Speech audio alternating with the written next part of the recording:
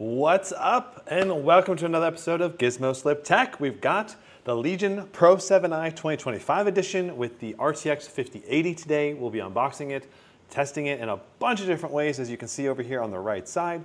There will be timestamps available soon, within a day or two, usually after the live stream. So, and at the very end of everything, we will do a final summary of everything as well. So today we'll also be showcasing Blender benchmarks, which is a new thing. I have not done Blender benchmarks in a while, long time. But yeah, we're gonna find out basically everything we can about this laptop. We're gonna do it live.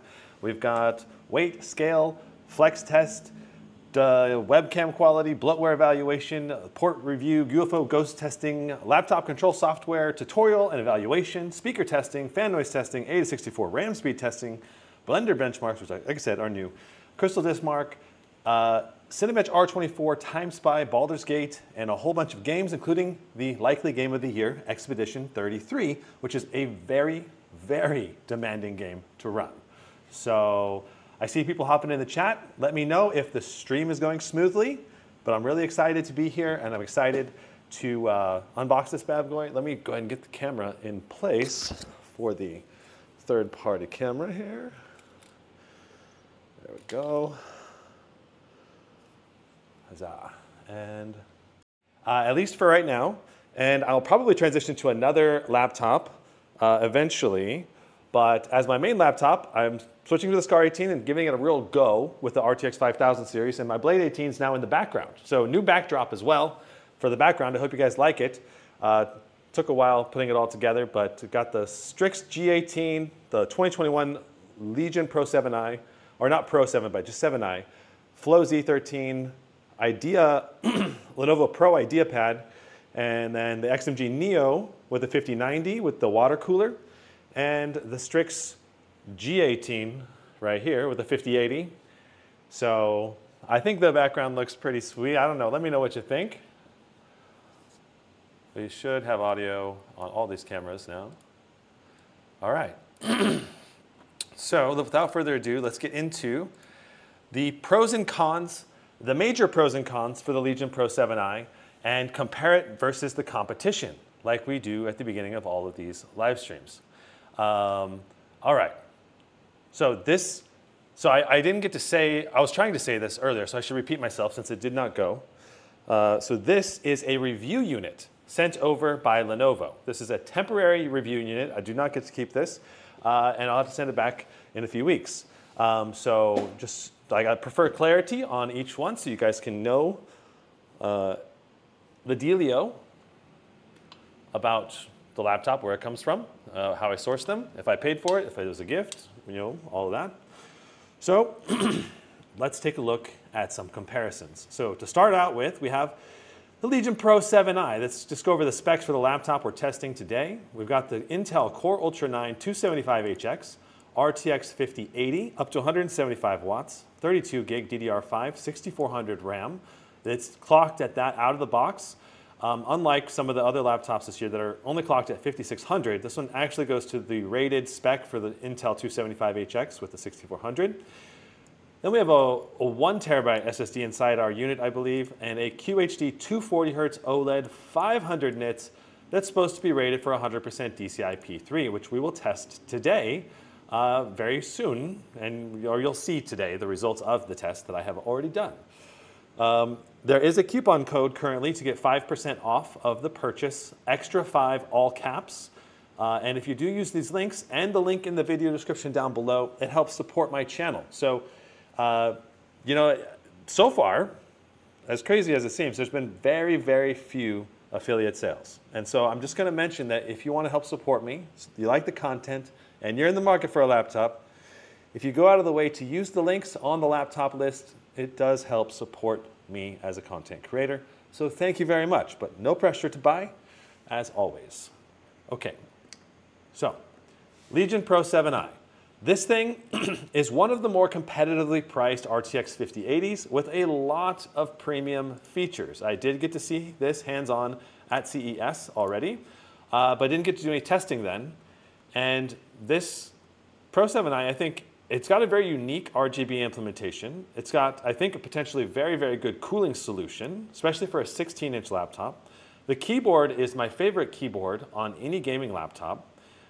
It is just super, super easy to type on with big keycaps that shunk comfortably with a great arrow layout. You know, that they're separated away from the keyboard a little bit. And it's a beautiful, gorgeous RGB implementation that is super bright with a lot of RGB effects that you can use on the keyboard itself. Downside for this one for sure is the plastic trackpad. I don't know how Lenovo expects it to be plastic on a $3,100 laptop. It feels plastic. It does not glide very smoothly. It works just fine, but it feels like a laptop that's only $1,000. Like, I don't know why they decided to cut the cost on just the RGB touchpad, but yeah. Yeah, so UDIT says, please tell us, is the RTX 4080 sufficient, or is it worth spending the money to get a Pro 7i 5080? So I think that that's a really good question, and you're definitely going to save a decent chunk of money going with a 4080.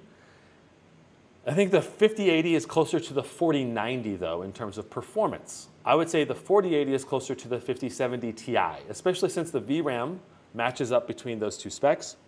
So if you're looking for an apples to apples, look for a 4080 versus 5070 Ti, and if you're looking for 5080, look at that versus 4090 laptops. You know, same VRAM and same similar-ish performance. And then of course, if you want to spend the extra money to go for the 5090, that's up to you. But it's definitely usually not necessarily theoretically worth the money to pay extra, usually. But let's take a look. So we're going to go ahead and just click this link to go to the spec page, and we can buy the Lenovo Legion and spec it out. So by default, the price is $2,900 without any coupons or anything applied to it currently. And if we want to add things like 64 gig, we can upgrade the RAM for $160, upgrade the SSD to a PCIe Gen 5. We do have a Gen 5 SSD in the unit we're testing today. So I'll just click that. And then if you want to go to the 5070 Ti versus 5080, it's $530. And if you want to go all the way to the 5090, it's $850. So that's, you know, a pretty hefty price tag. And if you're going to spend that much money, you're not going to be getting as much bang for the buck, especially on the 5090. The 5080 upgrade is a lot easier to swallow at only $530.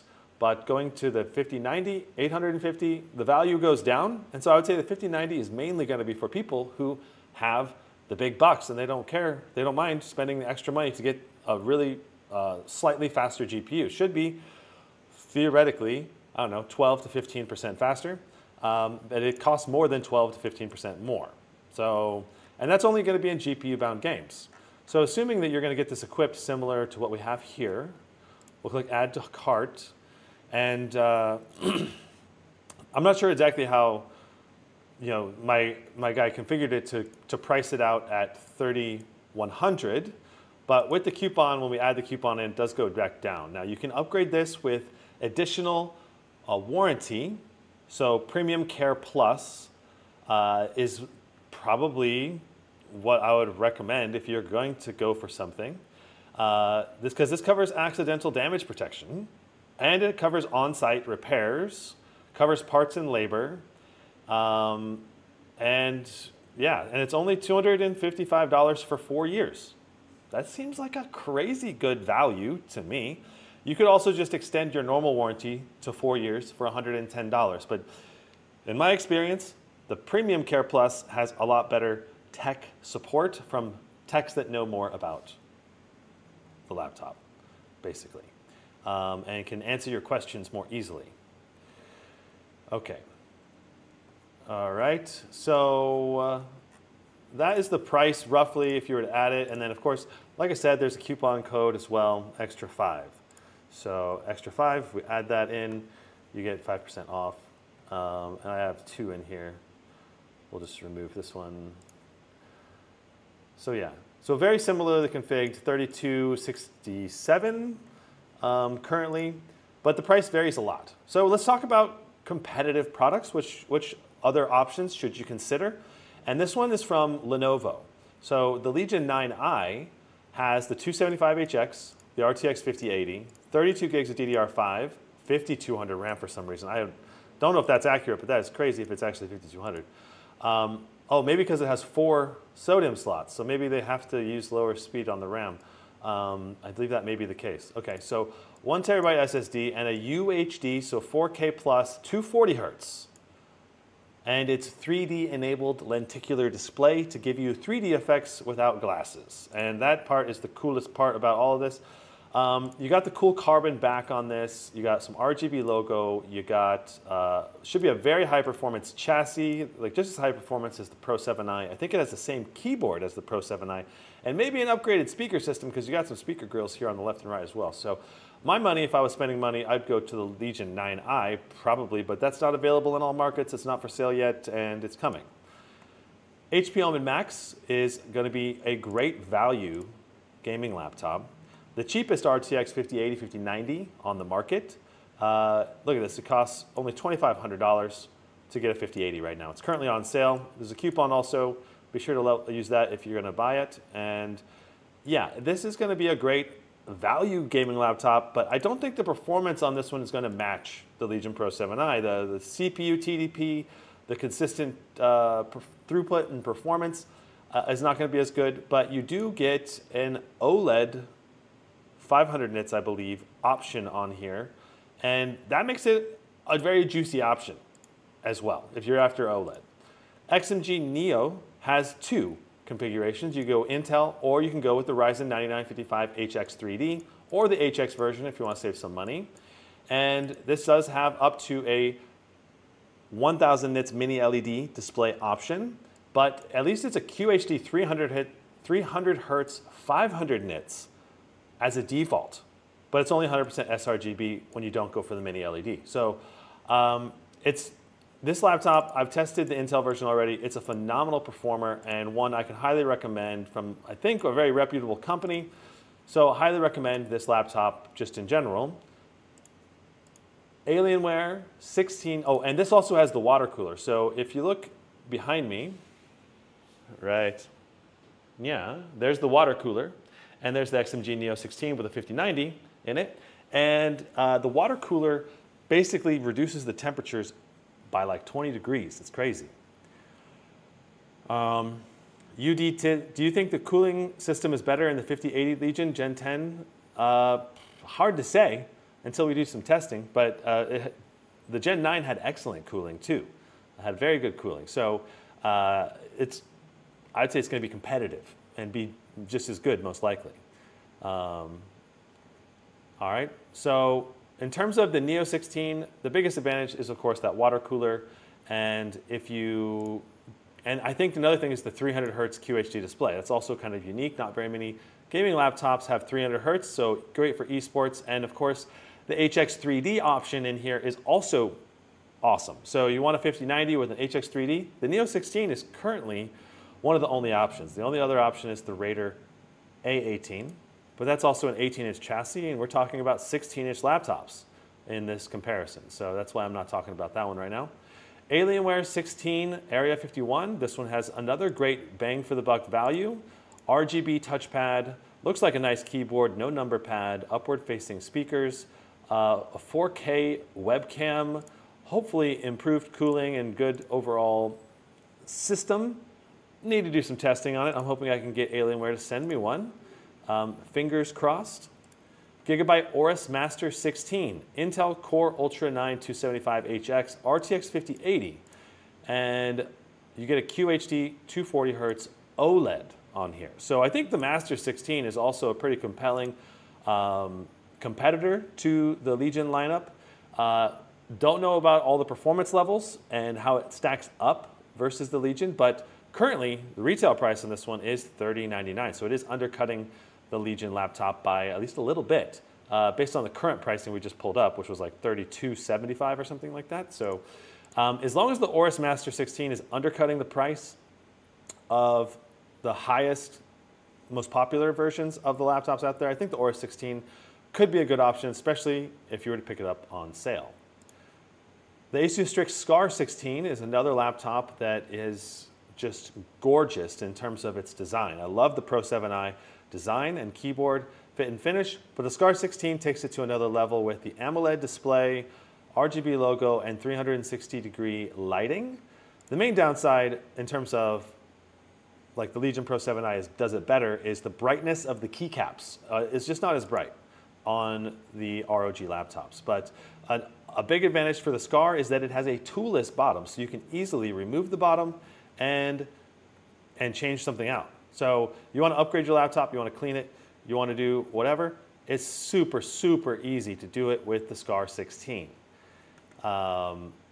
You want to clean your fans? That's another thing. So I think it'll be the new industry standard eventually after a few years. Everyone's going to have toolless bottoms. All right, Razer Blade 16. This is going to be one of the thinnest near full performance RTX 5080, 5090 laptops on the market.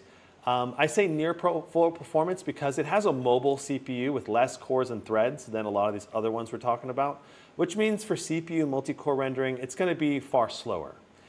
In addition, it's thinner, so the GPU TDP is only 160.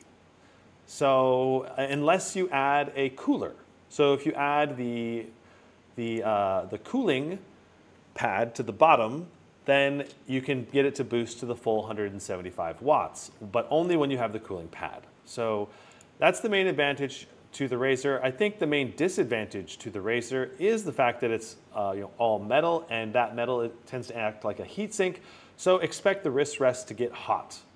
But Razer historically has had excellent speakers and very good port selections with a full-size SD card slot with high-end ports and really great displays. So we've got a QHD Plus OLED on here as well with some very fast DDR5X RAM, 8,000 mega transfers on that. I think that overall this is going to be a good option for people who want something extra portable, you know? And I did do a hands-on review if you want to see hands-on with it. It is super thin. Like, it is as thin as the Zephyrus G16 through most of it, and then there's a little bit thicker bump right where the vapor chamber is basically for cooling. So very cool design on the Razer Blade 16, but also it's going to cost more than the Legion Pro 7i, and you're going to get less performance by at least a little bit. So that's how the Legion Pro 7i stacks up against the competition. Let me take a look at chat and see what questions we have out there. Question, does this have a Thunderbolt 5 port? I believe it does. Let's go ahead and take a look at the specs. We are going to go over the ports here in detail when we actually get into it. I'm not sure if they actually upgraded the ports or not. They probably did, but let's see. All right, Thunderbolt 4. So there is Thunderbolt support, but it's only Thunderbolt 4. And that's going to be for one of the ports. The other port is USB-C 3.2, I think. Yeah, USB-C 3.2 with up to 140 watts of power delivery. So they have a higher power delivery throughput, which is nice to see. But yeah, it's Thunderbolt 4, not Thunderbolt 5. So that's maybe another area where Lenovo is saving some money, right? They're like, oh, screw Thunderbolt 5, we're going to go for Thunderbolt 4. So if you're really looking forward to like eGPU docks or in the future, or expandable dock solutions that are Thunderbolt 5, or crazy monitor displays like 8K monitors or running two 4K monitors, that's where Thunderbolt 5 comes into play, and you can't do some of that stuff with Thunderbolt 4.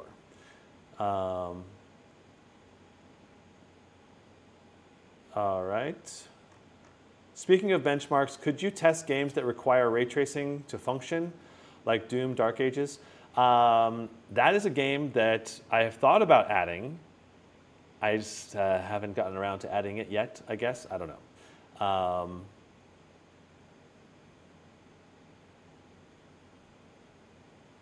Interesting. You guys are talking about price increases for when you're in Poland, and it sounds like it's much higher than the United States. When am I going to do multiplayer gaming benchmarks with low settings? I need to go for, I need to test that on the new Intel 275HX with the Neo 16 behind me versus the 9955HX with 5090 that's coming in the mail. Should be this week. We'll see when it actually arrives. Any update on a review on the Alienware 51 laptops? Not yet. Still haven't heard anything from them. Okay, so that's all the questions for now. Let's go ahead and get into the unboxing. And yeah, so we'll jump over to this cam. There we go. There it is. So that's the box. And it was shipped inside of another box. So this was not the only box. I believe it opens like this. Yes, it does. And this, I think this was inside of here, but I wasn't sure where to put it when I was putting this back together. Let me scoop some stuff out of the way so we can do our top-down camera as well. All right. And we'll aim this kind of like that. There we go. All right, and we'll aim this kind of down. Bingo. All right, so the laptop has some papers in it. We'll talk about the papers first, I guess. All right. Congratulations on your recent Lenovo purchase. Protect your new investment with Lenovo services. So you can upgrade to Premium Care or the Premium Care Plus and 15% off of your extended warranty upgrade if you use the code right there. And like I said, it is one of the warranty upgrades that I would potentially recommend to people. All right. Let's see what's in this piece. Dun, dun, dun. All right.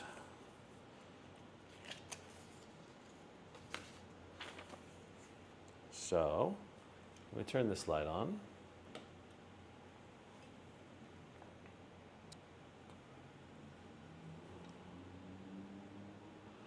Turns out this is the Chinese version. Let's see if we can find an English translation.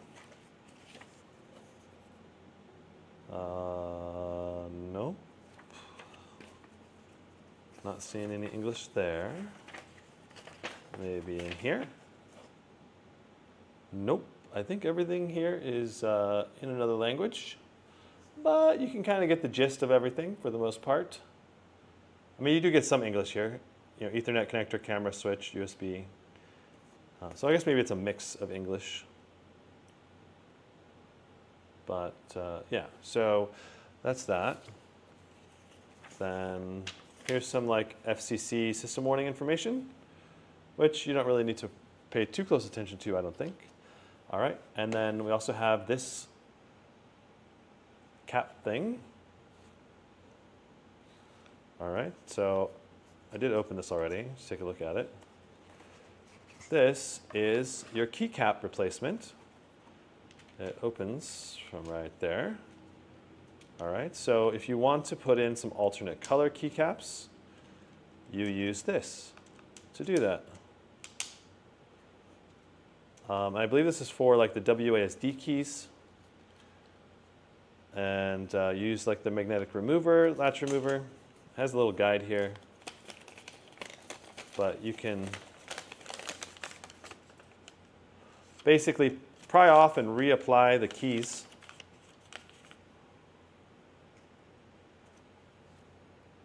At will, pretty much, depending on what you want. So pretty cool. This was a little add-on. It costs a little bit extra to get this with the laptop.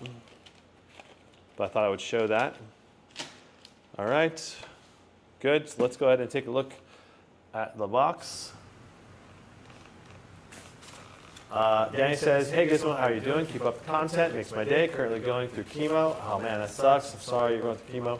But thanks for the compliment. Hope you get better soon. All right, so let's take a look at the laptop. So it comes wrapped in this foam packaging, as well as a plastic wrap in case there's some light water that gets into the package. So, voila. And then now we have a felt cover over the laptop. So there it is. All right, and if we lift this up, we have another keyboard cover. So there's lots of different layers of protection on this laptop when it's shipped, which is good to see. And last but not least, we have our AC power adapter box, which we'll take a look at.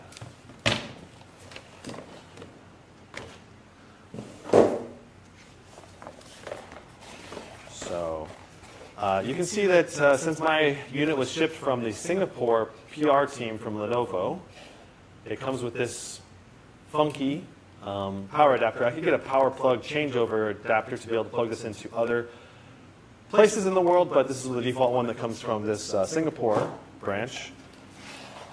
I did have to use a different power plug to go into the wall here in Thailand.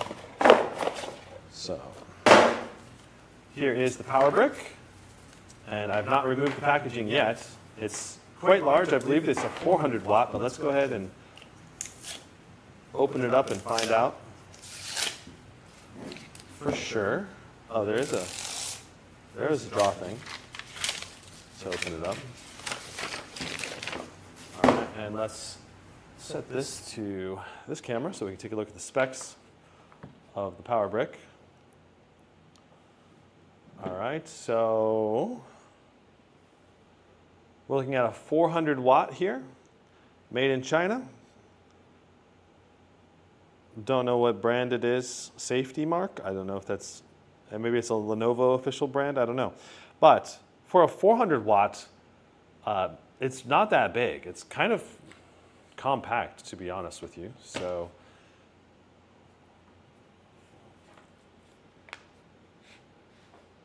and now let's go ahead and test the weight. Let's go ahead and weigh everything.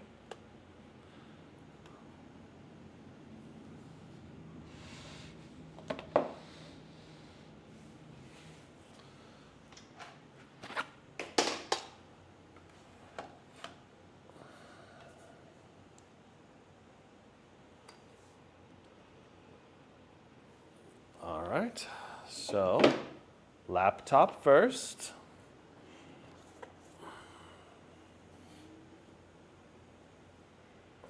I guess we can hold it right here. Okay. We'll zero it out. We're looking at 5 pounds, 10.1 ounces, 10.2 ounces. Power brick, we're looking at 8 pounds, 5.9 ounces. So not bad at all in terms of weight. What was that, 8.4 pounds, something like that? Especially with the big 400 watt power brick. And yeah, so let's talk about flex test. Let's do a flex test, hinge test, all of that goodness. So first, the hinge.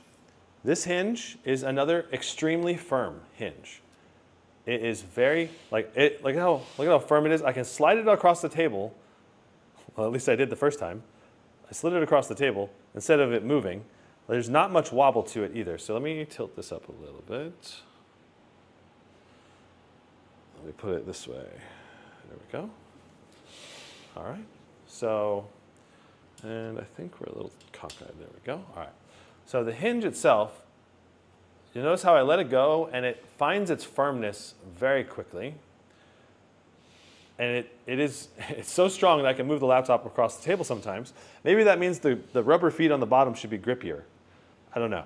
But I like the hinge. It seems like it's going to be a very durable, good quality hinge. Okay. Let's do a flex test now. So flex test.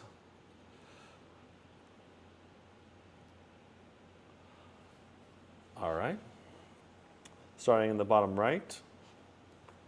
Oh, just a little bit of flex. I'm actually a little surprised there's some flex there, but I am pressing really hard. So there's a little flex, but not much. Just a little flex through the middle there too. Not really much flex on the left. This is the main place you're gonna put a lot of weight usually. No flex pretty much over here, or very, very little. Feels very, very well built overall. Definitely some flex here in the middle like you would expect, but not much, quite frankly. I'm impressed. This feels very, very solid. And when you have the laptop itself, there's definitely some flex here on the top of the lid, but that's pretty normal. It feels really good in the hand. I'm pretty sure this is an all-metal chassis too. I'm pretty sure it's like a magnesium type of chassis. So lightweight and feels pretty dang premium. Not as premium as like I don't know, I guess I don't know what kind of metal it is off the top of my head. It could be an aluminum blend or a magnesium blend, but it feels really nice. All right, so let's see here. What's up next? So let's go to the laptop list. So we did our weight test. We did the hinge test, flex test. Let's do, for the hinge, let's also just see how far back it can go. So that is the full extension right there. It cannot go further back. It gets stopped right here. All right, so if you're looking for a laptop that goes all the way back, you'll have to look somewhere else, but it's not that big a deal. All right, so I think we're going to do remove the bottom and internal analysis next. So let me grab the toolkit. I have not removed the bottom on this yet, so this is going to be fun. It's going to be first time bottom removal. You get to see what it's like for someone to take it apart. So, without any practice. All right, so LSP was saying, all right.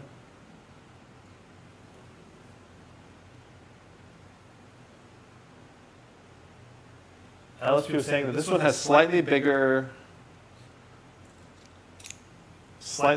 overall footprint than last gen. Gen 9 Legion Pro 7i, which is interesting. I would say it is a little thicker.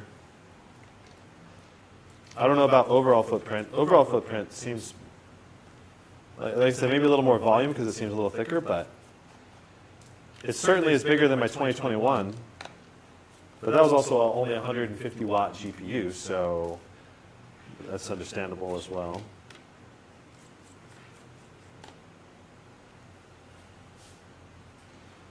All right.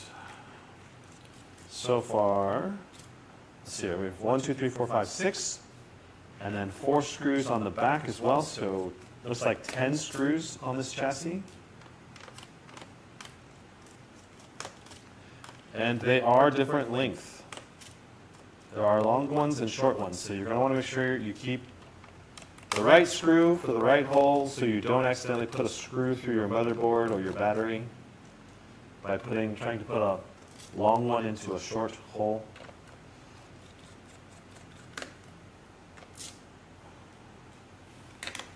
Okay, so that is the move the light here. And you can see the airflow. You got a lot of ventilation here. I like the airflow.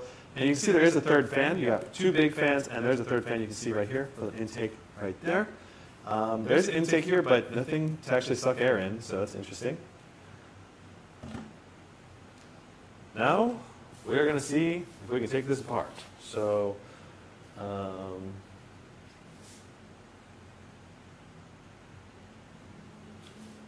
go to this camera angle, and let's go in here. Okay, where's the pry point? It appears like in the front might be a good pry point location. Looks pretty good. Separating the bottom from the light bar in the front.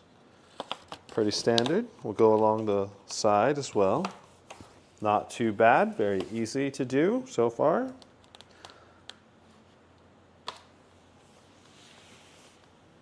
And we'll go down the side. And now we'll go to the rear. And it looks like we have to separate it right here. Interesting. Okay. This is a little hard to know. where to separate this. And it looks like maybe I need to slide it back at this point.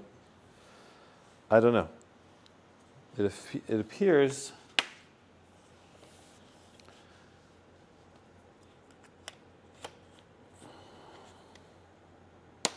okay, there it goes.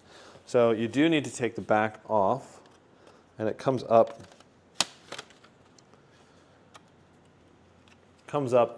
right here.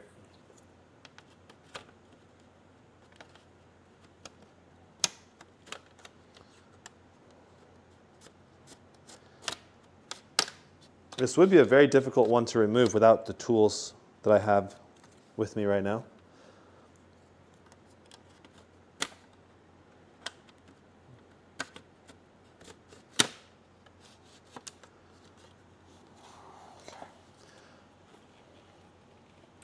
I'm just going to gently pry that up.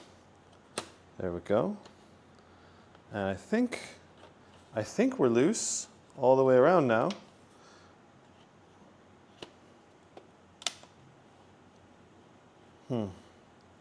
Doesn't want to come up. There it goes.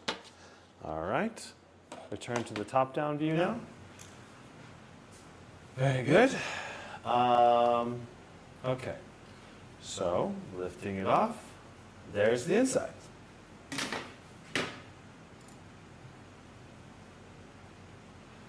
Bumblebee, this makes me realize how easy it is on the new Strix laptop. Yes, it's very easy on the new Strix laptop, for sure.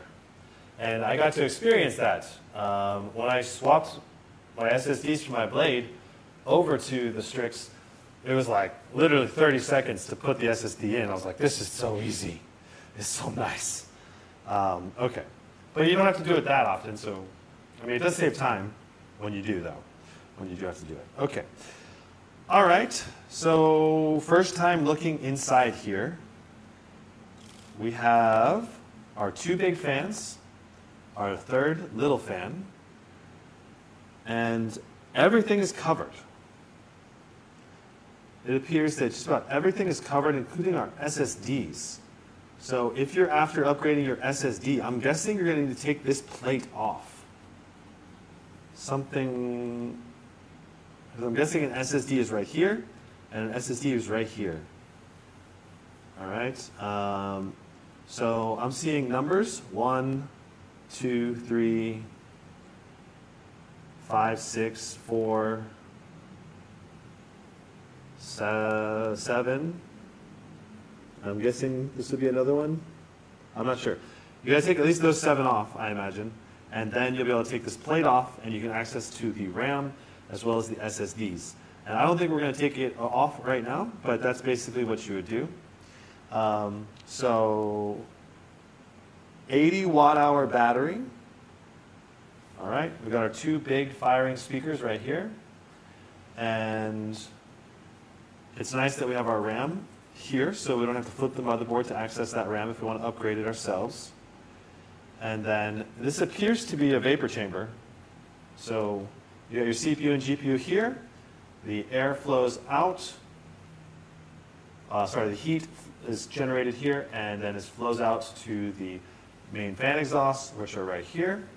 And appears to be some fan exhausts here as well, or at least some fin stacks along this area.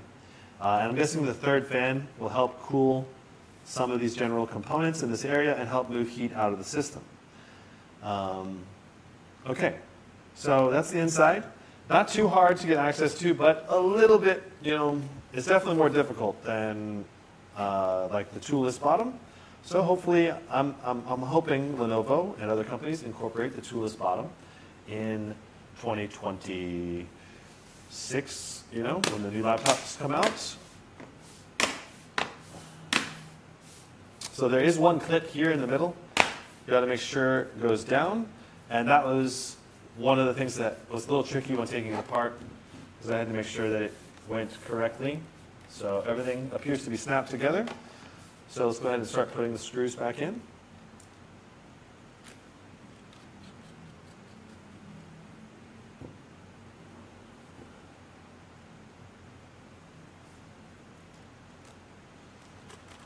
Bumblebee says, I find it important to upgrade my SSD on a new PC. Bummer. Bummer, it's harder to upgrade the SSD, but the cooling system looks good. Yeah, I mean, the cooling system looks like it's going to be a very high performance cooling system. We'll see what our temperatures are like in games, though, and what our performance is like.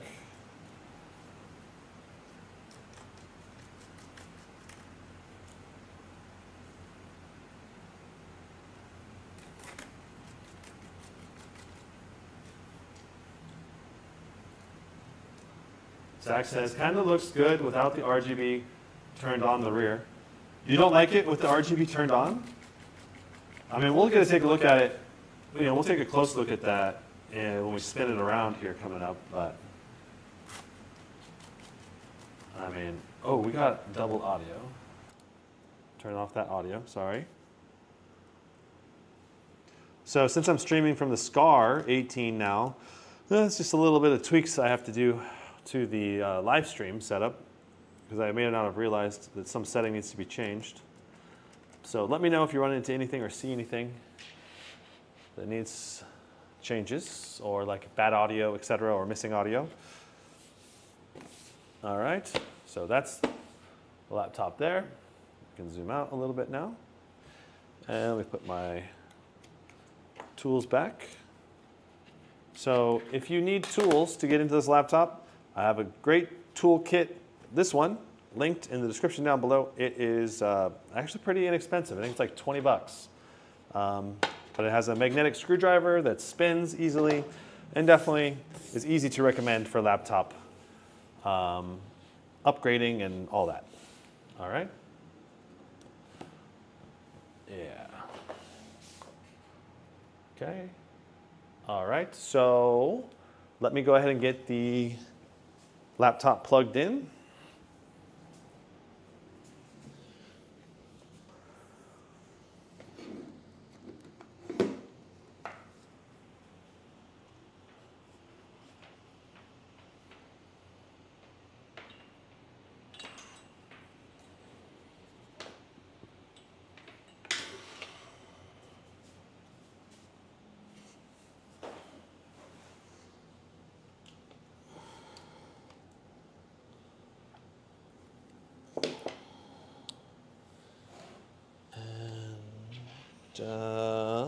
Okay, I believe we're going to go into the BIOS next.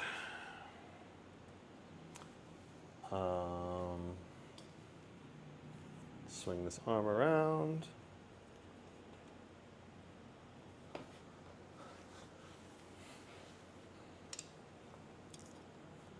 Beg Razer to send me a Blade 16.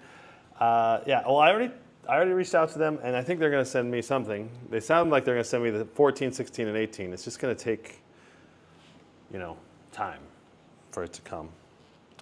Look at how glossy. Look at how glossy the screen is. It's so glossy, it's like a mirror. Wow, wow. So definitely very glossy screen. It still looks really, really good, though. So you'll see here when we actually get going with it. It has such good, perfect blacks with the OLED. I'm going to try to get into the BIOS here. Boom. There we are. We're in the BIOS. Let me pull this in. Do that. Cool. All right. And grab this mouse. There we go. Nice. All right. So just the main settings here is your boot drive and your network settings.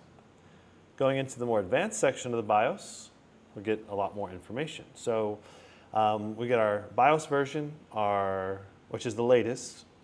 Intel Core Ultra 9 275HX, 32 gigs of RAM, a Samsung probably 9100 SSD, Gen 5. You can set your date. You got your general settings, wireless LAN, turn on and off.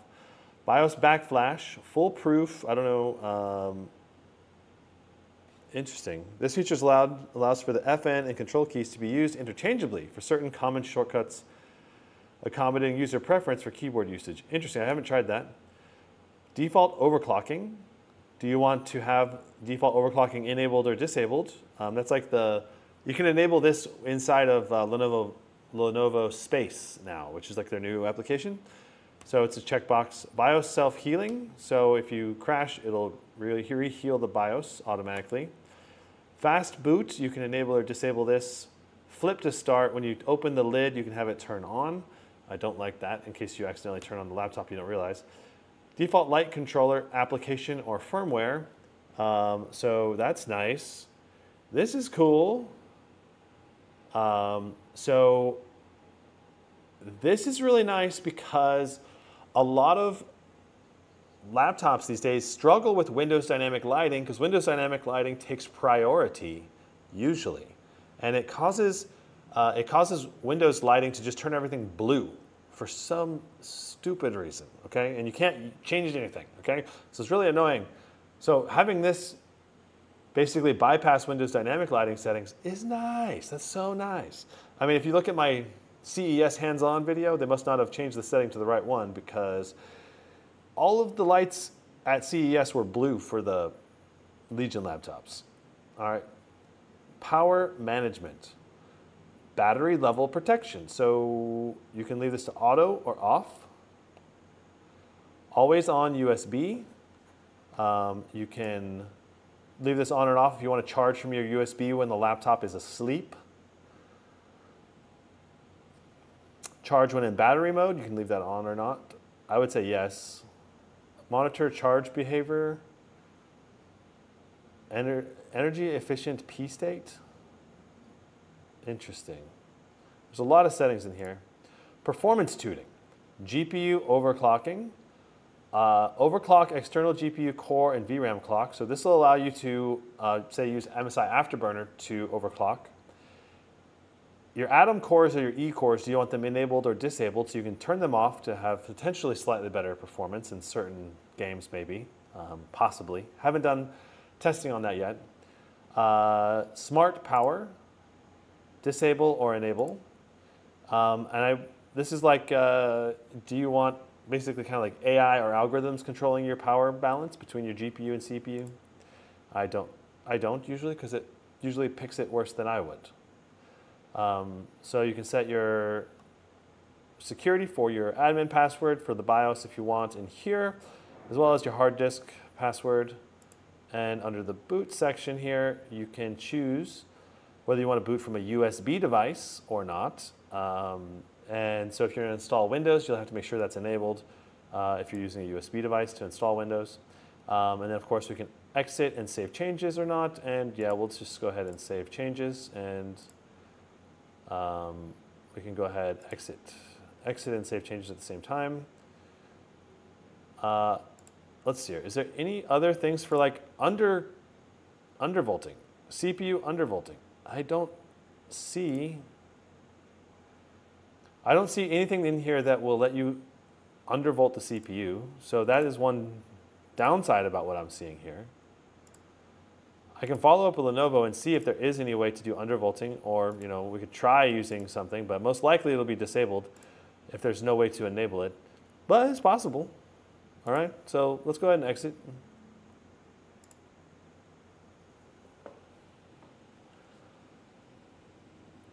Gizmo, what's your opinion about the new OLED panels, like this one in the Legion?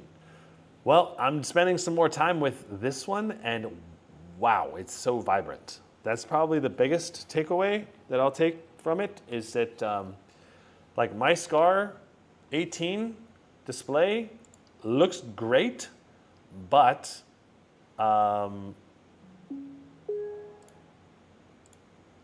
could probably show it to you side by side. Okay, let's just do that. There we go. And now you can see what the display looks like.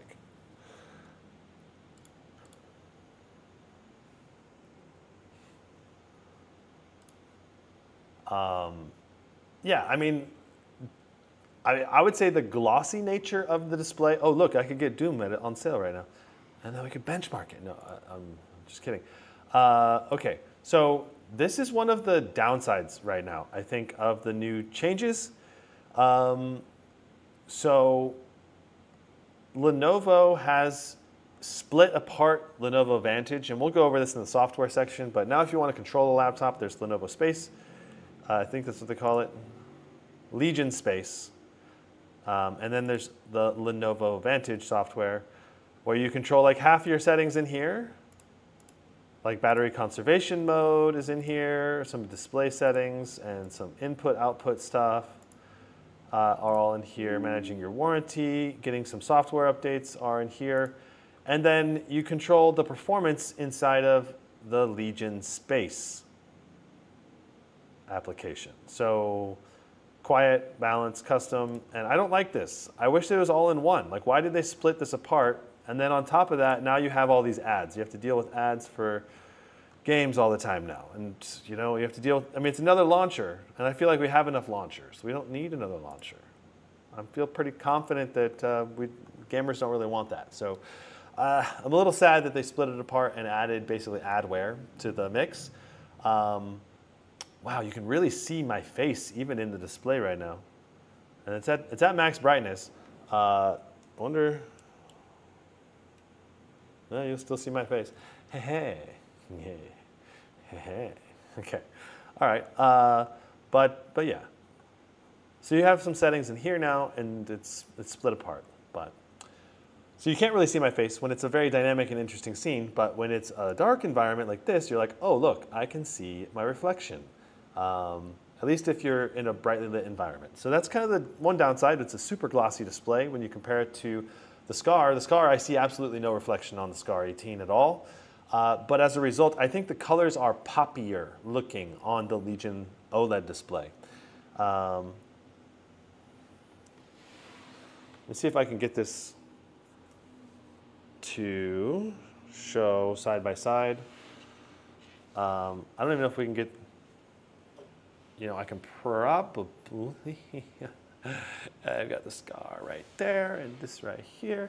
And if I zoom out and back this up, there we go. And I can tilt this to make it more level.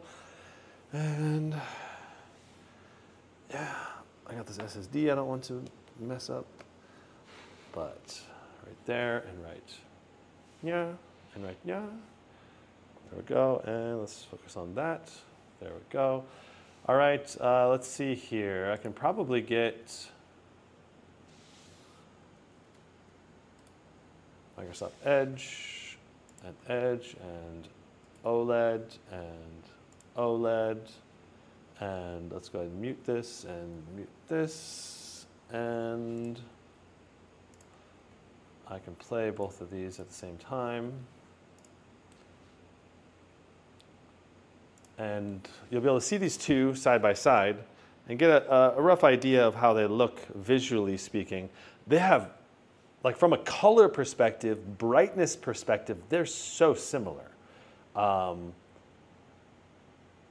think this one maybe just feels a little brighter due to the glossy nature of the panel. And in these bright environments, it is, I would say, hard to see the reflections. Like right here, if we were to pause it on both here, you know, so this area, I don't see any reflection at all. But then up here, it's just very reflective. And you can see like your face and other stuff. But on the Scar, up here, it's not reflective at all. I don't see any reflection, zero. So you get like this kind of matte or very, very light sheen, maybe if it's a bright object. So that is probably the biggest difference between the two, is this appears just a little poppier for color and then has a glossy and you have reflections. And this one also is very poppy, but maybe not quite as poppy. And then the blacks look black without having any extra objects in them, you know? So, yeah. That gives you a great idea, I think, of that display quality difference. So, okay. Now, let's make sure I don't skip stuff. Okay.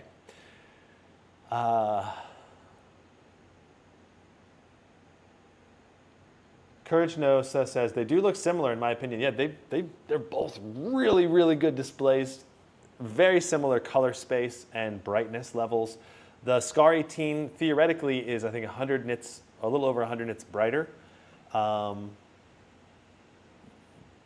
They both can peak really, really high though. But the sustained brightness is 500 on the Legion and 612 on the Scar in my similar testing, like for like test. Okay, let's take a look at the ports. Ports next. So to evaluate the ports, we will go here. Okay, so here's the ports layouts on the laptop itself, and it's very easy to show you this when it's laid out like this, so might as well just go with this methodology. So on the right side, you have a headset combo port, two USB 3.2 Gen 1 Type A electronic shutter switch for your webcam to turn off the webcam. You have a downward facing Ethernet. I don't know what speed it is. DC in, so it kind of looks like a USB port, but it's actually your power input. Then we have our HDMI 2.1, USB-C with 140 watt power delivery, and DisplayPort 2.1, which is great because you can put that out to high-end resolution displays with DisplayPort 2.1. And then Thunderbolt 4 with DisplayPort 2.1 and 40 gigabit speeds. So not Thunderbolt 5. So yeah, then there is another USB-A 3.2, Gen 2, 5 volts, 2 amp. So this means you can use this one for charging your devices. It's probably also the port that stays awake when you're going to the sleep mode. Now, as far as ports go on this machine, I think the biggest thing missing is a full-size SD card slot for content creators and people that just need to transfer files very quickly. But you can obviously use SSDs for file transfers. I don't know. It just depends on if you're popping SD cards out of cameras a lot. If you're not, then you don't need the SD card reader. And there are alternatives, like using an SD card reader adapter or whatever. And yeah, so there are options to still read it, but it's annoying to me as a content creator because I'm always popping my SSD out of my laptop or my camera to put it in my laptop. And now I don't have an SD card reader on the Scar 18, so to bypass that, I'll probably plug my camera into the laptop with USB-C and use the built-in SD card reader inside the camera to transfer the files.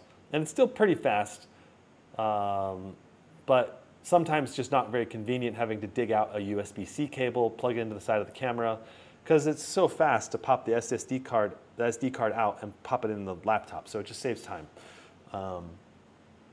Yeah, okay. So ports-wise, I would give them, I don't know. It's very good ports, missing Thunderbolt 5, especially 2 Thunderbolt 5s. Like the Scar 18 has 2 Thunderbolt 5s, not just 1, but 2.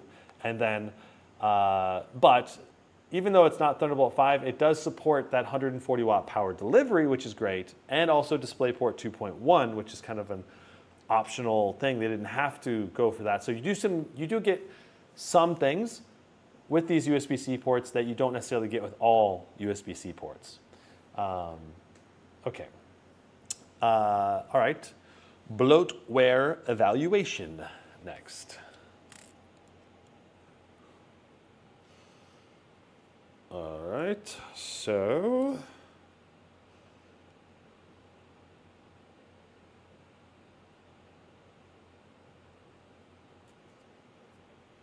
okay, let's pull this in.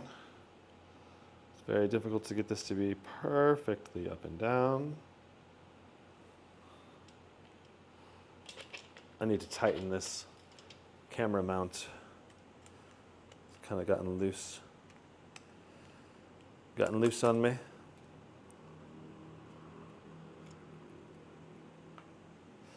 All right. Because if it gets loose, it's hard to make very, very precise camera motion or camera setups. Because I want them to be very tight. When I set the camera to be somewhere, I want it to only be at that spot. Okay, there we go. Bingo. All right, let's bring this in. Cool. And we'll focus. And now we can swap over to this camera. All right, time to go over the screenshots of shame. So screenshots of shame is a section of the live stream where we talk about all of the pop-ups or ads that you get when you set up your computer. And some of them are not as bad as others, but some are still quite bad. All right, so the first one is a Lenovo advertisement when you start filling up your SSD. So when you reach high capacity on your SSD, I downloaded a bunch of games to benchmark, and it notified me that, hey, you can get a cloud delivery service from Lenovo, which I don't necessarily think it's terrible to get that service, but it's annoying that I don't want it to pop up all the time. Okay, so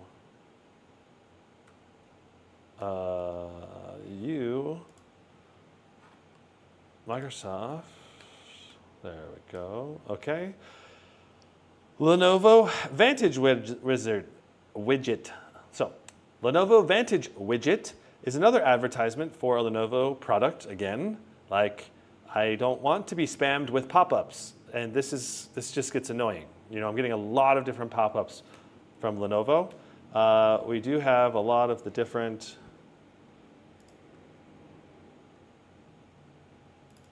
Let's pull this up. So another advertisement now is, the Legion Space application has advertisements every time you open it for different games. So you're getting a lot of advertisements in your face in different ways. And not all of them are terrible necessarily, but they just get annoying over time. Then we have the dreaded McAfee. So McAfee, security notification. Your virus protection expires soon. 768 new threats are created every minute. Get protection. Don't love that. Then another McAfee. Limited time offer. Act now and extend your subscription at a special price. You only have 5 minutes. Reveal my offer. So it's just talking about, just it being annoying, Lenovo Vantage. Do you have the right warranty coverage? Get the best level of PC coverage from our range of warranty offerings. Not great, So it's just a lot of spam of different Lenovo services as well as McAfee.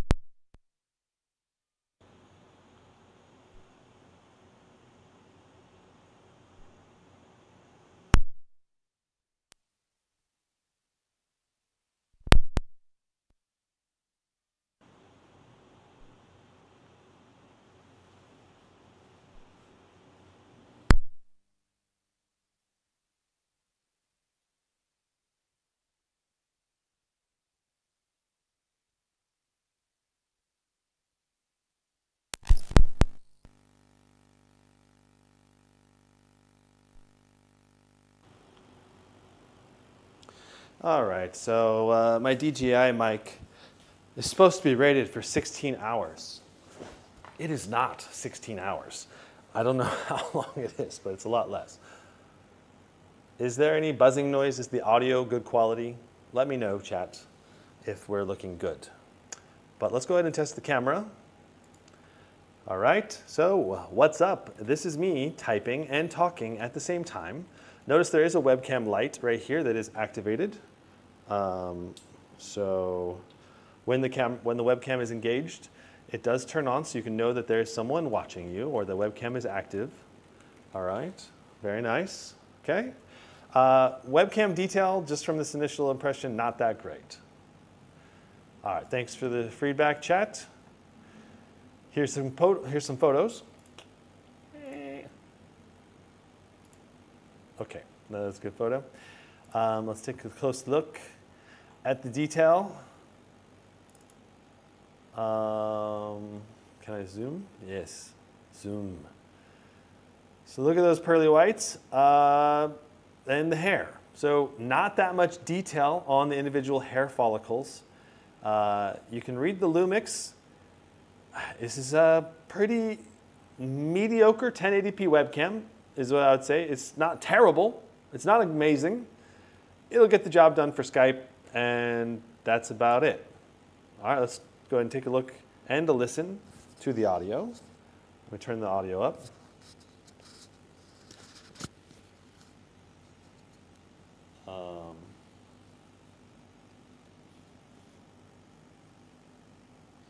Okay, so the audio was muted before. Let's open the camera app again. Let's try recording another video.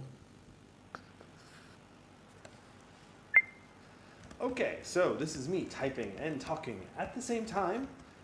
And now this is just me talking without any typing and seeing if it's better. All right, so here is the audio. Okay, so this is me typing and talking at the same time. And now this is just me talking without any typing and seeing if it's better. Okay, so this is me typing and talking at the same time. I gotta say, that was pretty good noise cancellation. Didn't hardly hear the keyboard typing at all. So Lenovo's got some good algorithm there, removing the keystrokes, or good mic muting, whatever you want to call it. Jeff says there is a 5 megapixel option. Interesting, interesting. Okay. What is the RAM on this? We're going to go over that soon, but it's DDR5 6400 out of the box. And another downside to the Pro 7i, there is no Windows Hello. This is only a traditional 1080p webcam. Yeah, that is a bummer. Okay, so let's rotate this. Let's be a little more straight down, top down. Put this here, put this here. Slide this up and away and out of the way. Herp-a-derp-a-derp-a-derp-a-derp-a-derp-a-derp. Okay, very good. Okay, so let's talk keyboard and trackpad. Trying to make sure that we're really, really in focus. There we go. Okay, so absolutely amazing keyboard layout on the Legion Pro 7i. We have a full-size number pad, almost, basically. Great functionality in terms of how everything's positioned. You also have media control buttons, pause, play, stop, forward, back, that double as home and page up, page downs. I believe you can also use FN with the arrow keys for the home and page up, page down, but they're not marked on here. There is an FN lock function here on the left and a caps lock light button on the here as well. And the FN lock is also lit up, so you can tell, you know, it lights up and unlights up. And when you hold FN, it lights up all of your appropriate key functions here so that you can see what are the secondary key functions. You know, print screen, touchpad, so we can go over these. Mute, volume down, volume up, microphone mute, brightness down, brightness up, monitor screen change, airplane mode. This one is loads a special application. I can't remember what it is. Let's see, it's like, I guess it's Lenovo Vantage. Touchpad disable, and what does this one do? Learning what it does with you guys right now. It does Smart Connect. Okay? So Smart Connect Allows you to connect to other stuff, stream, work, and share with other people. Cool. No, there's a hotkey for it though, so that's interesting. And then we have a calculator button, so opens up the calculator for us. Very nice. Insert and a print screen button. I like this print screen button a lot. You know, this print screen button has made taking screenshots super easy, and I really like that. You know, it just makes life easier when you need to be taking a lot of screenshots. And this print screen button is always print screen, no matter what, whether you have FN lock enabled or disabled. It's not F12 or not a dual function key, it's just always print screen as well. Okay, if you want to adjust the brightness on the keyboard, or I guess not the brightness on the keyboard. Brightness on the keyboard is here on the arrow keys. You can turn up and down the RGB with the arrow keys. But if you want to change the mode for how things are lit, then you can do that with this FN plus spacebar. And speaking of changing the mode and seeing what it looks like, let's go ahead and turn off the lights.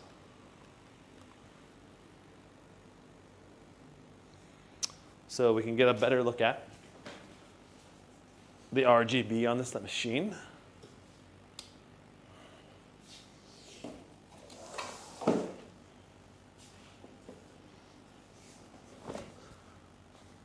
All right. So I don't know what this mode is. I don't know. There are more modes, but this is the default, and it looks amazing. I would just keep it on this pretty much all the time if I was you. There's RGB on the light bar on the back that looks really, really good. We'll show it to you here in a moment. And there's RGB on the front as well. Let me go ahead and just slide my camera out of the way real quick. Yeah, this RGB on the Legion laptop is definitely brighter than the RGB on the Scar series. So if we unplug and we get ready to rotate, let's see here. I need another USB-C cable. I guess I'm going to go grab one over here.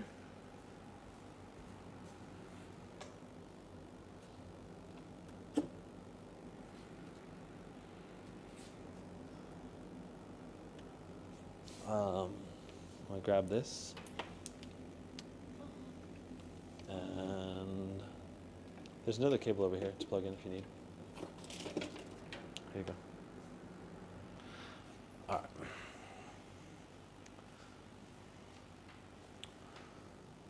Cool beans. Is that USB-A? Nope. Okay. So to plug this in, we're going to get rotating here in a moment.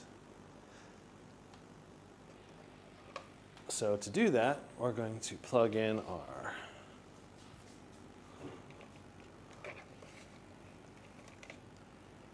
Lazy Susan right there.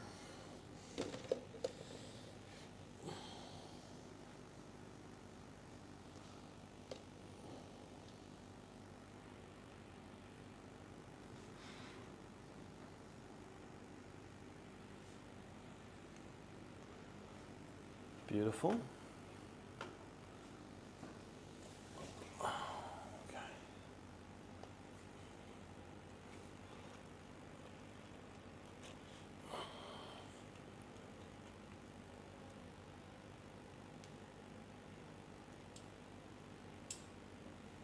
All right. So we'll let this go around a couple times. Turn off my RGB from my Scar so we can see just the Legion laptop's RGB.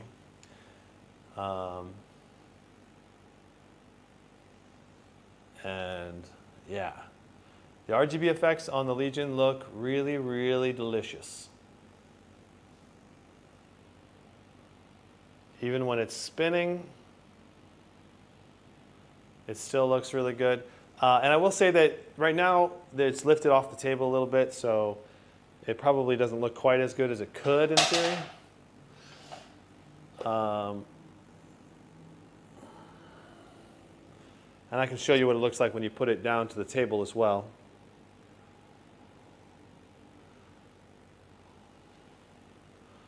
But I think this looks really nice.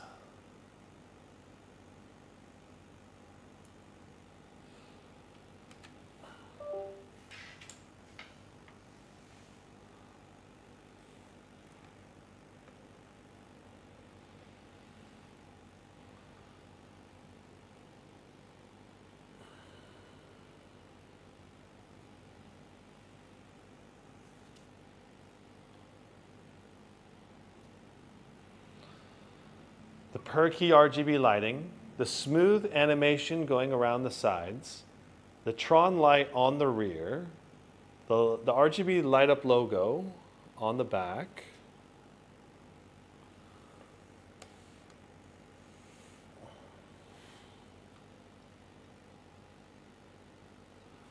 I think it just all combines together to make for a really clean look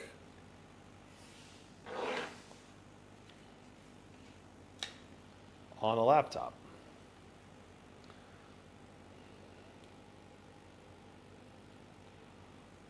So we'll let it do a full spin before I touch it again here. So I want to make sure we get some clean B-roll shots. And I mean, I think this looks about as good as a laptop in terms of looks. Not quite as classy as the Scar in terms of like crazy RGB effects with the AMOLED, the anime matrix on the back, but it still looks really good.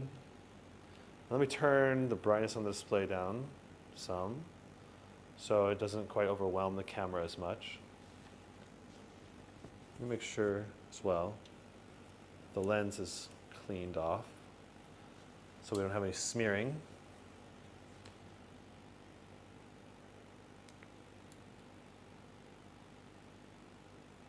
Try lowering the aperture on my camera. All right, and we'll try a zoom in shot.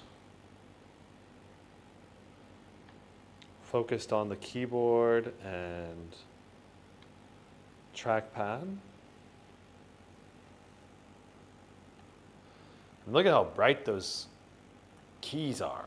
It's just super, super bright, and it's awesome to see. All right, and I want to do a shot focusing on the Legion logo.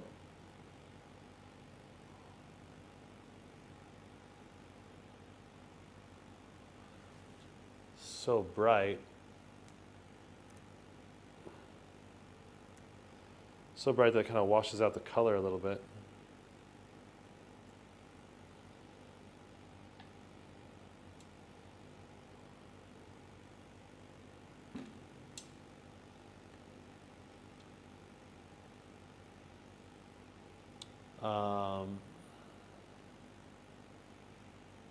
Yeah, and let me do a shot going low for a shot focus on the bar on the back.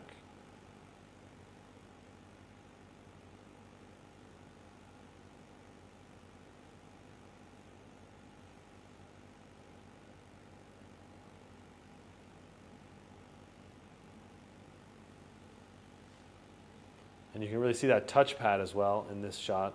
The touchpad being plastic and not as good a quality as some of the other laptops on the market for sure. Definitely makes it a little sad that they didn't put a glass trackpad on here. All right, and let's go ahead and set this further out and we can get more of a back approach shot.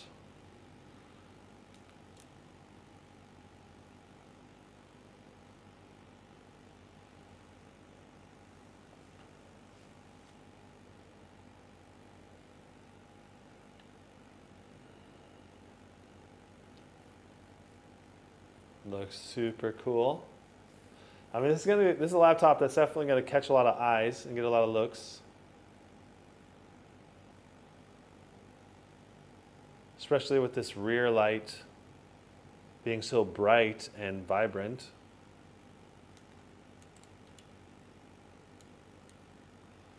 Just trying to get that rear light to not overblow the camera has been very difficult.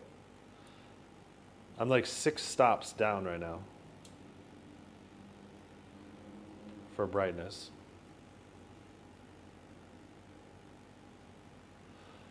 It's going to try to get a shot of that rear RGB light, and then I'll turn some, I'll put the laptop down and maybe we can get a better shot of the light. So there's the RGB light that I'm looking to get a shot of. Yes, looks good. Beautiful shot, okay. And I suppose we can do that and tilt up and zoom like that. Voila. Bingo, bingo.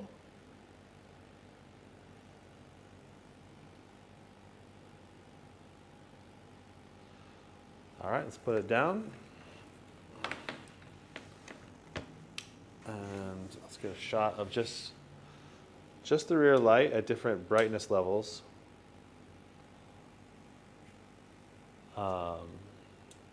So this is 3 stops down. Really shows you how colorful it is. This is 2 full stops down, so I guess it's like 9 stops, 6 stops now. This is 3 stops down. I'm pretty sure we're over peaking though in terms of brightness on the laptop itself. And this is flat, like 0 additional stops. Maybe it looks better like this, I don't know. We'll have to see. But yeah, that bar is super bright. All right.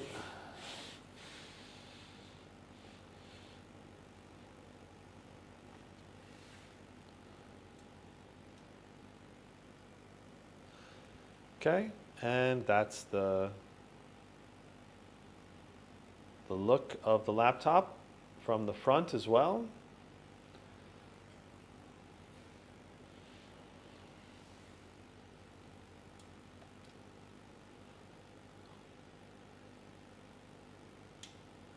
And the overall look right there.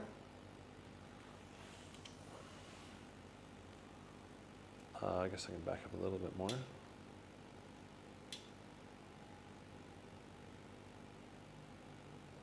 Voila. Looks really sick. Love the look of this laptop overall. And that's not even close to the full brightness of the display. That's the full brightness of the display. And to be able to not have it overexposed massively, I have to stop down a lot. 4 stops right now to get it to not overblow too much. Still kind of overblowing a little bit, overexposing. So to be able to actually use this laptop with the display and the camera, I have to turn down my camera sensitivity. All right, let's see here. I think that's good for some B-roll action. Pretty happy with that, I think. Let's go front camera and let me get the lights back on. Okay, and I can plug everything back into this laptop. All right.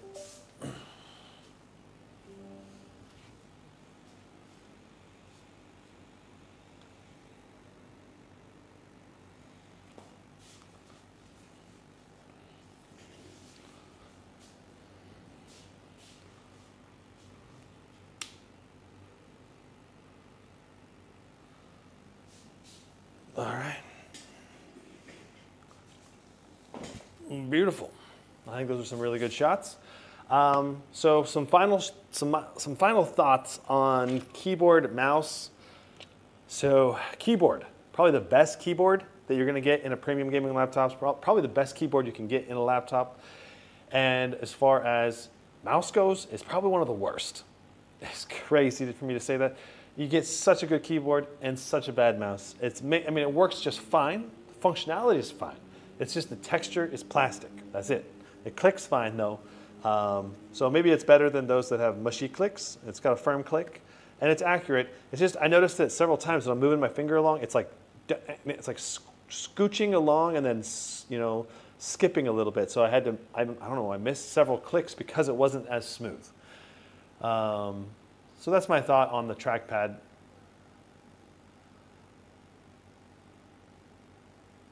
Okay. Mohammed says, your reviews are the most useful on YouTube. Congratulations. Thanks for the feedback and positive statement there. Okay, so let's talk display, nits, and color gamut and contrast. All right. So let's get this set up here. We'll put the laptop right here, just like that. Zoom, and we can up the resolution here. Shaboom, and maybe it is better for me to downstop this and set, because we'll get less reflection on the laptop display that way. All right, okay.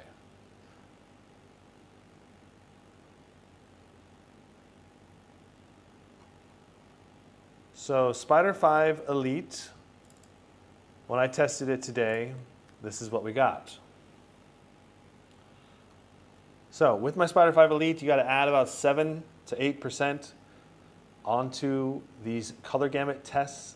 100% of sRGB, more than 100% really. 92% of Adobe RGB, so basically 99 or 100% of Adobe. And for P3 color gamut, we're looking at 96% of the P3 color gamut. It's excellent. That's fantastic. Really, really good color gamut. For display brightness, we can go all the way down to 4.5 nits, which is super, super dark. You're going to barely be able to see that in like a pitch black environment. 25%, which is really 30%, because in Windows you cannot go to 25, but 30% we're at 38 nits, 39 with you round up. 50% we're at 104. At 80% we're at 287. And at full brightness, we're at 488 nits approximately with 487,000 to 1 contrast ratio. So fantastic contrast ratio in the mix there. Now, I also did an HDR test. Where is the HDR test?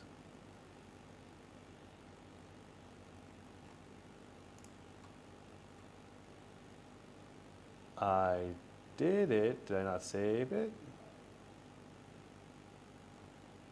Or maybe I saved it in the wrong folder. It's possible I saved it to the wrong folder. There it is. Okay. So the HDR test, we only managed to get 88% of sRGB with, so 97%.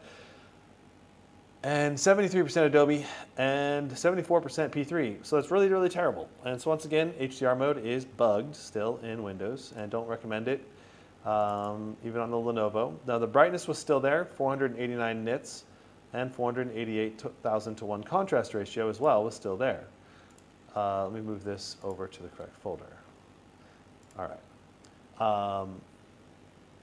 Checking what you guys think.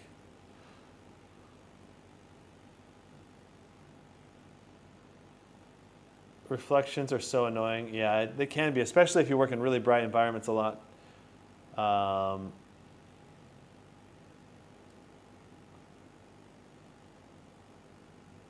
That's going to make numbers on your channel. I don't know. Danny, I think people are interested in a lot of different laptops. I think they are. I think people would want to see Blade 16 reviews as well, so I hope I can get that in the mail.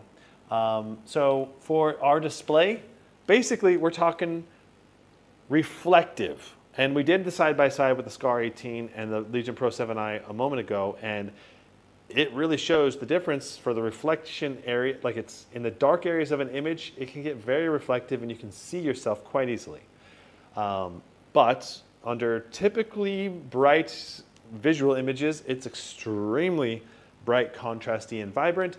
And I do really like the OLED display. General gameplay is going to be really, really good unless you're playing a lot of like horror games in the dark or something. Then you're going to only want to play those games probably when you're in a dark environment so you don't have crazy reflections. So that's an example. Like if your office has tons of bright light, you probably want to skip OLED. You'd probably rather go for the mini LED with a matte screen so you don't get those reflections.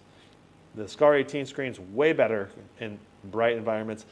And between those two, just the fact that the reflections can be so annoying on OLED, I think I'm going to lean towards going mini LED.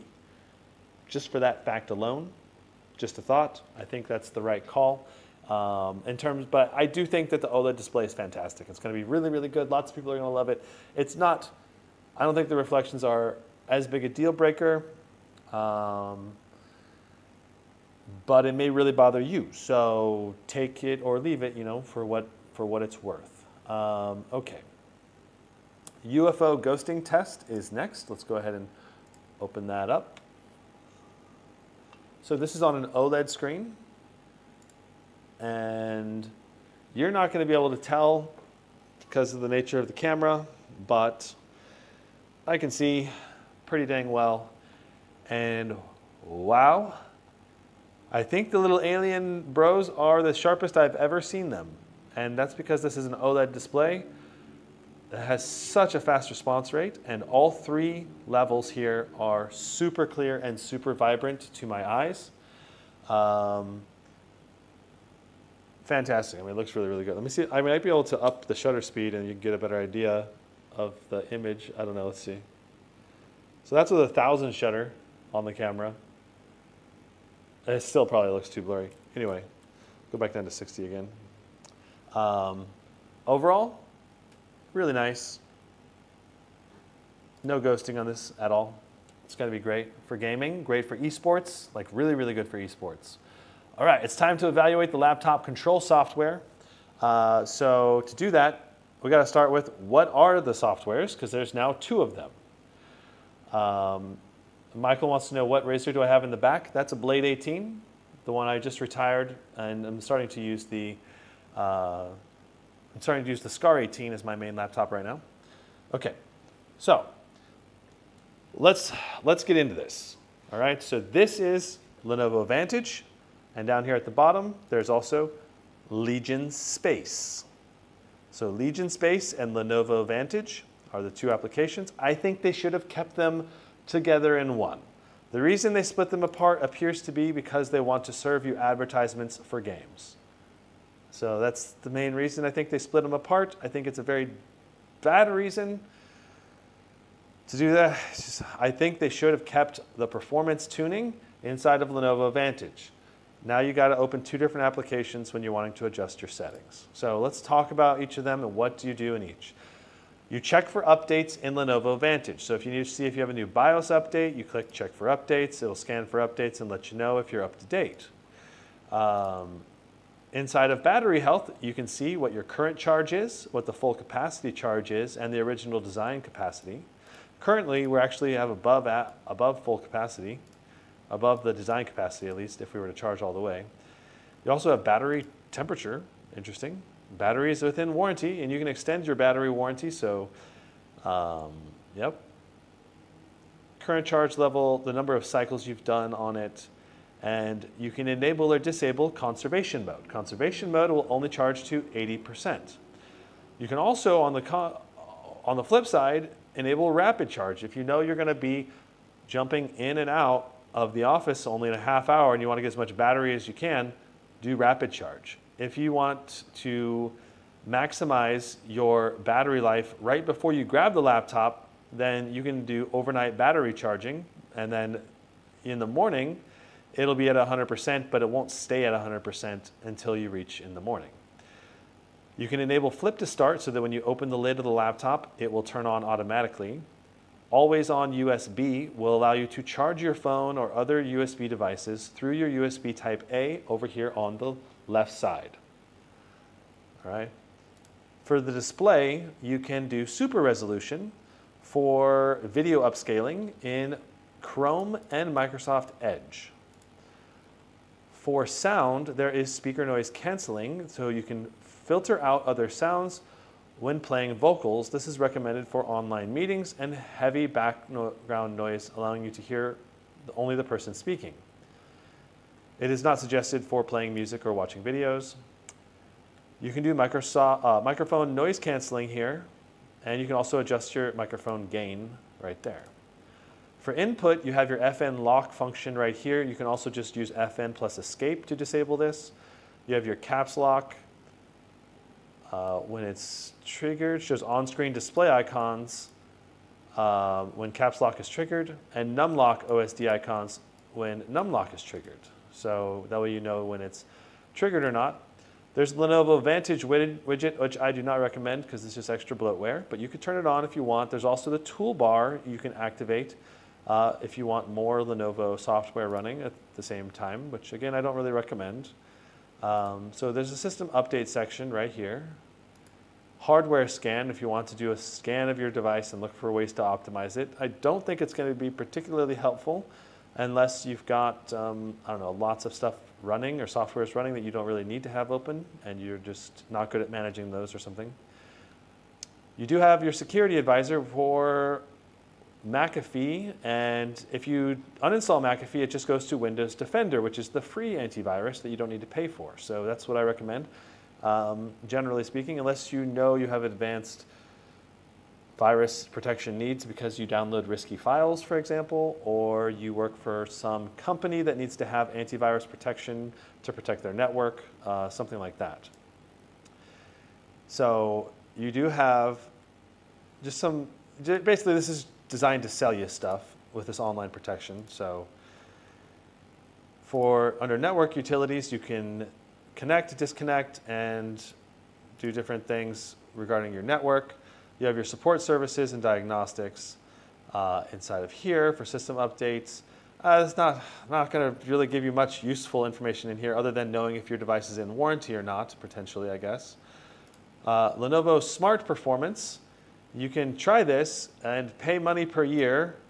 Don't recommend this currently.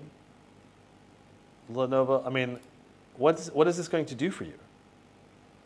I don't know. Like, I don't think this is going to do anything for you. So Lenovo Smart Lock, your devices go everywhere, so should your security, your personal computer sensitive information. So this is trying to sell you something, and I don't know if it's good or bad product, but I don't really like it when you have to pay for extra features in your main control software, you know? So if you want to shop for parts, you can search for a specific part number to replace in your laptop. All right, so that's everything inside of Lenovo Vantage. Let's talk Legion Spaces. So inside of Legion Space, you have a game store and a game launcher. So you can download and buy games inside of here. If you click, say, on Doom Dark Ages, let's see what happens. I'm pretty sure you buy and you download inside of here. Oh, no, it doesn't even stay inside of here. It's a Steam key. So you're just giving Lenovo a chunk of money, basically, as a commission if you buy through here. And then you download it through Steam anyway. So it's almost the same thing as buying through Steam, except maybe you can get some stuff on sale in here, I guess. So in that sense, maybe it's nice if the sales are different than Steam. So for your library, this is a game launcher, so you can launch different games from a central location, which is basically what Steam does already. But if you have multiple ecosystems like Epic Games and Steam, you can put it into one location. Then you have your performance device management. So you have 4 modes here. You have quiet, balance, performance, and custom. And obviously they are pretty explanatory. Quiet and balance kind of try to reduce fan noise while giving you a moderate level of performance. And custom and performance, so performance is basically going to give you peak performance or very, very nearly peak performance. And custom is going to give you all out maximum performance that the system can handle. And if you click very carefully on this little settings button, it'll pull up the sliders here. And inside the sliders, you can adjust your CPU and GPU TDP targets. And I'm not sure exactly which settings here are the best to change. But for example, you may not want to have GPU to CPU at 25 and your CPU to GPU at 25. That might confuse the system. So you might want to only have one of these maxed out at a time. At least that's the way it used to be in Lenovo Vantage. Now, you can set the CPU power limit all the way up to 210 watts, which is pretty crazy. Total processor power target in AC, 135. CPU platform long power limit, 165. So you can do a short of 210 and a long of 165. Though we don't know if that's actually going to be sustainable, because we might also thermal throttle before we hit those. You can also set your CPU temperature limit up to 105, from 85 all the way up to 105. That's a nice range. You also have your GPU base target boost, so 150 plus 25 boost. So you can set this for a combined of 175 in a GPU-bound game scenario. And your CPU long-term cross-loading, so let's say you're putting 150 watts to the GPU, you can do 105 watts to the CPU at the same time for 255 potential total cross-load, though it might also factor some turbo boost or dynamic boost for the GPU in there. So it might be all the way up to 280 cross-load workload. I don't know. We'll have to actually see in the games today what we're getting. Now at the bottom here, you do have your own fan profile customization that you can do. So you can slide these up and down as desired. So you can make your laptop quieter or louder depending on your temperature target. So that maybe, this might be a pretty realistic fan profile curve right there. Something like this if you want a full performance experience. So that way, by the time you get to in the 70s and 60s, you're at 100% fan speed. You can also just set it to full speed. So, and you can alternate between these two for max fans or no max fans. I noticed that there's also an extreme mode. You can click this and it'll just set everything to some really crazy numbers without you having to think about it. Or you can hit the all out +01 slider and have it be a custom preset basically. And you can add new custom presets for O2 right here. If you want to set like a CPU bound game could be O1 and a GPU bound game could be O2, and you could swap between them to reach maximum performance. You also have lighting theme options in here and your GPU mode. So your GPU mode, in hybrid mode, you can switch between your CPU or your CPU's integrated GPU and the Nvidia dedicated GPU. The dedicated GPU mode allows you to only use the Nvidia, and you can't turn off the Nvidia GPU mode. Hybrid iGPU only mode sets it to be only the iGPU, so your Nvidia GPU stays asleep to get the best battery life. And hybrid auto mode means that you don't have to do anything, and the system will try to guess which CPU and which GPU you want to be using. So you can leave it to auto, and most of the time it'll be just fine, but sometimes, I don't know, some browser will be enabling the Nvidia GPU and it'll still kill your battery life super fast. So in general, if you're going to be in battery for an extended period of time, I always recommend switching it to iGPU only mode, because Advanced Optimus sucks at keeping the Nvidia GPU turned off. Misclick prevention will turn off the Windows key, and the trackpad is also disabled if an external mouse is connected. So that's an option to enable. Let's go to lighting theme options. So right now you can see we have spiral, but there's also blue, ripples, raining, audio visualizer,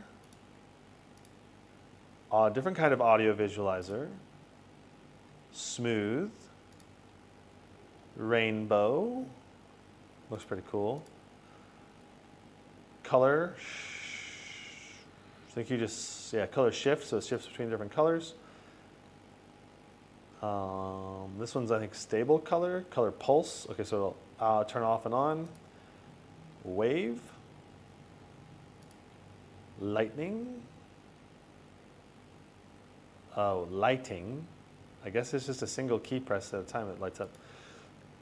Kind of meh. All right, so Lenovo.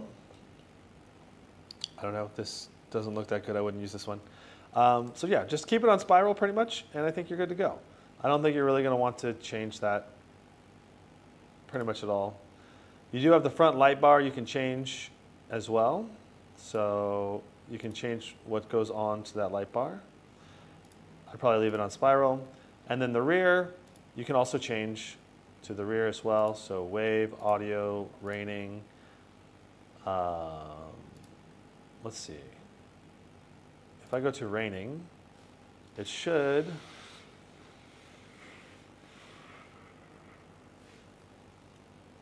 There we go. Pretty cool looking.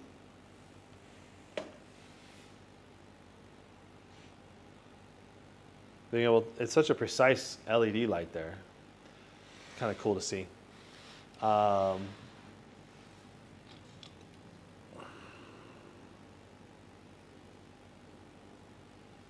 Bingo. And yeah, I think that's a good example. There's also the Legion logo that you can change. So we're just going to leave everything on spiral because it looks amazing. But I got to imagine with the audio visualizer, it would also look pretty good. So cool. Let's see what's in here. So this clicking that little dot, dot, dot gives us some additional performance optimization. You got network boost, screen burn-in prevention, optimize memory, add apps that you would like to be closed when a game is launched. This will free up resources to improve game performance.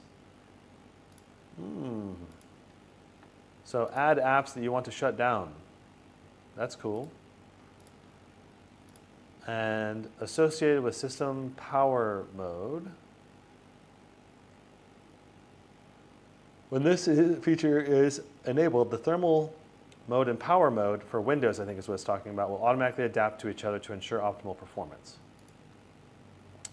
And last but not least, you have your GPU OC button, so you can do a 150/300 overclock. Oh, you can actually set it to be 200 to 200, 400 is the range.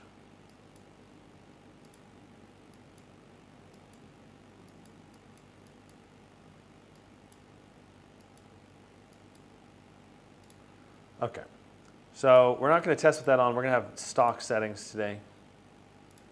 And then we'll try to overclock the system potentially at a later date. Okay, so that's the software. I do think Lenovo Vantage is a step backwards, largely speaking, because it is, you basically now have to go to 2 different locations for a lot of stuff. And it's not great, in my opinion, having to go to 2 locations for a lot of things. I'd rather everything be in one central location so you can minimize the number of clicks required to do stuff. Like, I think it should be very, very simple to go into custom mode and change things, but now you have to jump between the 2 applications and you're like, okay, where's the battery mode? I have to check this application. Oh, it's not in that application, now it's in this one. You know, stuff like that. It's just more annoying when things are split apart. So overall, the software seems to still be working quite well. We'll see when we do our full performance testing, but I think it's good. All right, so now we're going to do speaker testing with decibel meter next. And let me check chat as well. All right, Tony Blazin says, is the 5090 that much better than the 5080? I found it to be 12 to 15% faster, somewhere in that range. So if it's 12 to 15% more expensive, then it's worth it.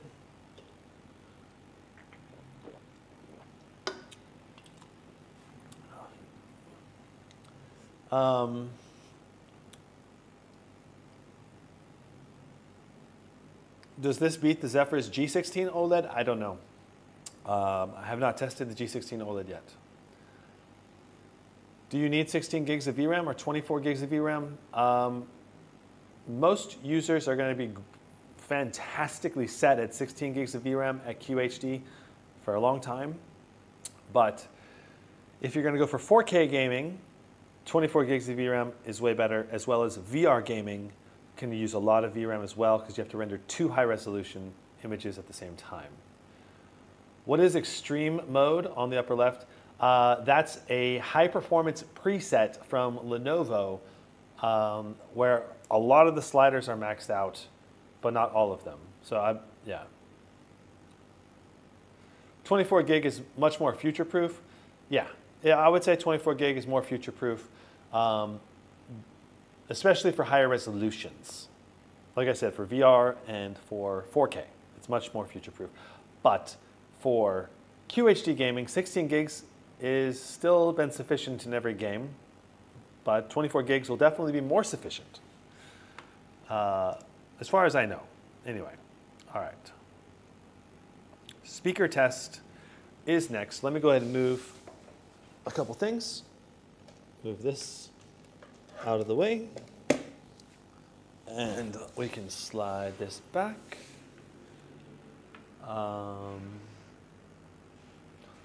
Let me just do something real quick.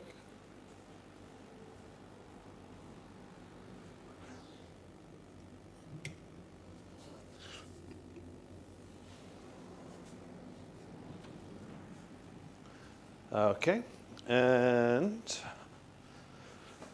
grabbing my decibel meter.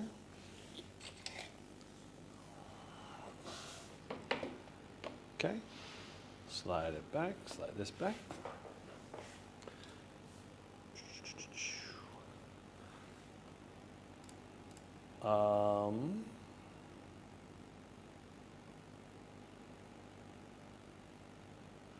I don't see any application designed to control the audio.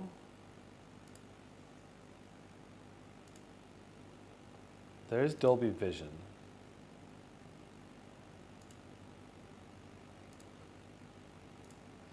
But there's no Dolby Access. Okay. All right. We're at 100% audio. Let's do this. Let's do this. Let's zoom out a little bit. So first up, we have Peter Spacey Roar. And let's get a audio decibel meter amount. Sorry about that.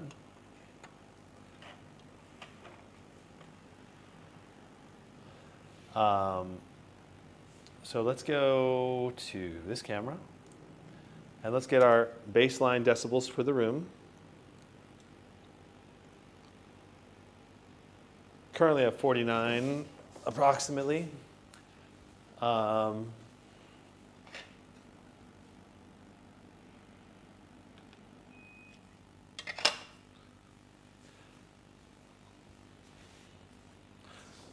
right.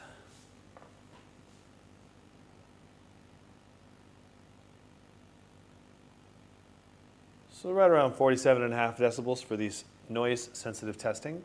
Peter Spacey Roar is our first song. Here we go.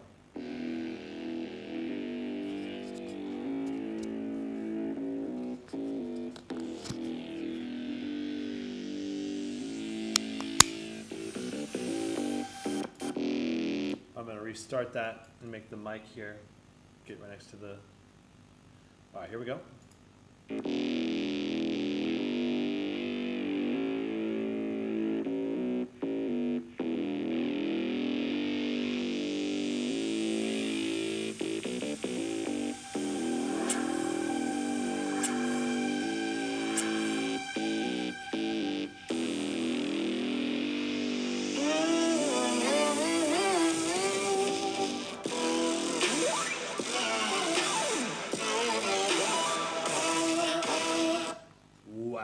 We got some good bass on this laptop. Pretty good mids and highs too, but some very thumpy bass. Let's go Fade a Day on Half-Life.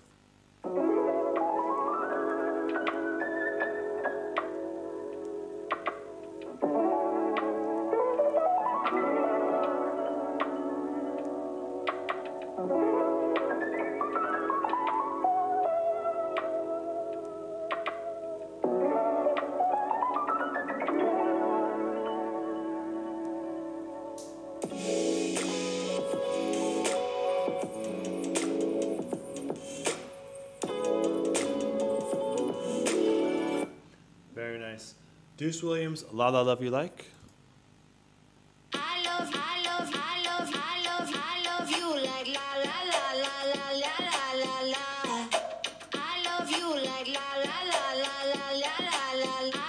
I love you like la la la la la la la la. Okay, wow. I'm impressed overall, quite a bit, with those speakers.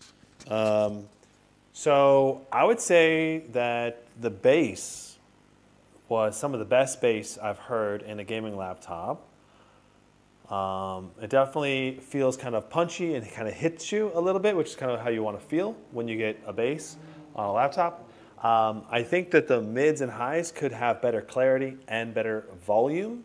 In particular, those two areas can still grow in quality, but the bass is definitely there, and the mids and highs are still pretty good. So I think I would give it an 8.9. I don't know. I don't think it's quite worthy of a 9 rating, but maybe. It's up there. It's definitely up there. So by reference, I believe I put the Blade 18 at like 9.5 and the MacBook Pro at a 10, something like that. So this is still below. I don't think this is better than the Blade 18, but maybe. It's pretty close. It's pretty dang close. I'd have to hear them side by side with the same audio. I think the mids and highs are better on the Blade. That's the main difference. But the bass is about the same. And so for watching movies and videos, this is going to be very immersive. And for playing music in your room, it's also going to be pretty dang loud. But the overall volume, I still think could be up a little bit. I don't know. I like the speakers though. Good speakers. I'm pretty impressed. Let's go to our fan noise testing now. So we're going to raise the rear of the laptop. Doo-doo.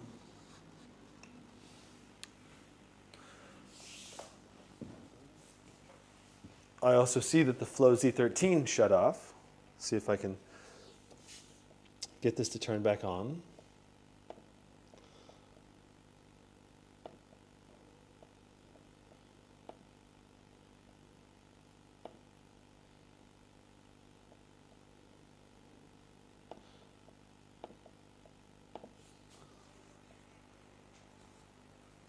Okay.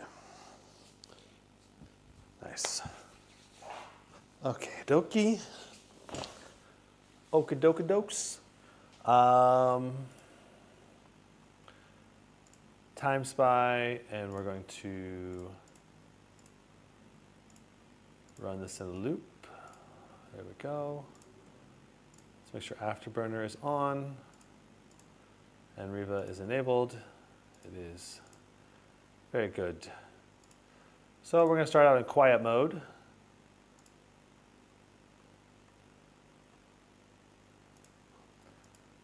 And we're going to see how loud the fans get. Okay. All right. What about 16 gig with path tracing and ray tracing? I do think those things use a little bit more VRAM, but I don't think it's drastically more. I have to do more testing, I guess, to know for sure on that. Looks like our CPU wattage is missing, so we got to pull that up here with HW info.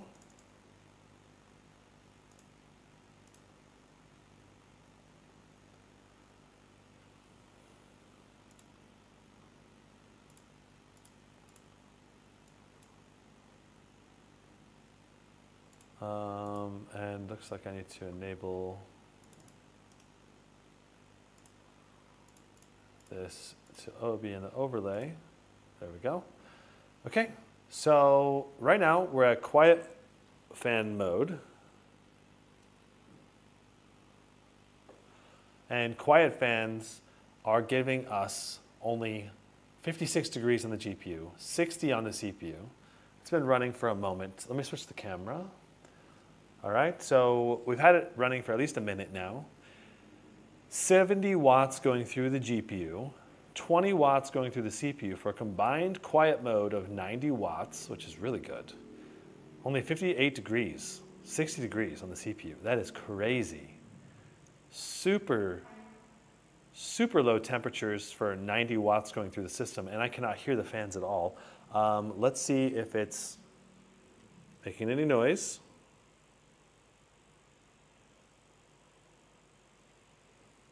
So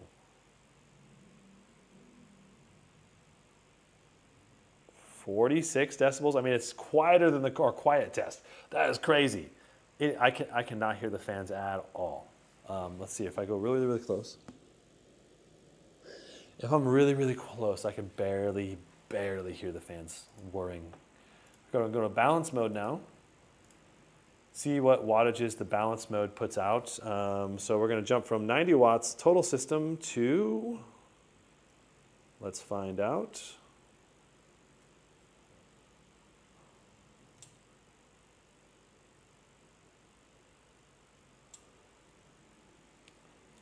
$95 watts and 38 watts.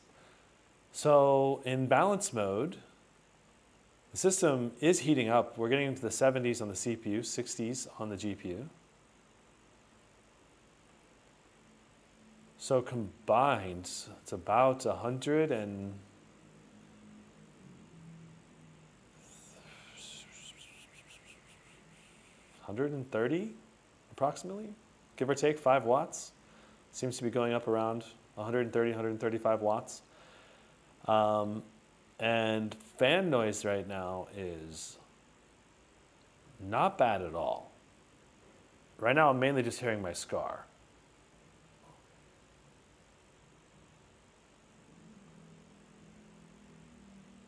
I mean, these temps are fantastic. Still in the 60s. I mean, this isn't that much water's going through here, but still, considering how quiet it's being right now, let's see how loud it is.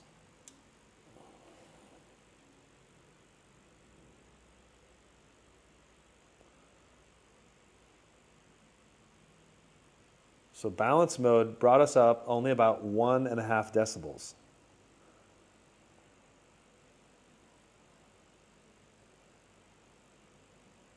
Maybe just even 1 decibel. Wow, that's crazy good. All right, let's go to performance mode.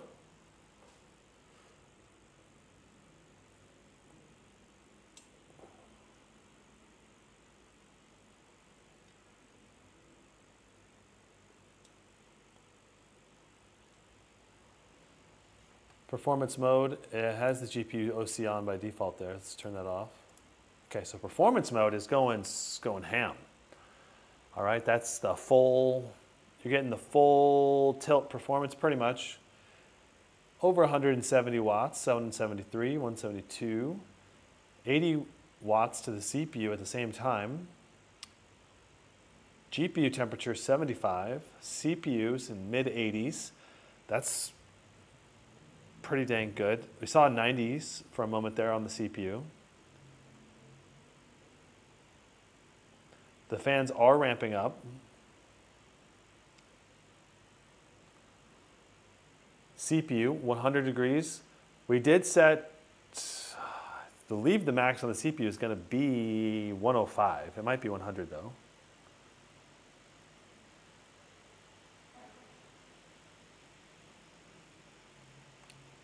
So Intel CPUs scare me with temps. Well, you're going to have really high temps on Ryzen too. Sometimes you'll have even higher temperatures on Ryzen. It really just depends on what power limit you have running through the system and what game and everything.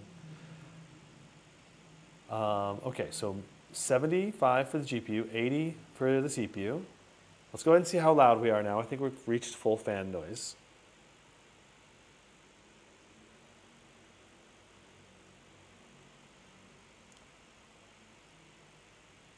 So we're looking at 53.5 watts, or 53.5 decibels.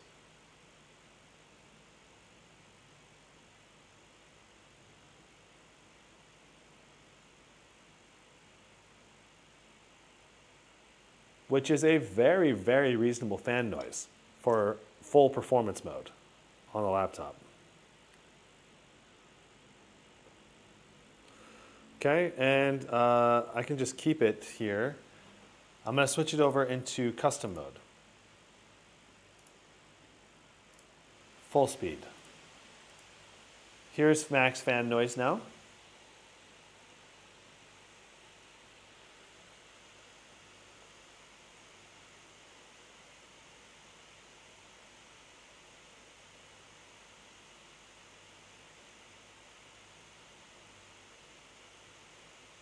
.7 decibels.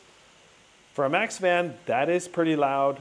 Not as loud as the loudest we've seen that go over 60 decibels with like the Titan, but still that's very impressive. Let's take a look at the actual performance though. I think custom mode is maybe busted because look at that performance. Only 90. Oh, it's set to 02. Let's go to 01. Okay, 01. Now we're talking. Now we're cranking. All right, and so for max fans, let's see what the temperatures end up with max fans and max performance put together. It's going to be pretty loud at 57.8 decibels, but still. 68 degrees on the GPU is great. CPU, high 70s, low 80s. With 90 watts going through that CPU, that is really good. So some great cooling in this system. Right now, a combined cross load of 90 plus 170. So 260 watts total system right now. At least it's peaking around that. And still the temperatures are pretty dang good. Nice. All right. So there's your fan noise testing and speaker noise testing. Let's get into some more benchmarks. Ada64, Blender, and CrystalDiskMark, Cinebench R24, and TimeSpy. Let's look at the results for all of those tests. And I have Port Royale and Steel Nomad as well for you. So Ada64 first.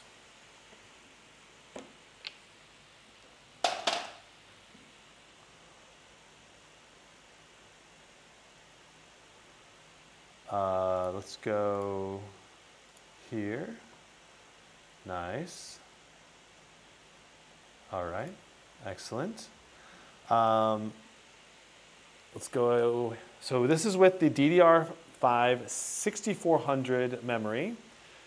95,000 read, 84, almost 85,000 write, 85 copy, and a latency of 107. You can see that we've got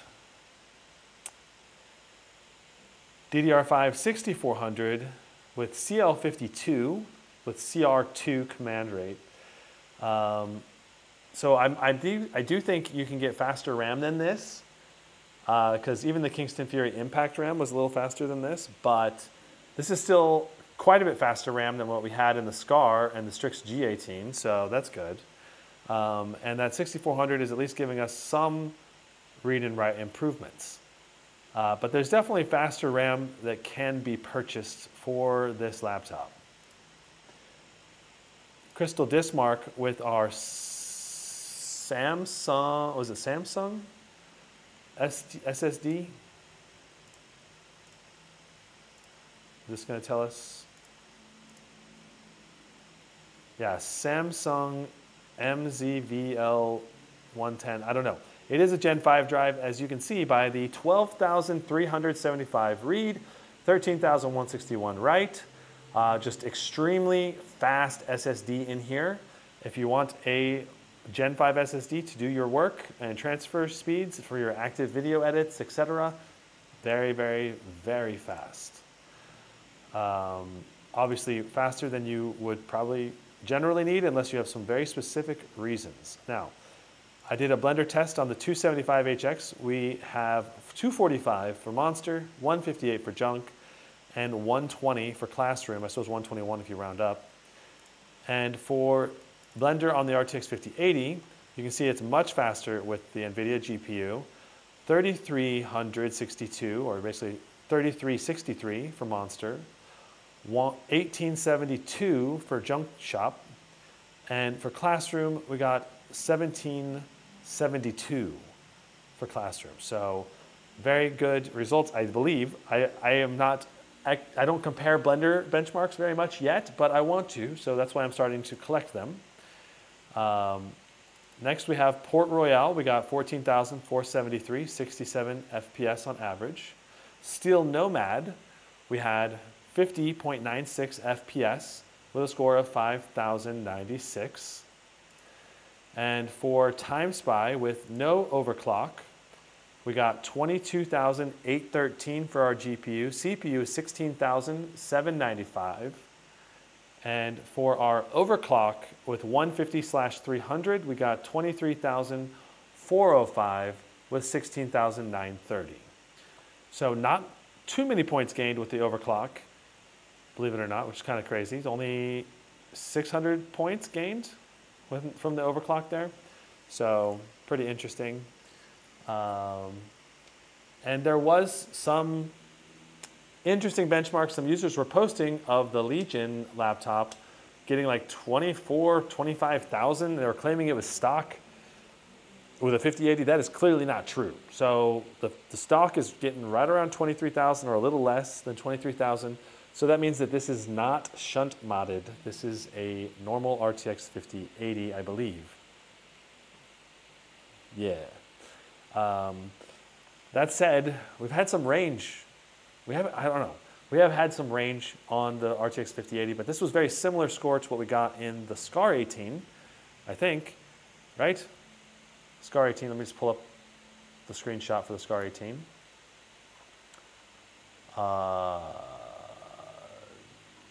Time Spy.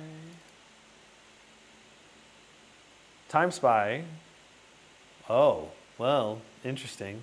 Time Spy with the Scar 18 with a small overclock. This is what we got on the Scar 18.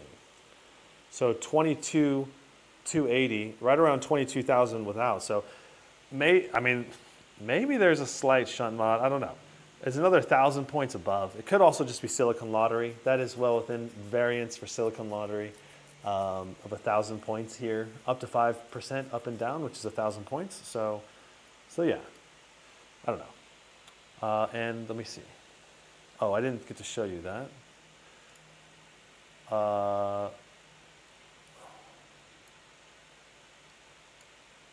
There we go, and there. So this is the Scar 18 Time Spy result with a 50/100 overclock. So only a little bit behind the Legion. All right, and let's go here. Trying to make sure, we still got to show you Cinebench R24 performance as well as thermal throttling and the actual benchmark. So I did a 10-minute test for the Cinebench R24, and here is the result of that.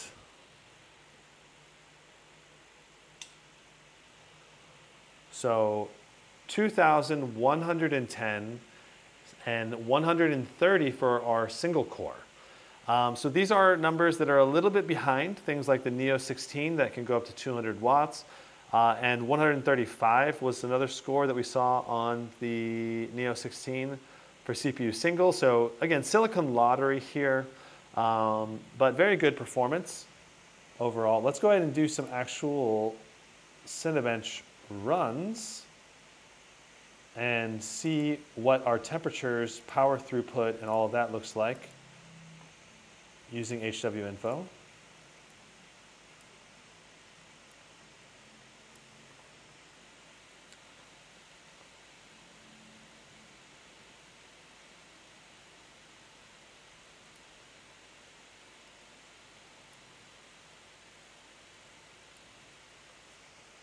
Okay.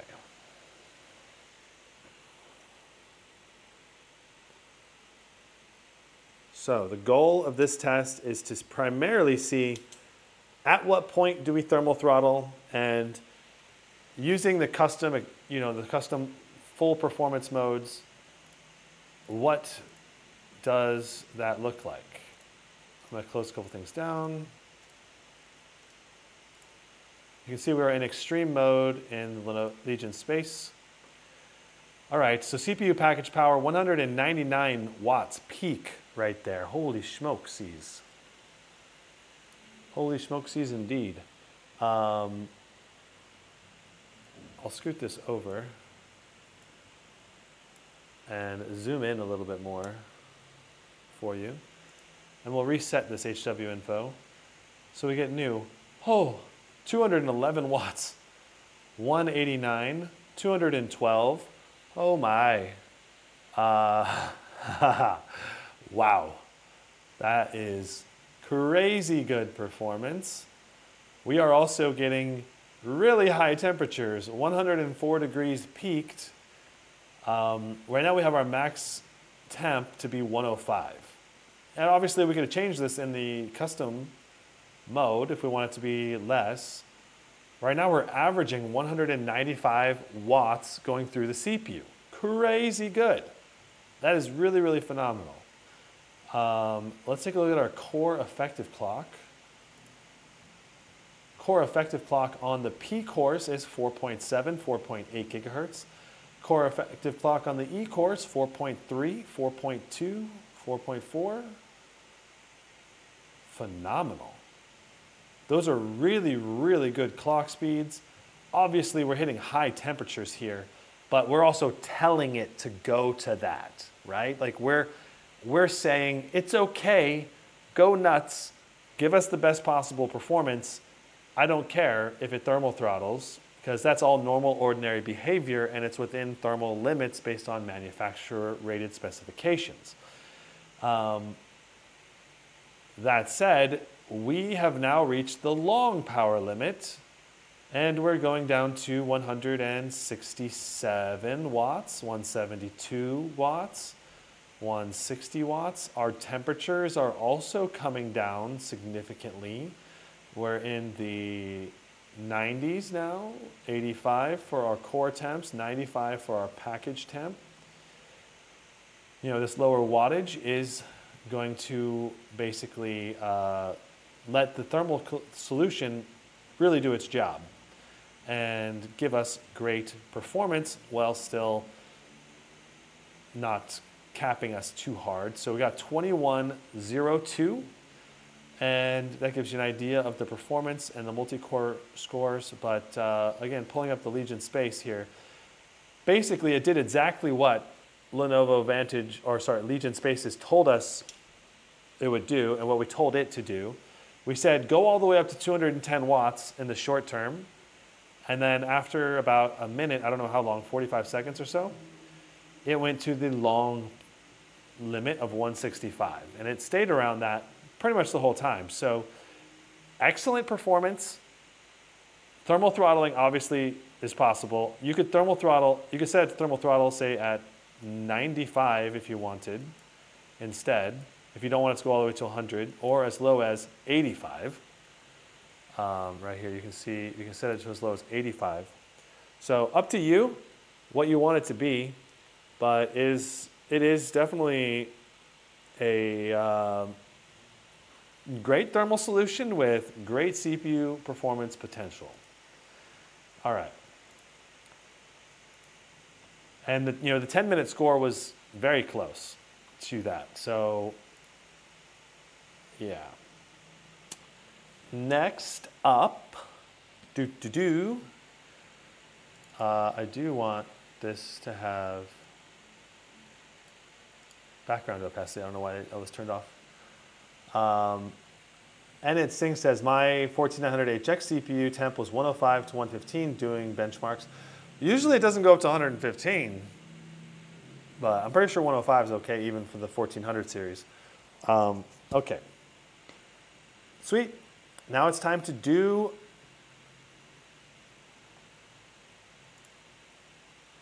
all of the tests. I suppose I can go ahead and turn the air conditioner back on in here so it doesn't heat up too much.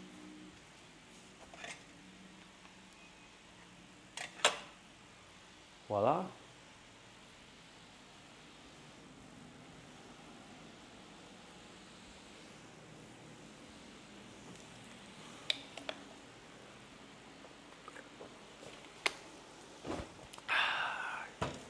Got myself some water. And it's time to run. I think we're going to skip to Steel Nomad as our new standard for testing. I did some time spy during the other testing, so that's fine. And we already went over the time spy scores. So let's just see how Steel Nomad runs, and you can see the system performance. Also, Steel Nomad doesn't quite take as long. So that's also nice compared to Time Spy.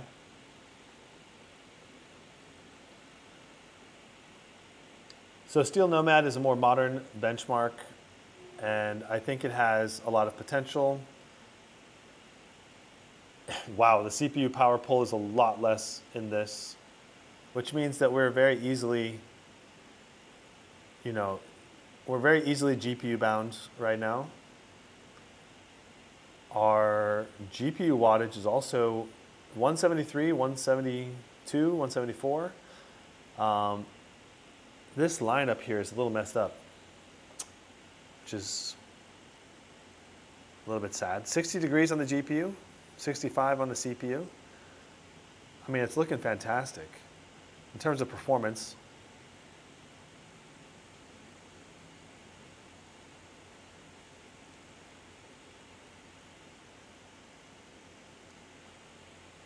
Roxa says, damn, that's high. My 14900HX hits 96, 98 degrees peak with only 140 watt average in our 23 10-minute run. Yeah, pretty crazy. Omri says, where can I download Legion Space? I don't know if you need Legion Space or if they've updated Vantage on the older laptops to split it up yet. It may still all be in the Vantage software. So you can see we got 51.32 FPS, 5132. Let's move into Baldur's Gate 3. We are testing the RTX 5080, yes. So Omri, in 2024, the Legion Pro 7i had everything just in Lenovo Vantage. You didn't have to have two separate applications, which was super nice. And now you do. So Legion Space is for the 2025 version. I don't know if it's been, they'll probably port the software at some point over to the older versions if they haven't already. But where you can download it would be probably your Lenovo support page. So you Google your name of your laptop and say Lenovo support, and then it'll usually pop up. Or you can just go to Lenovo's page and search for your laptop. Okay, so we're at DLSS on quality with the Ultra preset. All right. Shattered Sanctum, let's go.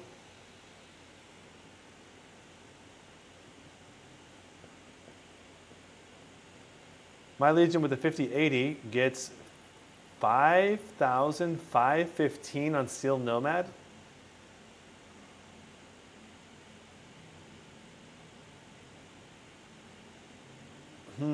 That is a lot higher. It makes me wonder what the heck is going on, because there was some really high initial benchmarks reported from Lenovo laptop users. And so I wonder if they had them unleashed initially and they tamed them down a lot. I don't know. Okay, so let's take a look at our performance specs. 65 on the GPU, 87 on the CPU, 95% GPU utilization, and we're hitting 100 watts to the CPU. Right now, we're benchmarking at 290 average FPS and 220 for our 1% lows, but yeah, our GPU TDP is also only about 158. So let's go ahead and start the benchmark and hit end turn. All right, so let's see what happens. See what we end up averaging. The key here with the 275HX is looking at the 1% low performance as well as if there's any stutters when it switches between characters. Those are the main things we're looking at. So far, just a little bit of stuttering or reduction in our frame time graph on the live graph here, but overall still excellent performance with some very good 1% lows. Not bad at all. And well within line of what you would expect for a 275HX. I wonder how the Legion Pro 7i is going to stack up against the Neo with the 9955HX 3D. Okay, so there's our average, 259, 148. Really great performance and really good 1% low performance, I would say as well. Some above average 1% low performance. So very nice. We'll go ahead and exit Baldur's Gate 3. Let's go to our next game. It's going to be Expedition 33. This is likely game of the year. I have been playing it a little bit. I'm only a couple hours in, but it is super fun. It's like a turn-based RPG where you have to time dodges and attacks for extra crit damage. And so in that sense, it's kind of like Elden Ring mixed with Final Fantasy. And you can die very, very easily if you fail to dodge, especially at the harder difficulty levels. I'm not even at the harder difficulty level, and it's still very, very easy to die. Okay, let's go here. So we're going to test at one of the earlier places in the world where there is tons of NPCs. So it's kind of like a worst case scenario style of test here.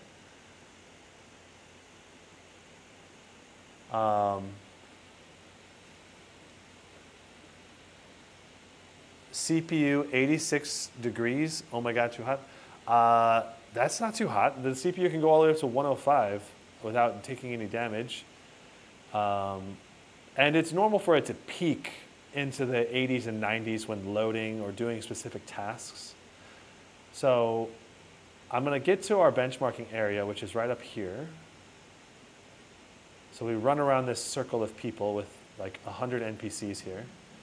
But let's make sure we're on the same settings. So we want DLSS, Epic, DLSS, and DLAA is like really, really high, but DLSS quality is what we're going for.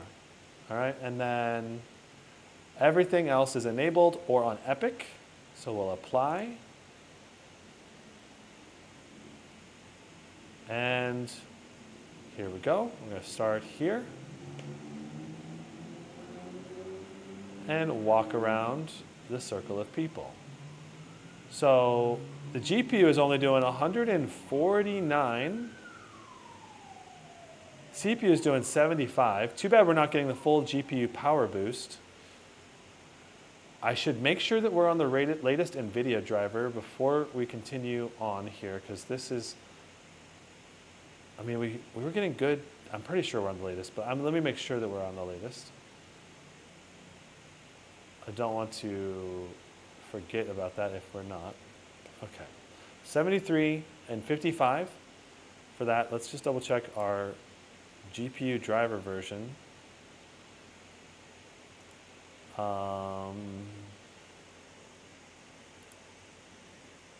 Where can we even check it? Because we don't have the Nvidia app here. There's the control panel. There we go. Okay, 572.93. Pretty sure that's old driver. So we need to update this driver before we can continue. And we got to redo the Baldur's Gate testing and probably redo TimeSpy testing too.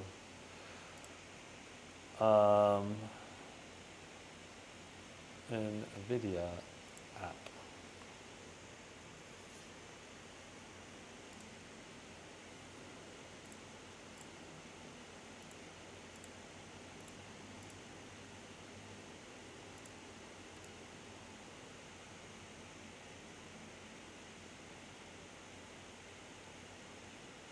We might have to redo this. Okay, there we go. I can't believe I didn't update this beforehand, but seeing the Expedition 33 only do 150 watts in a GPU bound scenario made me think that we were on the older driver, and we were on the older driver. So yeah, let's see what we get now. Okay, Puck wants to know, is the laptop laying flat on the desk?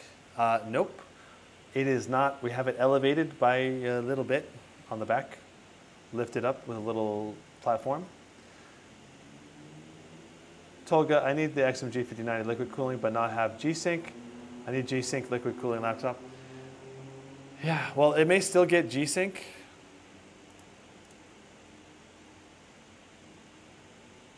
At a later time. It was originally spec'd to have G-Sync, but then it did not get the certification, didn't pass the certification process yet. What is taking so long?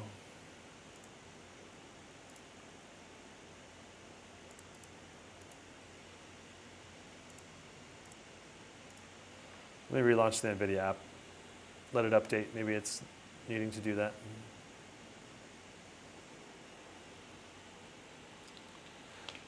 So how have you been, chat? Which laptops are you most excited about, least excited about? Let's hear it.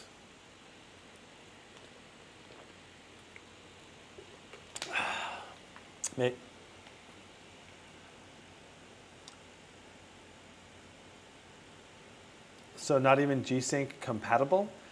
The XMG Neo is G-Sync.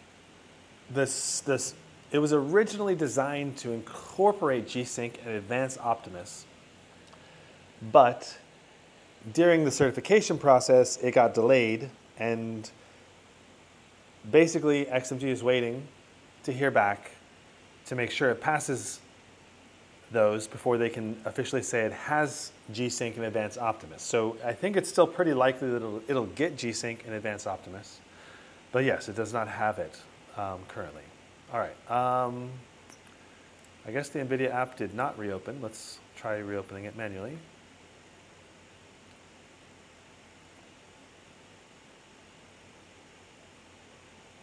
There we go.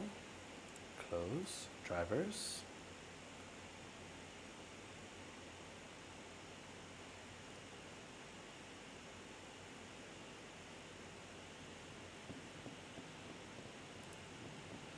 Yeah, you can really see that reflection, can't you? Holy smokes, huh? Honestly, I think you can see the reflection a little bit more because of the camera right now.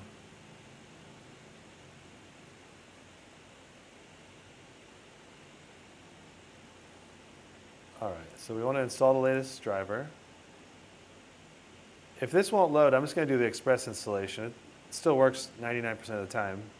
I do prefer to do clean install though. I don't know why it's not going. So let's let this install. Have a little protein break while this installs. Jackblade says, Strix Scar have vapor chamber, which is good for temperature. This also has a vapor chamber, I believe.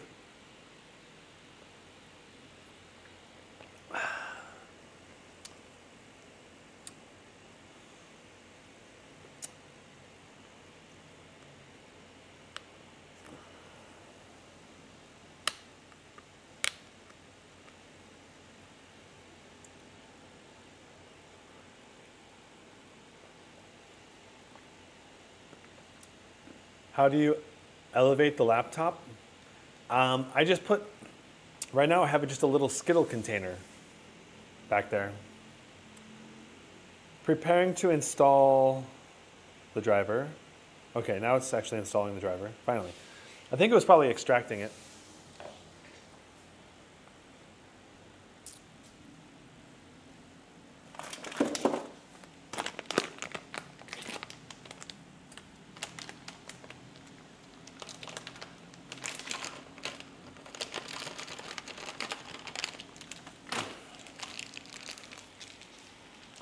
So I'll show you one of my favorite candies right now. This is like a mango candy. that is made from like mango concentrate, basically, and then turned into like a gummy candy. And it tastes like pretty much exactly like a mango in your mouth, like a sweet, juicy, deliciously ripe mango.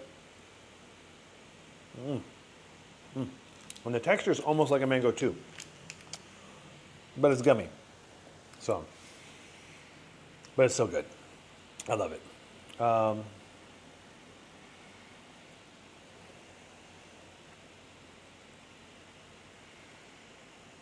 Still installing that graphics driver.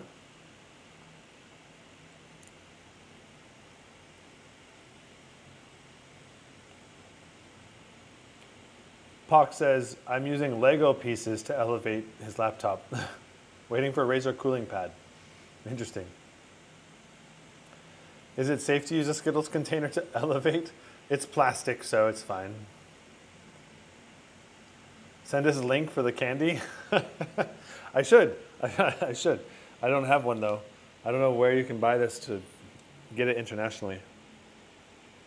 Good question. But it is yummy.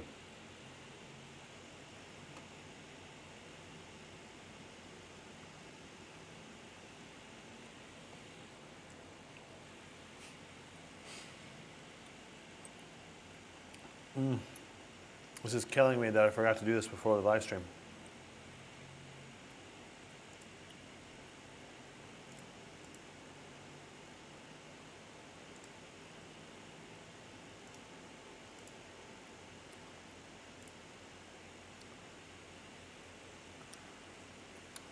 This is taking a much longer time than average to install as well.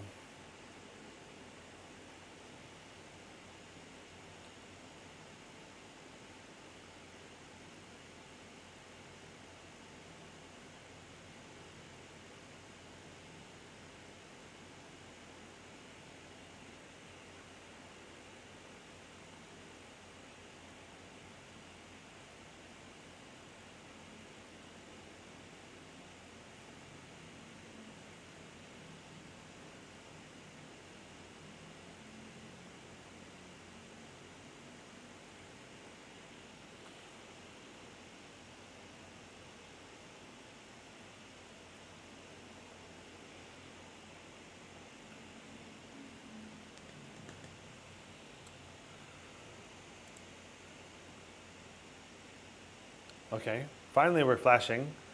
Screen's flashing, which means maybe things are finally being installed. Yay. Yes, okay. Good. All right, so now we have the right driver. Let's go ahead and retest Baldur's Gate.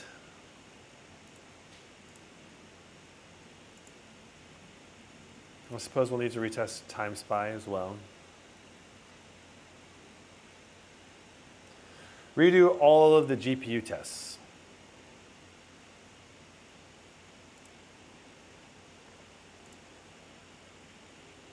Oh, okay. Well, now we're not in dedicated GPU mode.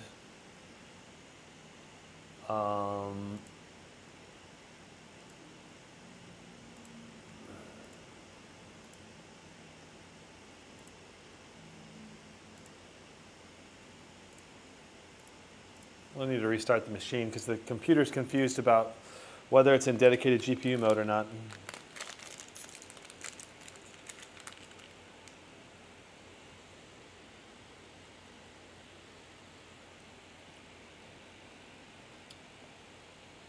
Did the GPU reach 85?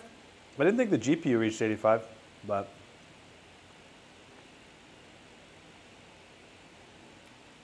18-inch scar has a larger space. Yeah, that's probably true. More heat fins out the back on an 18-inch. So in theory, it should be a little bit better than a 16-inch if everything else is equal, of course. But you know, the other thing about you got with the 18-inch and the Scar 18 versus the Legion Pro 7i is the liquid metal on the Scar series. That's just going to help a little bit, you know? And you can't, Like, I do think liquid metal probably still is a little bit better than the PTM material. All right, so all of that is looking good. We're in custom mode. We're in the all power set to go crazy mode. I don't know, we'll set that all bars to max. CPU temperature limit, we'll set that to max as well.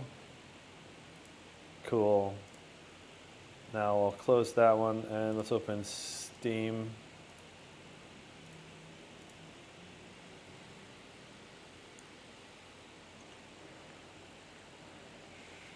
Here, best I can do for the candy right now.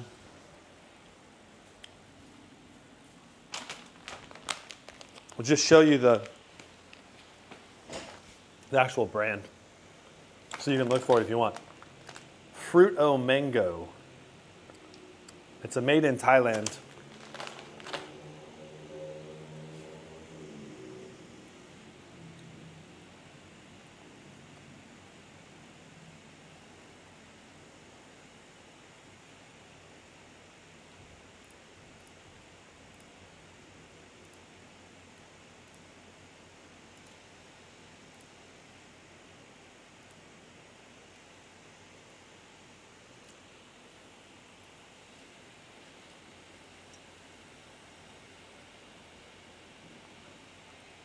I just buy this from 7-Eleven. That's where I get the candy from. It's like commonly available in most of the supermarkets and stuff.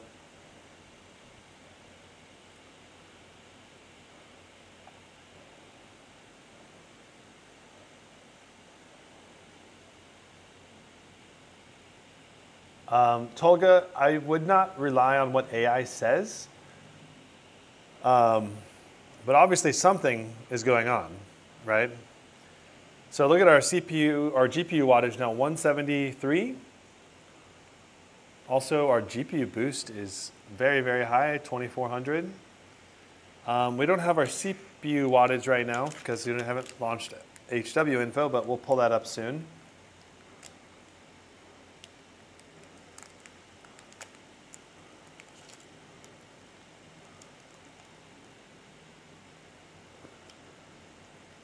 I was between the Scar and the Legion. I went Legion for their support. I also like the Lenovo keyboard better. Yeah, I do like the keyboard better. But the trackpad on the Scar is definitely way better because it's glass. I have the Legion Pro 5i with i9 and 4070. Nice. John says, hey, it's Danny. Did you decide what laptop to get? I think he's getting the Blade 16, I think.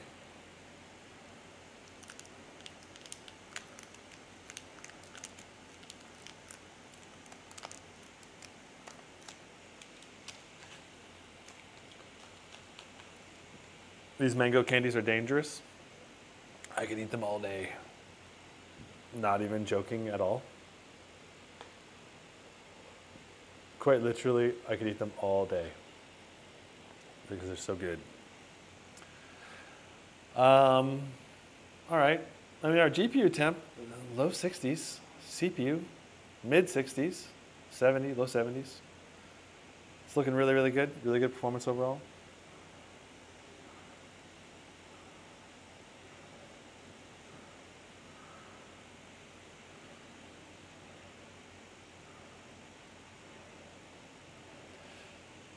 When it comes to the Blade 16, I think the main downside to it is the less powerful CPU.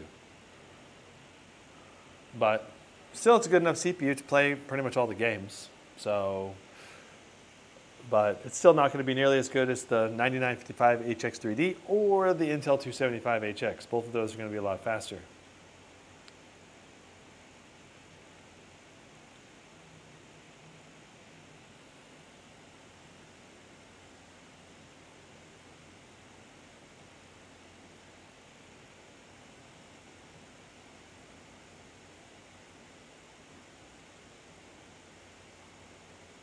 I love the metal design that has fingerprints on it. Well, yes, that's true. Very easy to get a lot of laptops these days with metal that are very fingerprint magnety. So, okay, so there's our score, I don't think it changed pretty much at all, only a couple points up and down. So that's after the driver update, 22,673, stock, no overclock, 16,740. And I might as well just screenshot this and save it.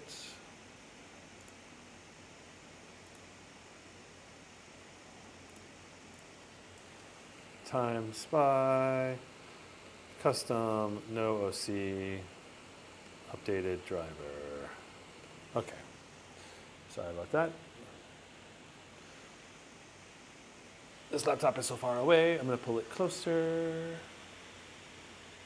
so I don't have to reach as far.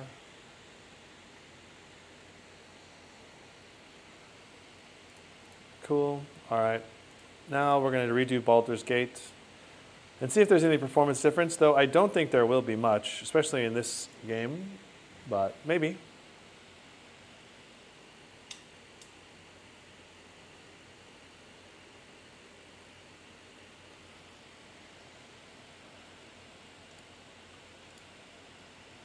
Here we go.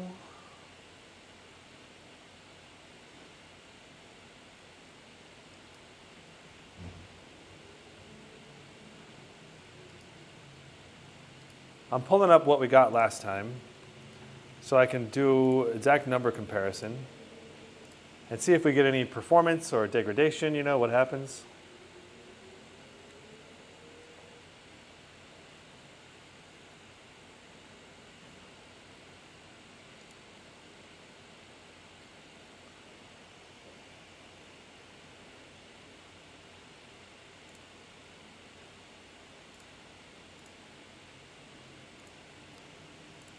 Let's also turn on HW info.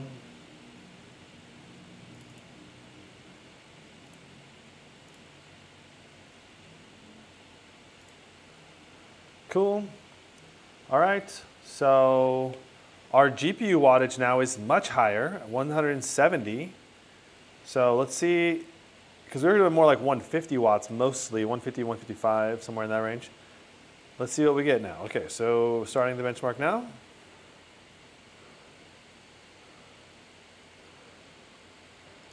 So this last time we got 159, 148. So 159, 148 is our previous test. Currently, we are quite a bit ahead of that.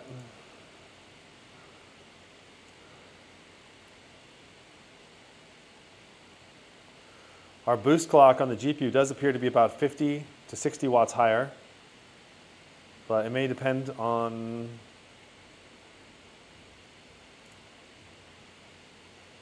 all right, we'll see what we get here with the average. Still averaging much more. I really should do a gaming benchmark before and average with that, the driver update. Because this is a lot better. Okay, so there's our results. So we went from 259, 148 to 275, 161. Woo! That is 16 more FPS for average and 13 more for our 1% low with the driver update. How about that? Yum, yum, yum. Give us those extra juicy FPS, please. Let's try Expedition 33 and we'll redo the test exactly how we did before.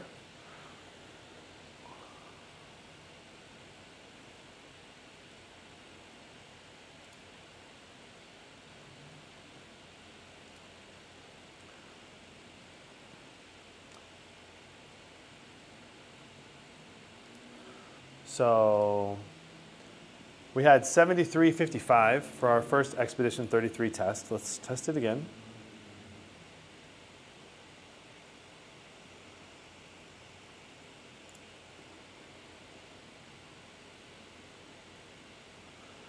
Danny said, is the Ryzen AI 9 HX370 versus the Core Ultra 275HX in terms of FPS, is it going to vary drastically a lot?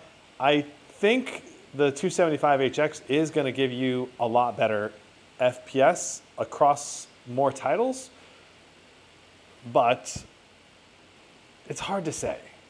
it's one of those things that's hard to predict because certain games it might like the extra cores that the Intel 275HX has, but the AMD is more power efficient, but the Blade 16 doesn't have as big of a power envelope, so that's kind of the biggest difference there. You know, because the Blade 16 has a very tight power envelope because it's a thin laptop. So you're not going to be able to do like 100 watts at the same time you're doing 175 watts on the GPU. Look at our package, CPU package power was 170 something. Now it's 110, 115. So, okay, now it's a little bit better. It doesn't look like our GPU is changed pretty much at all here. But we'll still redo this test and see if we get any more additional performance. Okay, here we go. We run around the rosy, ring around the rosy. So Expedition 33, if you don't know about it, this game is about an island that was broken off from the main part of the world and almost trapped in like an alternate dimension of reality or something. I don't know. And basically, the people in it die every year at a younger and younger age. So there's like a age cap limit, pretty much. And so they keep going to try to defeat the creature, the paintress that tries to trap them. Okay, so we ended up with 75, 59. So that is, in the previous test on the old drivers, we had, I'll point at the test result, dun dun dun. That's the previous test result, 73, 55. So we got 2 more FPS for our average and 4 more for our 1% lows. Bingo. Not a huge performance difference, but that's a difference that is going to be clear. So very important to update your drivers because you're going to get slightly better performance on a pretty dang consistent basis. It's just like free FPS. Who doesn't want free FPS?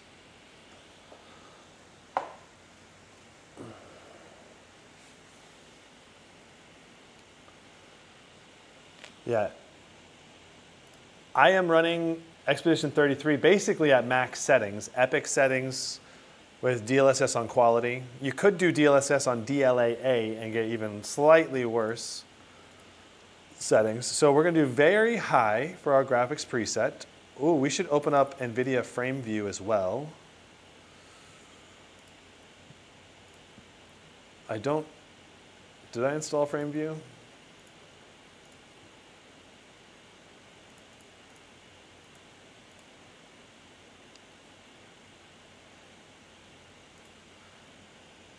All right, cool. And now we have Frame View in the top left. I am going to duplicate this, copy, paste, and I need to hold this button. Dun, dun, dun. Dun, dun, dun, dun. Dun, dun, dun, dun. Okay, so I need to make this a little bigger. So I need to pull this closer, please. Thank you. I think Frame View might scale.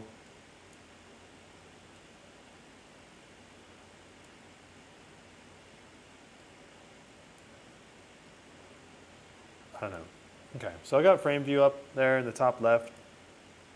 So we can at least get some information, especially during Counter-Strike when normally it's no information. Show drop frames, performance per watt. Whoa, I don't think we want that. Okay. Workshop, CSGO, CS2, FPS, benchmark. Here we go.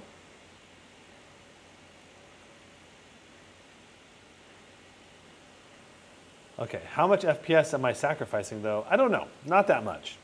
I don't think, I would have to actually do side-by-side testing to verify how much of a FPS drop you're gonna get. But I don't think it's gonna be like a huge amount, you know? So average FPS right now in the 200 to 230 range, 170, 280, 220. 1% lows bouncing around the 90 to 150 range. So some very, very good performance. We're at QHD, very high settings with no upscaling. And then we're going to do low settings and see what Counter-Strike does for performance. V says, hey Gizmo, do you think the Legion 7i Slim will get up to the 5070 Ti? I don't know. Probably not, because there is maybe, I don't know. Unless they've announced it already, then I don't think it will. But basically, there are two motherboard types for the RTX 5000 series. You have board 1 and board 2. So one of those has the RTX 5090, 5080, and 5070 Ti, basically the higher performance tier GPUs, and these have more VRAM. And then there's board 2 that have 5070, 5060, and 5050 eventually, whenever that launches. And those are going to be less VRAM and lower power limits, with similar power limits on all of the chips probably. So basically only like 100, 115 watts or something like that for those. So they don't want, a lot of companies won't want to mix board 1 and board 2 unless they're going to offer all the way up to the 5080, 5090 type GPU series. Because it's just a lot of extra motherboards and components and configurations to keep track of, and it makes it harder and harder to be profitable. All right, so let's see what we got. I'll zoom in here and aim to the left. So 268.2 and 142.7. I'm pretty sure those are some really good results that outperformed the Strix. So might need to do another head-to-head comparison with the 9955HX and see how the Legion does. Because maybe the Legion does a little bit better than the Strix series. And that may play in Intel's favor, you know? Because historically, oh wait, we got to do the low settings too still. Historically, Lenovo has done a good job of always ramping the CPU power in a lot of workloads, especially gaming workloads, maybe a little better than competing products. So I would not be surprised to see slightly better CPU performance and better 1% lows given the faster DDR 6400 memory as well. It's going to help boost CPU-bound game performance. All right, let's go to CS2 on low. That is going to mean, let's just double check, should mean, yeah, FSR is on balanced, which is all part of the preset.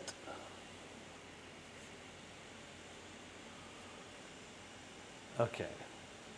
5070 Ti and a Legion 7 Slim would be a beautiful machine. I agree, it's a good idea because it doesn't have as high of a total TDP power limit requirement, so it helps a lot. So on low, I don't think that, yeah, the 9955HX3D is still going to be way ahead on low settings.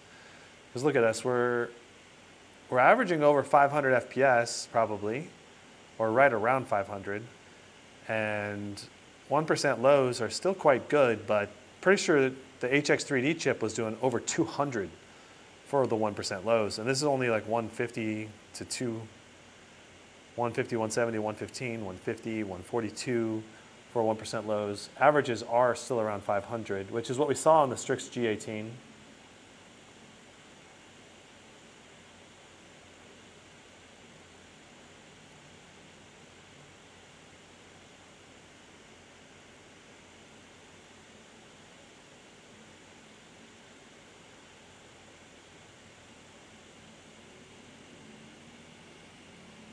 I mean, I think people would be happy with the Legion 7i, Pro 7i, Blade 16, Blade 18. I think that I think a lot of people are going to be happy with all of these laptops there. They look and feel incredible to play games on. They're just super powerful, and you can basically play everything. So, I mean, you can play everything on RTX 4080 and up, and these are just even more powerful, right? So, I think people, as long as you get a 5070 Ti, then it's going to be really, really good performance in basically everything at QHD and below. And by really, really good performance, I mean smooth gameplay, very few stutters, and great all-around gaming experience. Okay, so let's see our results for the new. So, average FPS 544.6 with a 1% low of 186.4. Nice. That is, I think that is quite a bit higher than the Strix G18 on both 1% low and average, but not close to the nearly 700 FPS, I think, or over 600 FPS of the HX3D though. Cyberpunk 2077, let's go. I think the X3D had over 200 for 1% lows. I think it was like 220. So it doesn't match the 1% lows, but it's not as big of a gap.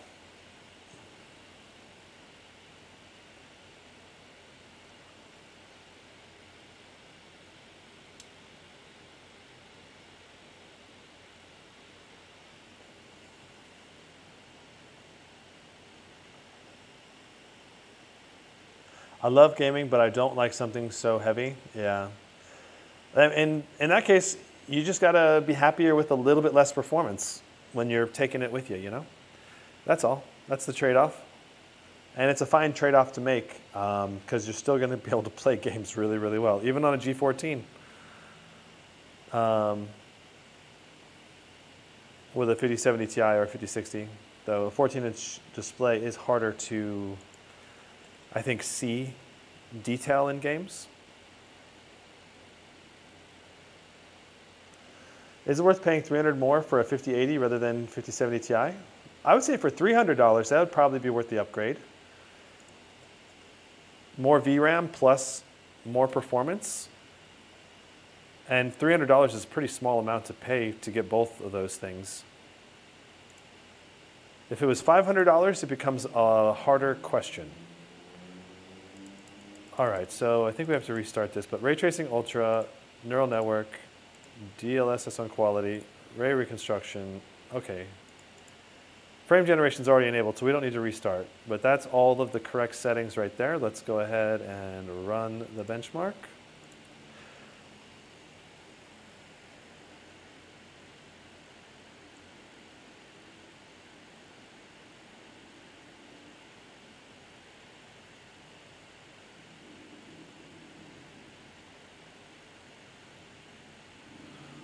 What happened to frame view?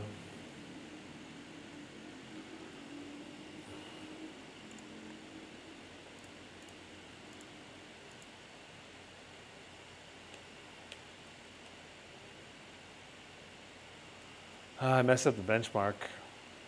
We'll have to restart the benchmark. Because I'm trying to get NVIDIA frame view to pop up in the top left, but it's not coming up.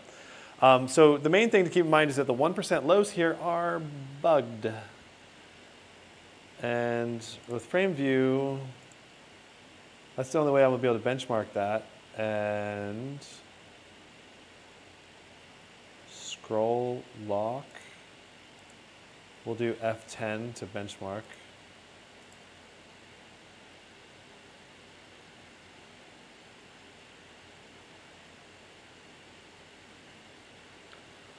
This does not count. This test is invalid. So don't look at this result because it's not accurate. Dun dun.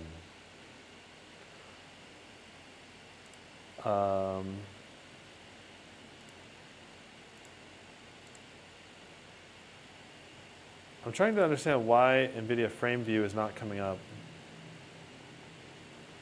Let me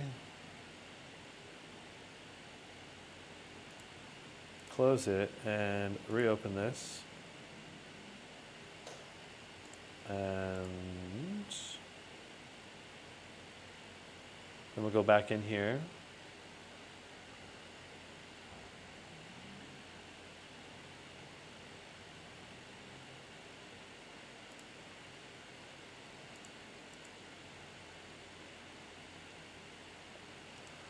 Looks like we're going to have to close Cyberpunk.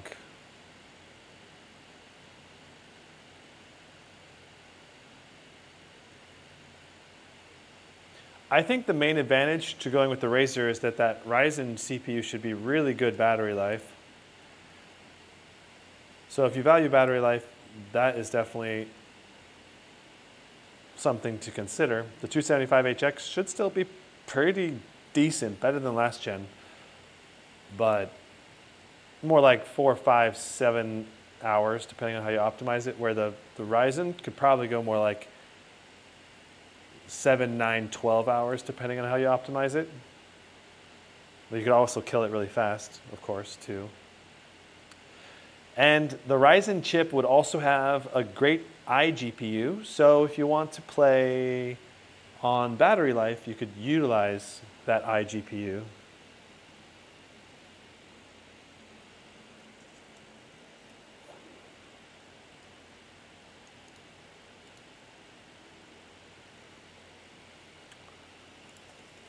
Nice.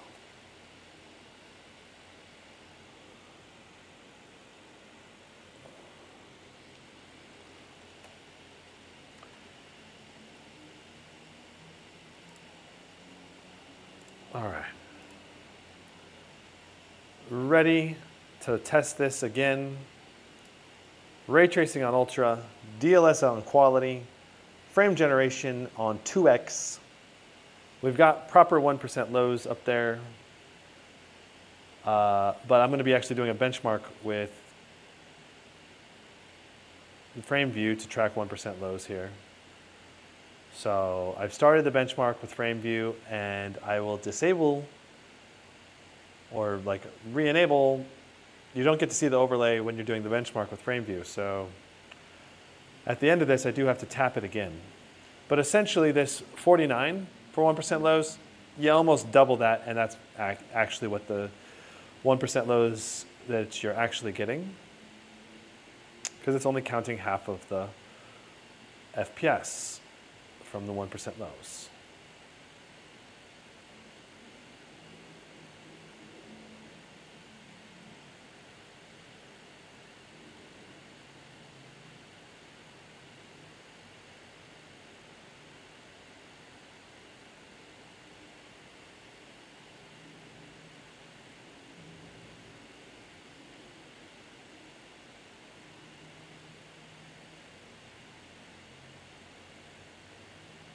All right, I'm going to end the benchmark right there.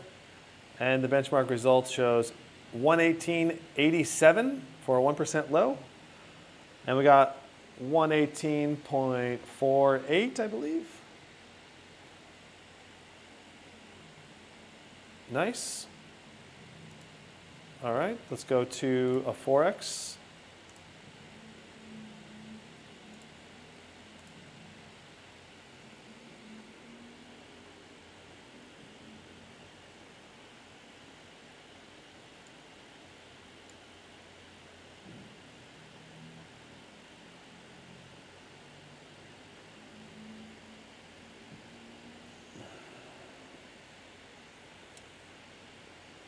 All right, so now our 1% lows here are incorrect by a factor of like 3.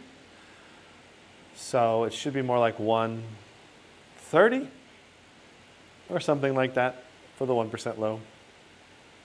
140, I don't know, we'll see. What do we get? 150 maybe. Average FPS, 217. It's really, really good. This is with the 4x multi-frame gen. I should actually do some more testing with 4x multi-frame gen gaming to see which games I can recommend with it and which ones I cannot, but because it does add even more delay than 2x multi-frame gen did, and potentially more visual artifacts as well. All right, so I'm going to stop the benchmark here in 3, 2, 1. All right. So we ended up with 221 average with 120 for our 1% lows. You can see up there in the top left, this shows 222 for our official average. And I'm not sure what the decimal point is. Let's see. 222.01, so very, very close. All right, so that's Cyberpunk. Let's move on to Elder Scrolls.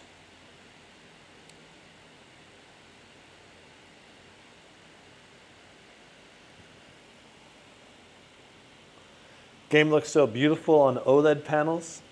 Yeah, well, mini LED and OLED, I think they look just gorgeous. Super bright and vibrant.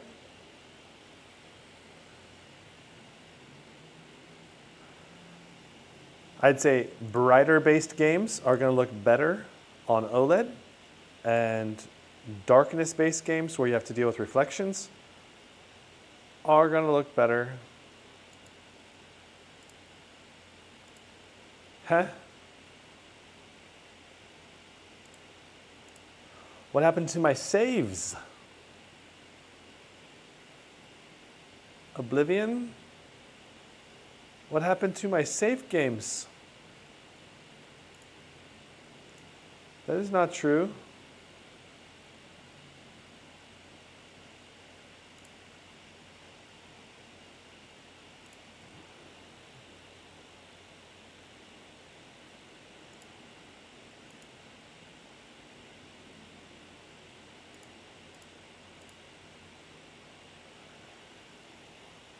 Oh, I have lost my save games.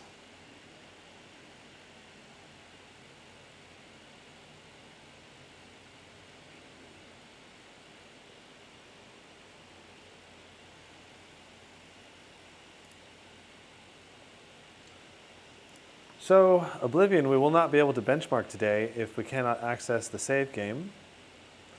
I will try one more time to load in, but if we can't access the save game, that's going to be it for Oblivion. Though I suppose we could hop into something.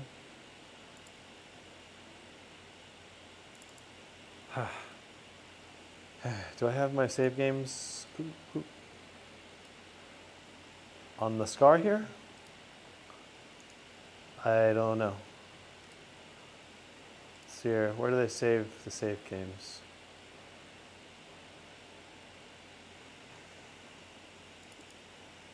Oblivion Remastered, saved, save games. Ah, I do have my saves here. Let me just bring them over to the laptop again.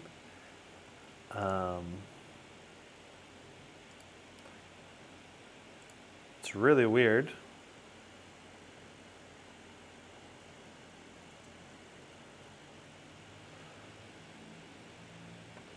It's really weird that I cannot access them, that they did not sync correctly, even though the game, it says it synced correctly when it definitely did not.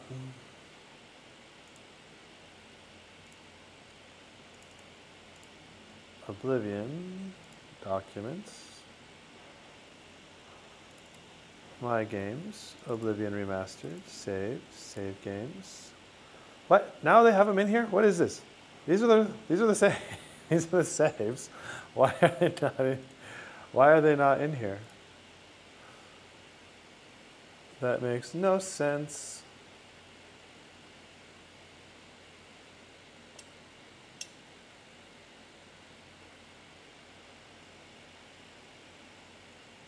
I've got a question for you. What laptop do you personally use? You're able to test every laptop, but which one do you actually use yourself? I was using the Blade 18 behind me right here for many years, last 2 years, almost 2.5 years. And then I have since, okay, so it's still not showing me the saves though.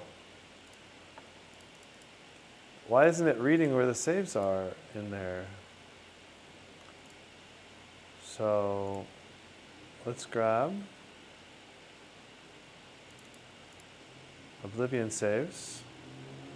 Let's go to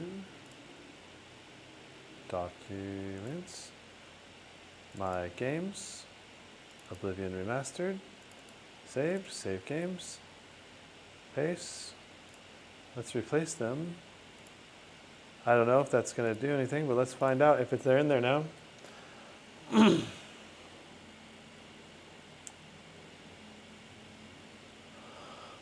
So I was using the Blade 18, John, and now I've switched over to the Scar 18.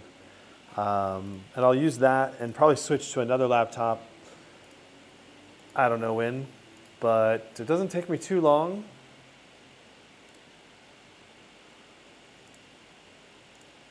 I really don't want to start a new game.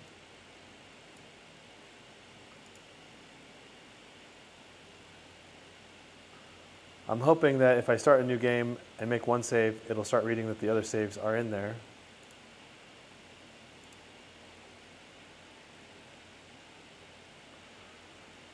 I just want to go next. Character name, GZT. Continue. Okay, well, we're in game. Let's make a save game. And let's exit the game. And now let's see, where is the game save located? And we'll put our save games in that game. That game, it's empty.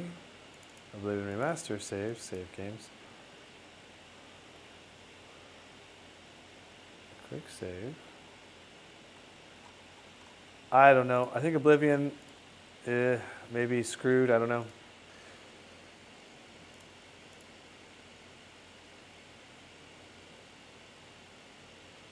I'm not going to be able to get anything valuable from testing it, but basically around 125 FPS is what we're probably going to get, because that's what we got on the other laptops.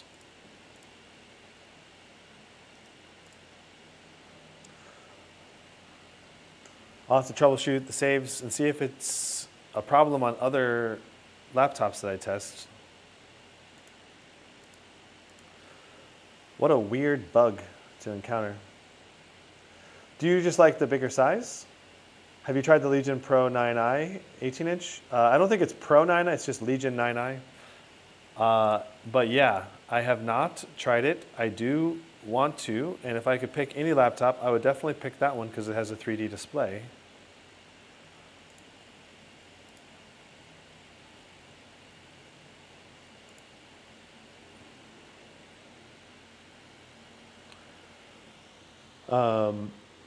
But that's not out yet, especially not in American markets. So if I had to pick between all the current gen laptops, I'd probably go Blade 18 again, probably.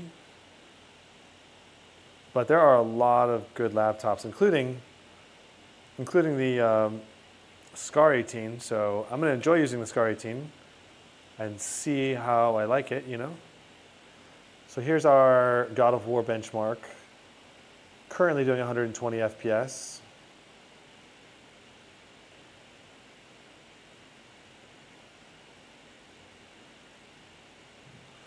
It's really hitting that CPU. Wow. So 120, 99 for 1% low, very good, extremely smooth gameplay. Hogwarts Legacy. Let's see how Lenovo tunes Hogwarts Legacy. This is going to be very interesting.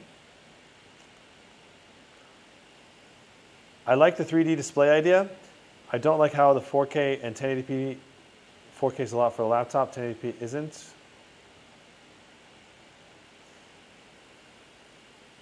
You're talking about the dual native aspect of that display? Yeah, so going down to 440 Hertz is really cool for esports gamers, but it is pretty dang low resolution. And I would probably just play 4K 240 Hertz, probably, because most esports games would still be able to get to 4K 240 Hertz on low settings. So with that hardware. And that sounds like a great esports gaming experience to me. The other computer that if I could, I mean, realistically, if I could get any computer, like out of all of them, I would probably also consider the Neo 16. with the HX3D with a 5090, but they don't sell it with a US keyboard. They only have an international English keyboard where the keys are not the same layout. The Y and the Z key are swapped, and the shift key is small on the left side. It's like a small key. So really those things are not that big a deal because you could just use macros to remap some of those buttons if you need to, and then just use that.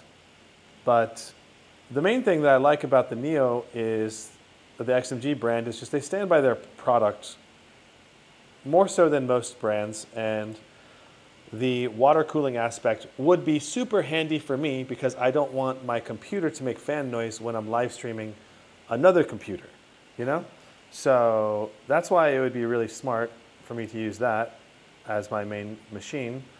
And I might try to use the Neo 16 9955 HX3D as my main machine at some point, because I'll have that one probably for a few months. They'll let me borrow it for a while.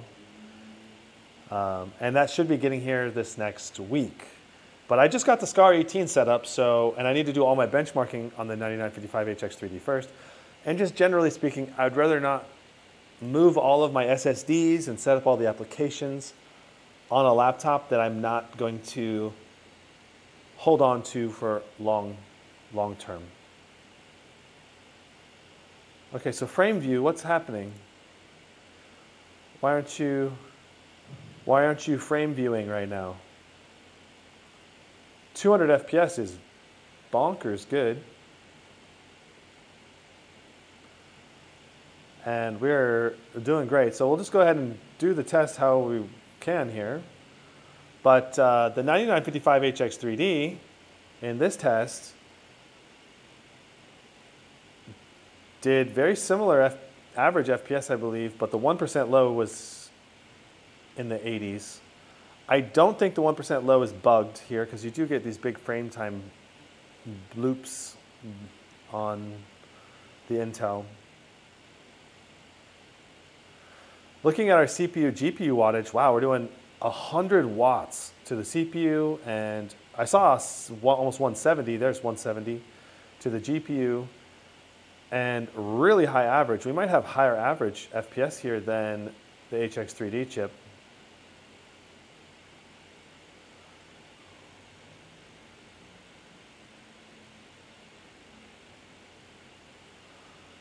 Okay, I'm going to exit frame view again and reopen it and hope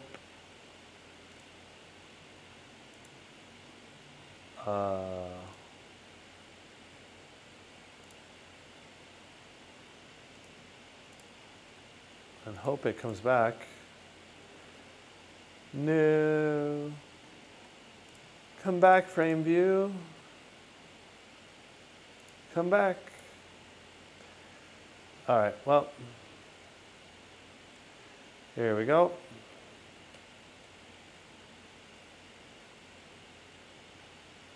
All right, now here we go. Wow, over 200 FPS with frame generation on, of course, but still that's very impressive. I don't think the HX3D averaged this high of FPS. Great wattage pull on the CPU and GPU simultaneously here, and we're cranking on that FPS. So good. 189.55 for our 1% low. Really, really good performance. Let's go ahead and do 4X and retest.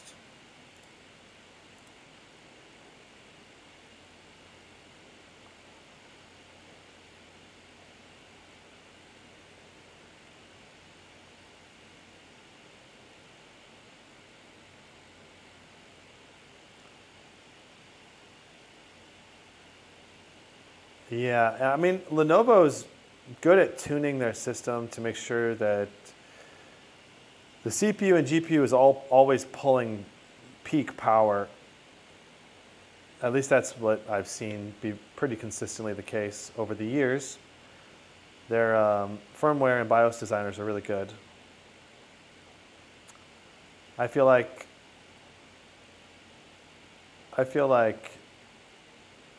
some of the other brands, it's something they could learn from. from Lenovo.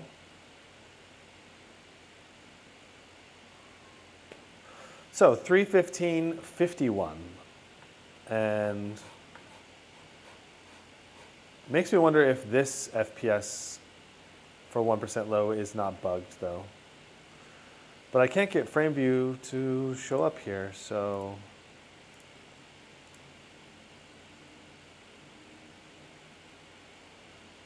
Nothing I can do about that. Maybe turning off reflex? Or turning on reflex plus boost?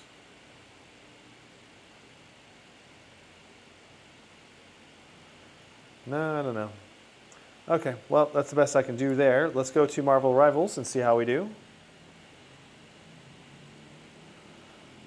Do the high 95, 100C temperatures bother you with your CPU temp, or is that a non-issue?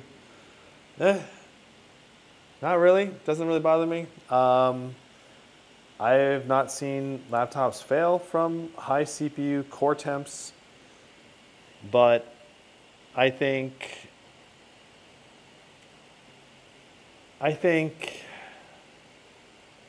in an ideal world, I prefer to have temps below 90 still, so that there's wiggle room under typical workloads to not thermal throttle in warmer environments.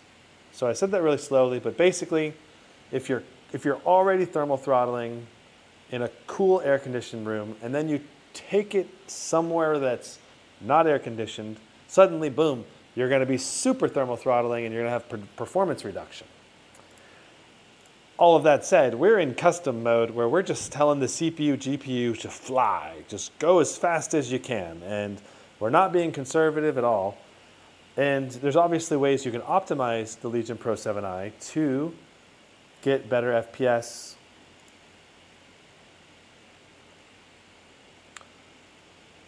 So if we do not get frame view working in this one, I'm going to restart the machine and see if I can get it going properly.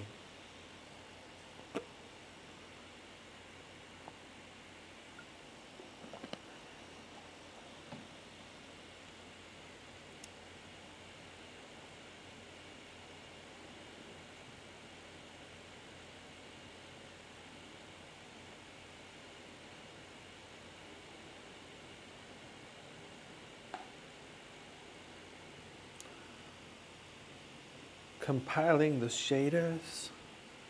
We're compiling the shaders. So I'm hoping the live stream has been super smooth and consistent frame rate this time around, because that last live stream was pretty rough. But yeah, and do you like the new background with the laptops? I think it's kind of cool because I'll be able to not only set up and prep a bunch of different laptops at the same time, but as I get new laptops in the mail, I can set them out and put them on the tables behind me, almost like a preview of the upcoming content. So, super smooth, nice.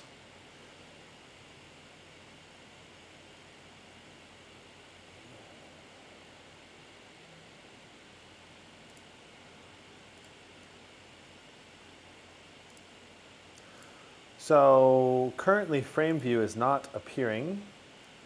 So we are going to restart the machine.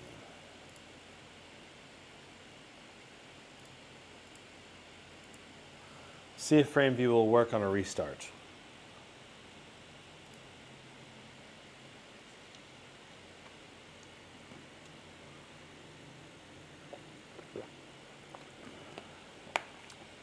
Yeah, that background is sick. Thanks, John. Yay, someone liked it.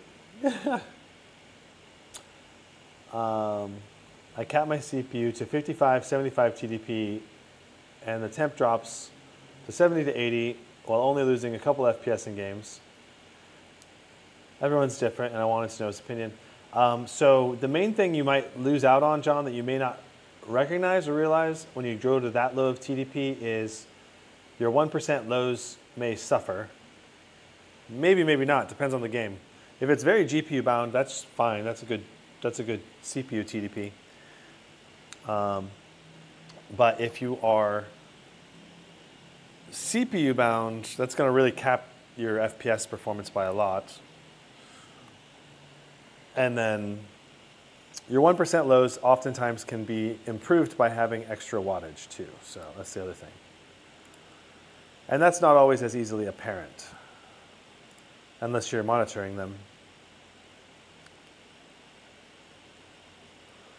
But that's why I predict the Legion Pro 7i here is going to do a lot better in 1% lows and slightly better in average FPS than the Strix G18, because the Strix G18 was it was more conservative in general so far, with pretty much all of the CPU wattage in different games. Like the Legion is just like, it's slamming higher wattages by like 10, 15, or 20 watts.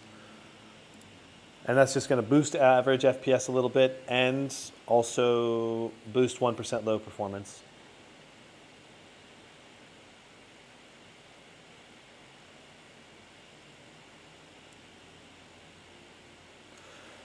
You know, smaller differences in 1% lows, there's really hard to notice. So average FPS is sometimes easier to notice, but only small wattage changes are not going to really change it too much, only a little bit, you know? 75 short-term limit helps with the 1% lows. Yeah, okay. Nice. I mean, it sounds like a good balance for the most part, but like Hogwarts, for example, we're pulling like 100, 105 watts a lot. So that's where I think you're going to, games like Hogwarts is where you'll miss out on performance. Games like God of War, you probably won't miss out on performance hardly at all, I imagine. Custom game, create new game, lock the room, add bots, autofill, and we're going to do yeah,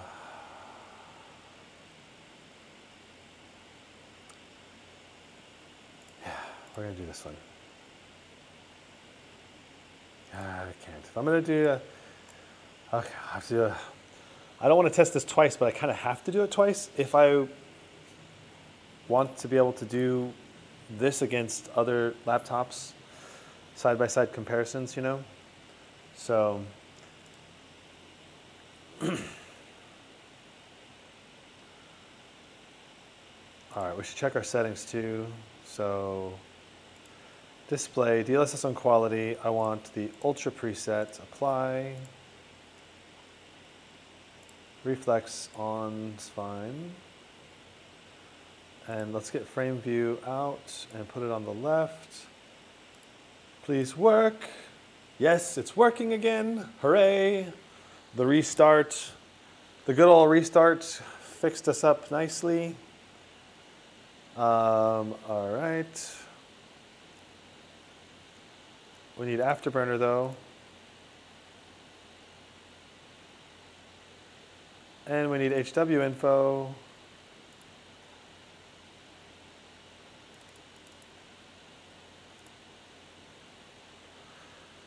Okay, there we go. Looking good. Looking good, looking good.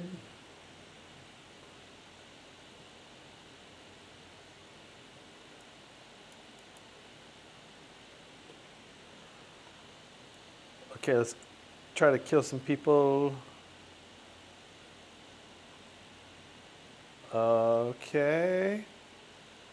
Let's go Groot. We'll go kill Groot. We'll kill this person, then that person, and cool. And then average FPS right now is doing great. 134, 81. Our CPU wattage is just, it's doing a lot better now that we're cranking. Sorry, our average FPS and 1% low is matching the HX3D a lot better. I think it was 80 in this game. Nice. Okay, so I'm going to call that for the test there. Let's go ahead and change. We're going to add 4x multi-frame generation. All right. And now we'll go ahead and let this go. So our average FPS, our 1% low right now is bugged, so don't pay attention to that. I'm going to go ahead and do a 1% low test here.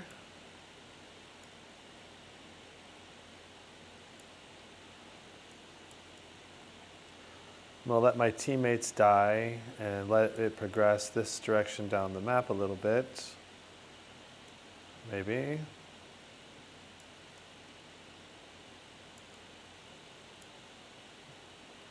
Okay. Okay, I did die there. That's fine. We'll have to end the test though, so.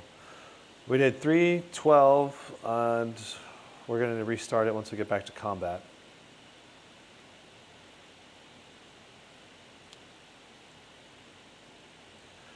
$129 for the 1% low there. All right, we're going to restart the test. Oh my, I might die really fast here. Please don't kill me. Okay. Nice. And so for that, we got 302, 132. So very similar performance. Let's switch it now to no frame gen, low settings.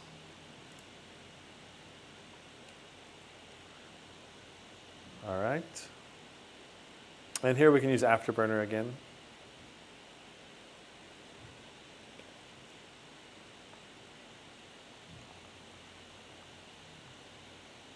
Basically, Afterburner has bugged 1% low tracking. I'm going to reset it one more time, and now we'll see what we get for our performance. Oh my. Crazy.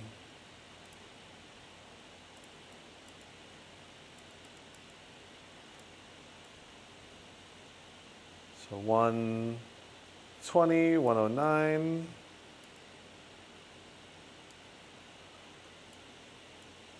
Very good performance all around. Feels very good to play this game on this laptop.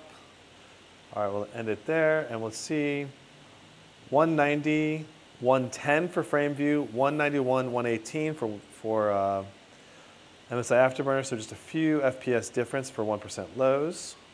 Oh my. All right.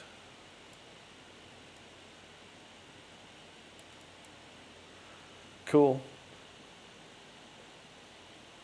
That's good enough for Marvel Rivals. Let's move on to our next game, Monster Hunter Wilds benchmark. Are you in turbo mode or extreme custom mode? I am in custom mode with all of the sliders to the max. So I'm not even, the extreme mode does not give you as much performance as what I have it set to, I believe.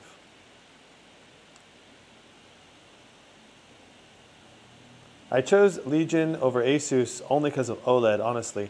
So do you regret that decision now that you know how reflective the OLED is versus the non-reflective mini LED?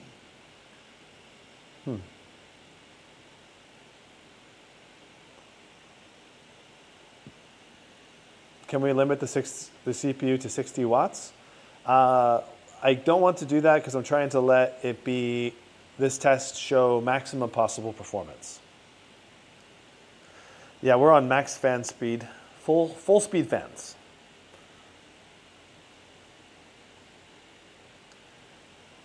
CPU right now doing over 120, and we're maxing out our CPU temp as well. Pretty crazy. You can obviously limit the CPU power limit or the CPU temperature limit, thermal limit down from 105, but right now it's set to 105.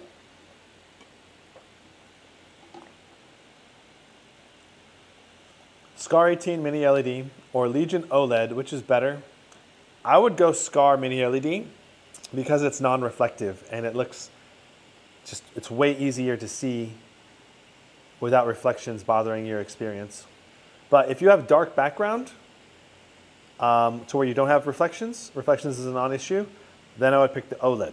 So those are the two scenarios. If you're going to be in brighter environments, the Mini LED non-reflective is just going to be so much easier to see.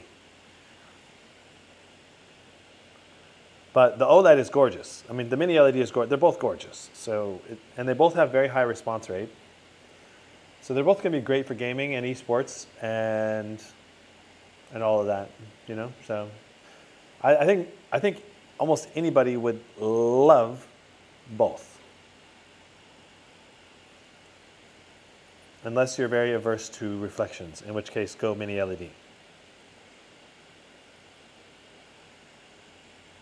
Randy B says, you're making me second guess my Pro 7i order, and if I should have went with the Scar 16, 18, LOL. Well, I mean, you can see all of the reflections of my face throughout this whole live stream, right? Like it's, I mean, I do have a lot of light on my face, but you know, imagine you're in a library with sunroofs, or you're in an office environment with sunroofs, or just really bright office lighting. That is going to have a lot of screen reflections a lot. So, and that won't make as big of a deal or as big of a difference when you're using bright text and bright environments on your screen. It'll only be visible really to you when you're using dark backgrounds and dark mode apps, for example. You'll probably not want to use dark mode stuff. Like I noticed that the Legion Pro 7i was configured to use Windows in dark mode out of the gate, and it looks really good until you notice the reflections. And then you're like, I think I should probably set it to light mode instead of dark mode. So all the Windows text bars and the application backgrounds, they default to the brighter lights. And I think they did the dark mode so that the OLED has less likely to have burn-in. Probably, and it looks a little more contrasty, but probably the light mode would make everything just easier to read and more visible past the reflections. Glossy OLED is too good. John says, I personally love the OLED on the Legion, even though it's reflective. I don't game outside, so it's a non-issue personally. I mean, I think it's more than just gaming outside, but it depends on, like, are you gaming in like a man cave or in a basement or in a darker room where you can control the light? Great. You should be fine with the OLED. It'll look fantastic. I think the OLED looks a little bit more poppy because it is reflective than the Mini LED. But it's real. I showed you side by side earlier in the live stream with the Scar 18 and the Pro 7i, and the brighter areas of the image, I think, looked just a little bit better on the Pro 7i, but the darker areas of the image looked way better on the Scar 18 because of the reflections on the Legion. But your mileage will vary. So your environment will matter a lot for answering that question.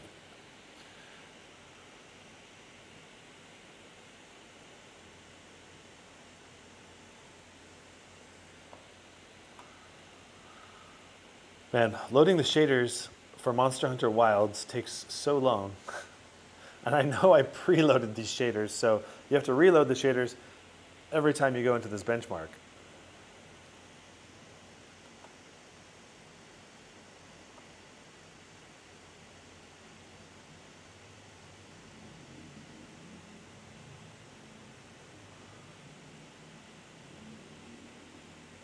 This is like a CPU stress test. We're doing 152 watts on the CPU, like averaging over 100 degrees.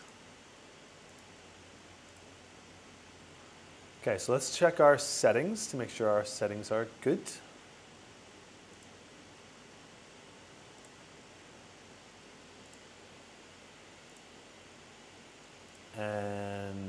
go here.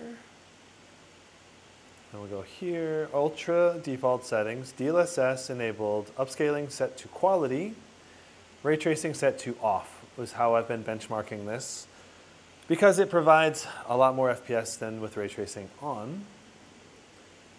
So I think we are good to go. Let's go ahead and get into it.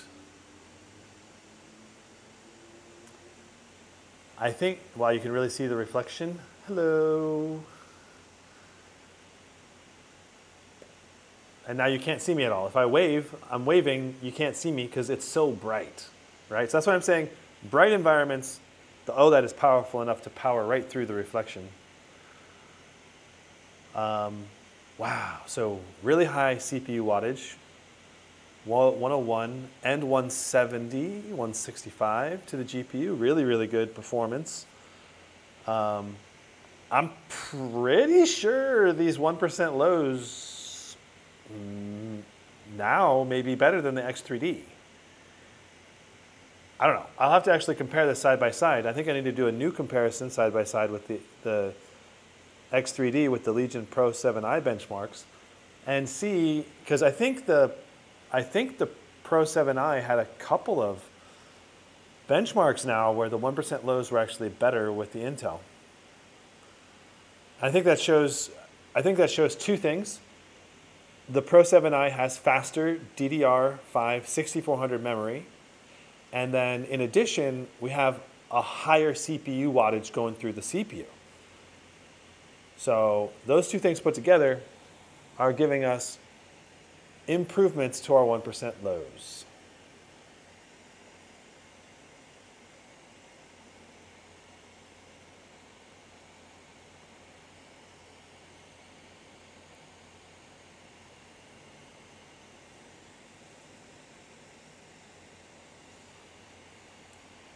Yeah, I'm actually going to probably start playing Monster Hunter Wilds now.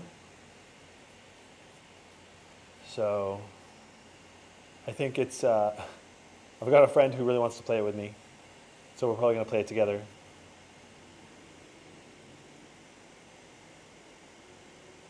I'm looking forward to it. Yadgar says, what NVIDIA driver are you using right now? Yes, the 576.52. We just updated it to the latest one, and we redid 2 of the benchmarks, and we had higher FPS in both of the benchmarks after updating the driver. So Expedition 3033 had 2 more FPS, and Baldur's Gate had like 13 more FPS, and higher 1% lows as well with the updated driver.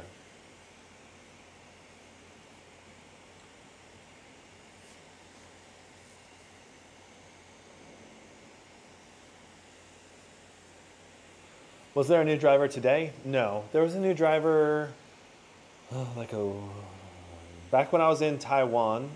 If you haven't watched it, you should check out the video that I made about NVIDIA not having the right driver because we weren't seeing high enough CPU and GPU wattage. Mainly the GPU wattage was like 10 to 20 watts below where it should be. And we weren't getting the full dynamic boost.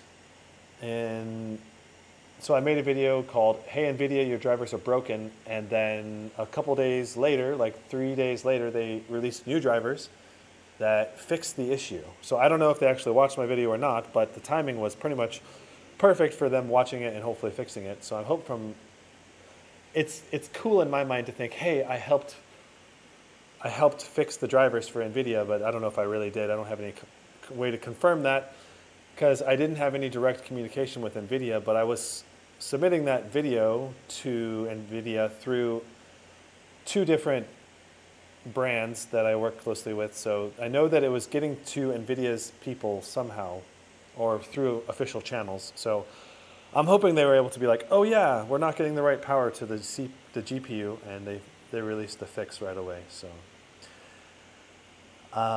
yeah, the 1% lows right now, I think the X3D had 74 for 1% low, and right now we're doing 86. So we'll see what we get by the end. Maybe it'll go back down again. Or maybe the X3 did 75, I think. And on the Strix G18, I think it did 74. So right now we're looking at higher performance with the Legion than on the Strix G18. And I think, like I said, two reasons is the faster memory speed and the higher CPU wattage. Though we're obviously bouncing into the very high CPU temps. So if we limit the CPU wattage, do we still get the better 1% low performance? I think that would be an interesting test, interesting question. Mohammed says, please, I need help updating drivers. How must I go about it? I got a PC Specialist Recoil 16. It's the same as the Neo 16. So if you want to update your NVIDIA driver, just go to the NVIDIA app or go to nvidia.com or just Google NVIDIA drivers and click usually the first link there is going to be straight to your NVIDIA downloads. And then from there, you just download the latest driver, which should be like 576.52, I think, and then install it from there. Okay, he says, follow-up is, I have clean installed Windows 11. Anytime I update the NVIDIA drivers, it causes me to stutter on games. I don't know where you're updating your driver through, but you should be able to update it through the NVIDIA app or nvidia.com would give you the latest one. Okay, so I didn't see the very, very end there. Let's see what we got at the very, very end of the Monster Hunter test.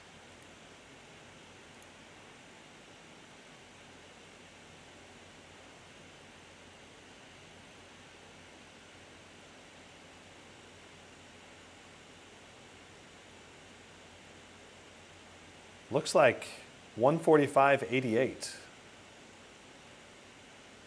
Yeah, 145.88 is our final. So 145.76 is our official average, and 88 for 1% low. That's a new record, beating the X3D. Let's check out the Witcher 3.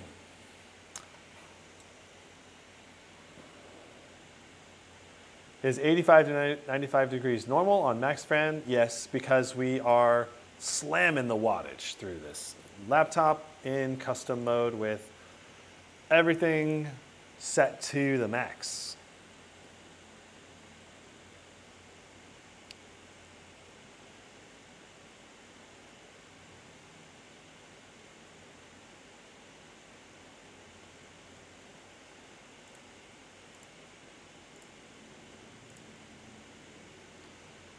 Good, good.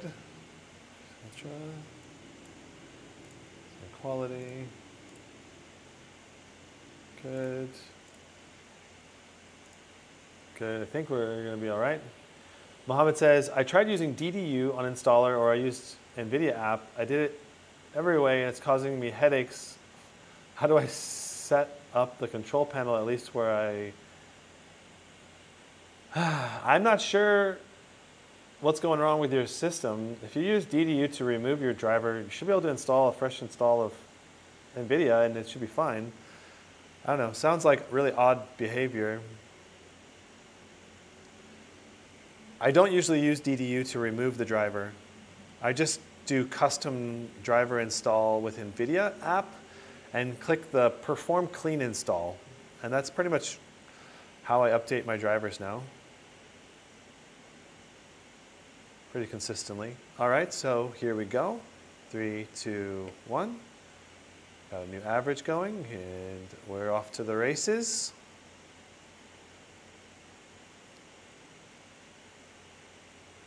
And jump.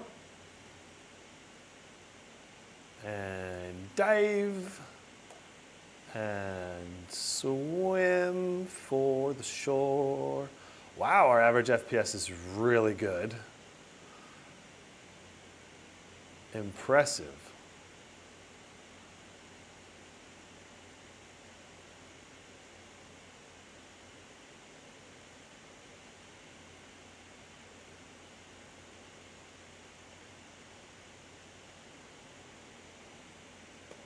Okay, so 131, 103, those are excellent averages and 1% lows.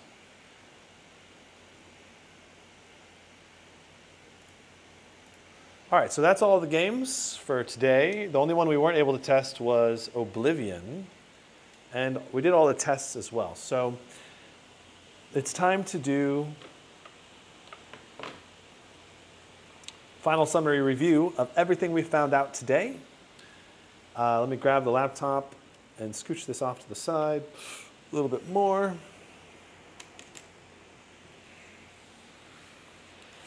There we go.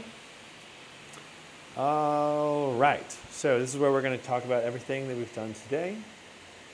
Okay, what's up, and welcome to my final summary review for the Legion Pro 7i. This has the RTX 5080 in it with the Intel 275HX.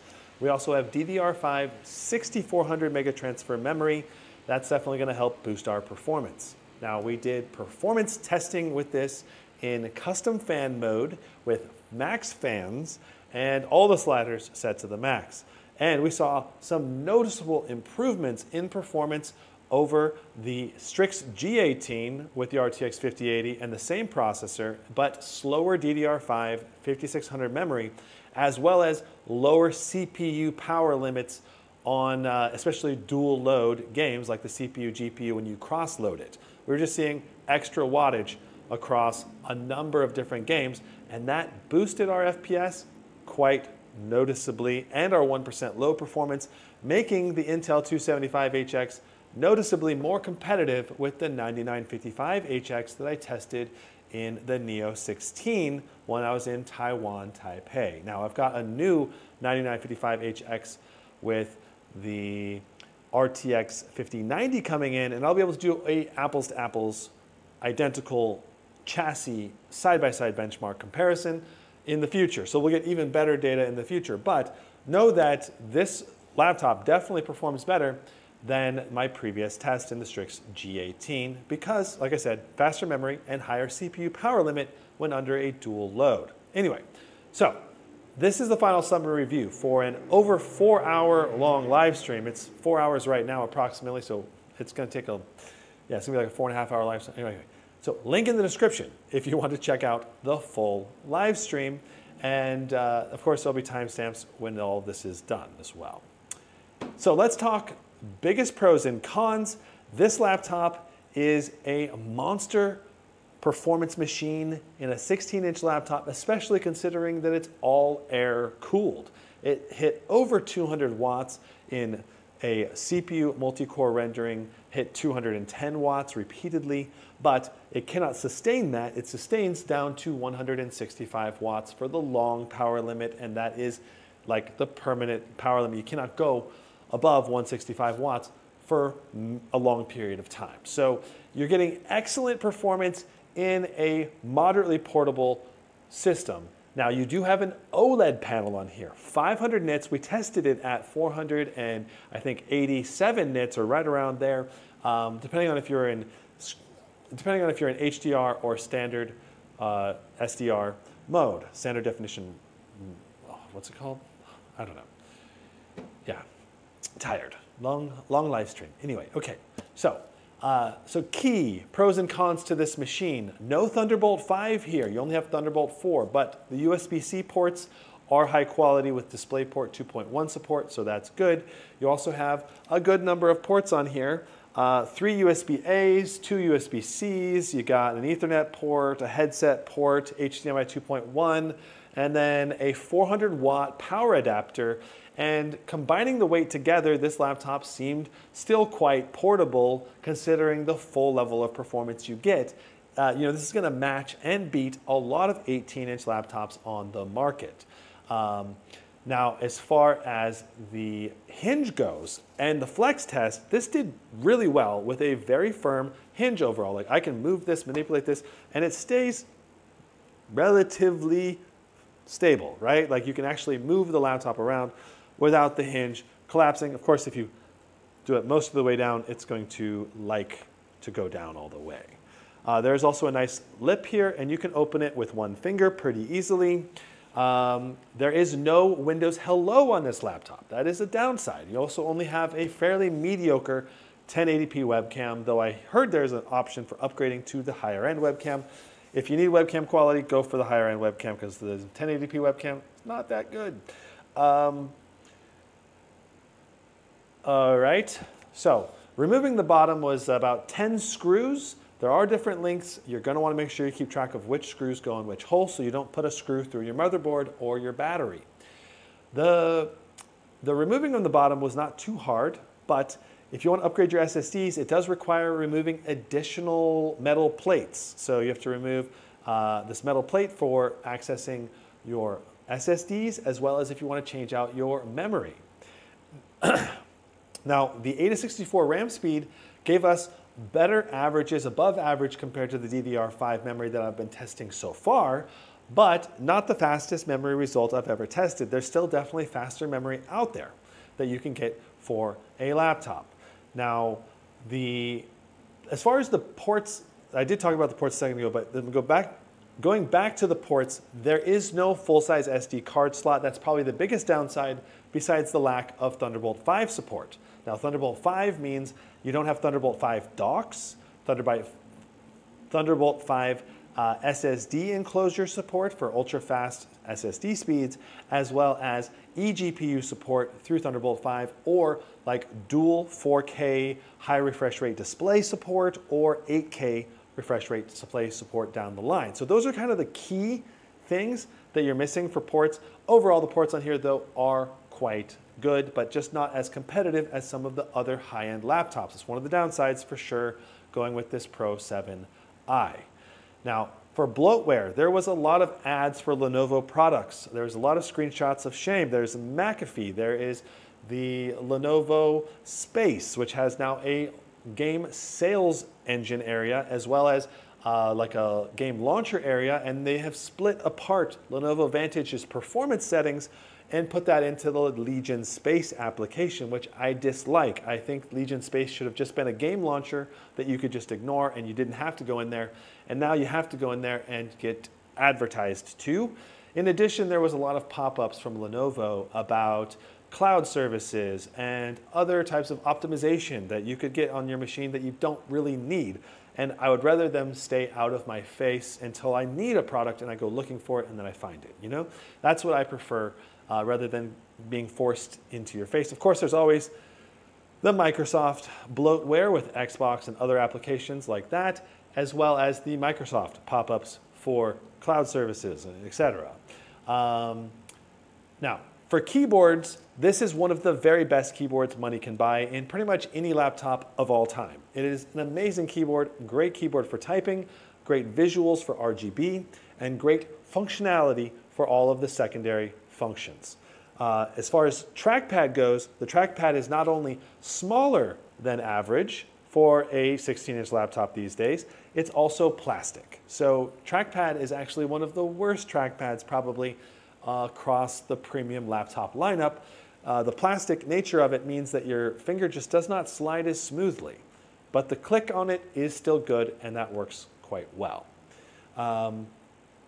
Okay, let's talk display. So we got excellent display test results with nearly 100% Adobe RGB, 98% P3 color gamut, and 487 nits brightness, very close to the specified 500 nits on the OLED panel. So that is excellent. And as far as responsiveness, UFO ghost testing looked the clearest I've ever seen on a gaming laptop, and gaming on it was also fantastic. And this does have G-Sync support, I believe. I should double check, but just to make sure that it's actually working how it should. Yes, there is G-Sync support and it has been enabled throughout the test. Okay.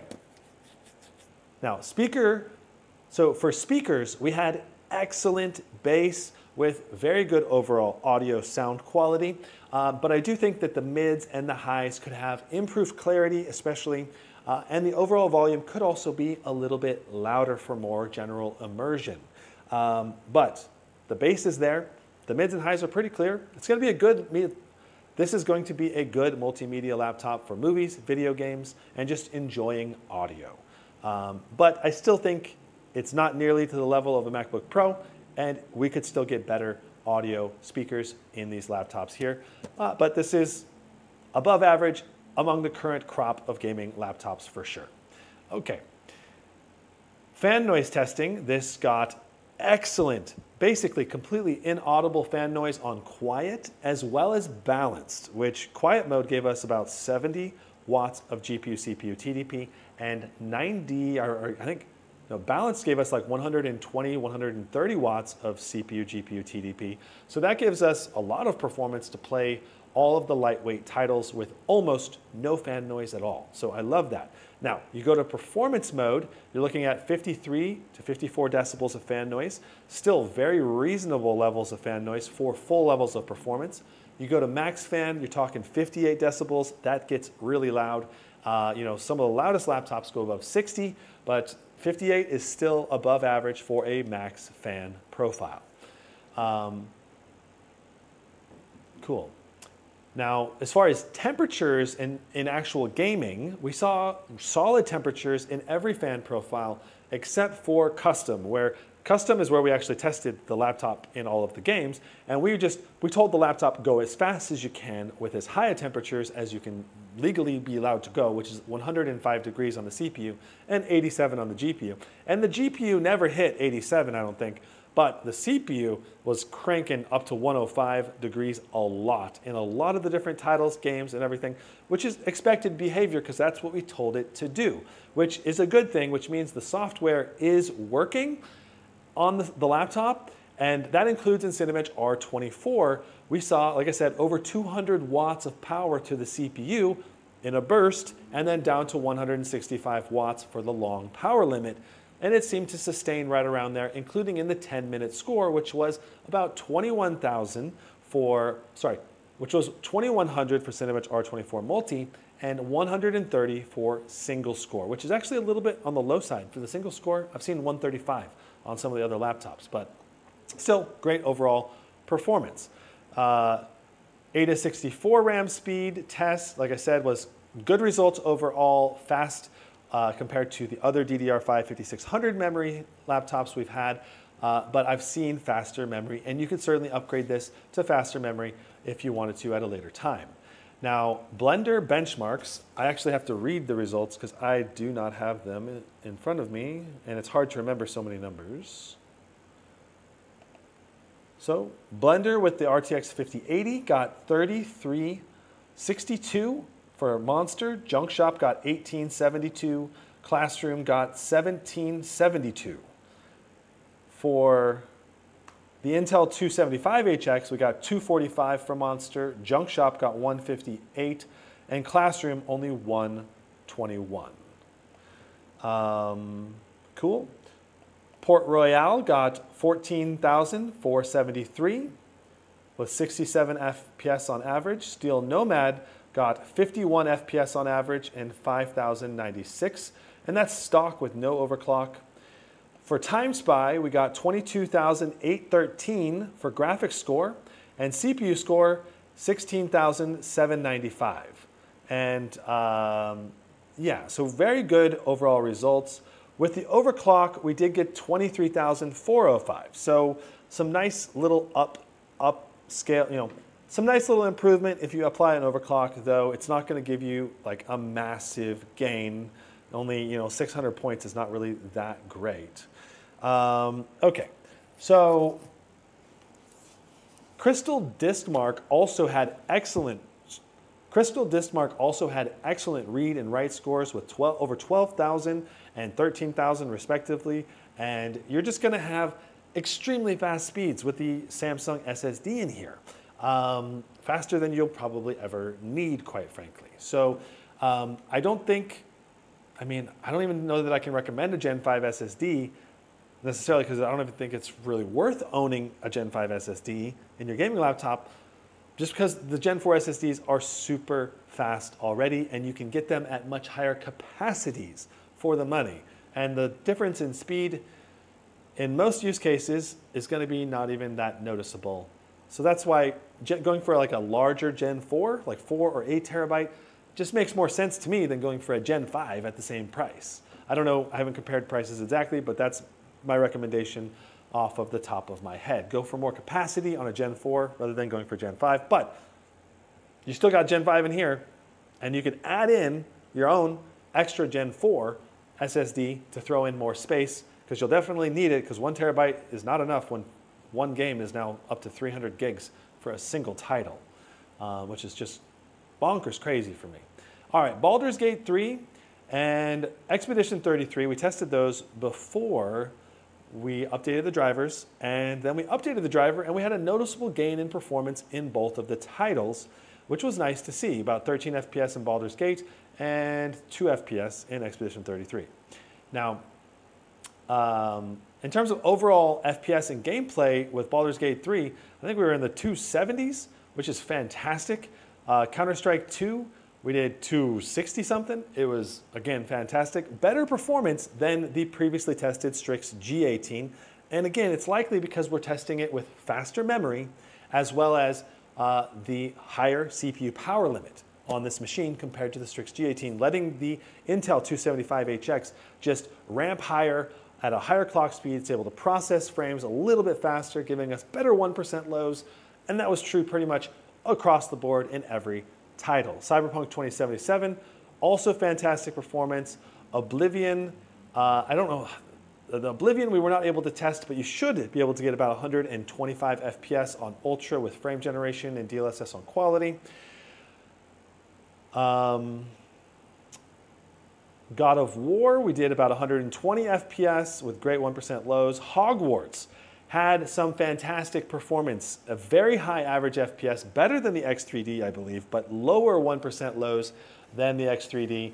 And the 275HX previously, also, we had better 1% lows again in Hogwarts on this laptop than on the Strix G18. That was pretty much consistently across the board that way. And in Marvel Rivals, I believe the 1% lows were so good that they were rivaling the X3D performance. So I need to get all these benchmarks laid out and graphed up, and we'll be able to take a detailed look in comparison. Monster Hunter Wilds, also, I believe, better 1% lows than we saw on the 275HX or 9955HX 3D previously. So, you know, Lenovo doing some sprinkling some special sauce with that extra CPU TDP and the DDR5 6400 memory. Witcher 3 also pushing higher FPS, 130, 103 I believe was our number, and it's better than I've seen on any of the other laptops. So again, higher average and higher 1% lows, just fantastic. As far as can I recommend the Legion Pro 7i? Yes. I think one of the biggest questions we had in the live stream today was this OLED screen versus the mini LED displays that you get on something like the Scar 16 or Scar 18. Now, I showed these laptops side by side with the Scar 18 and the Legion Pro 7 and the Legion Pro 7i's 500 nits OLED. And I think the Scar 18's display was just about as good in bright environments, but maybe a little bit better on here. The biggest difference here is the glossy versus matte finish of these two displays. The glossy on the Legion Pro 7i, it makes colors pop a little bit more. And when you have bright environments on the screen, you don't see your own reflection very much. But when it's a dark environment, as you can see, even right now, you can see it's like a mirror when it's on a dark environment, dark background. So you probably want to use Windows in a bright mode, and you want to probably be playing a lot of games that have a lot of bright visuals, because movies and games with dark visuals, you're going to see yourself in the reflection very, very often. And you're not going to really see yourself in the reflection in the Scar series, because they do have a new anti-reflective coating on there. Plus, it's more of a matte display and not a hard glossy display like this. Now, those of you out there that love glossy displays, and because they're so vibrant, is going to love this display. You're not going to really care about the reflections. It's going to be worth it. Maybe if you game in a dark environment, you won't see the reflections anyway. But if you tend to game in a bright environment, that's where the mini LED on the Scar 16 and the Scar 18, it's just going to be light years better, because you won't see your reflection all the time. Because you're going to see your reflection a lot if you're going to use this in very bright environments. It would bug the crap out of me. I don't think I could use it probably in super bright environments, because it's very, very very reflective. So that's probably the biggest thing when considering the OLED versus mini LED display debate. And I think that one thing will sway people to picking the OLED or not picking it, the reflective nature of it, for sure. And I should probably make a dedicated video just about that alone, because it makes a big difference. Okay, so overall, can I recommend the Legion Pro 7i 2025? Yeah, absolutely. This thing is monster CPU performance, great GPU performance.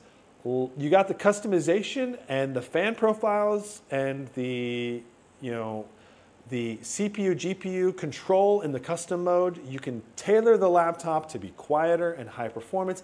You got the faster RAM and SSD included out of the box.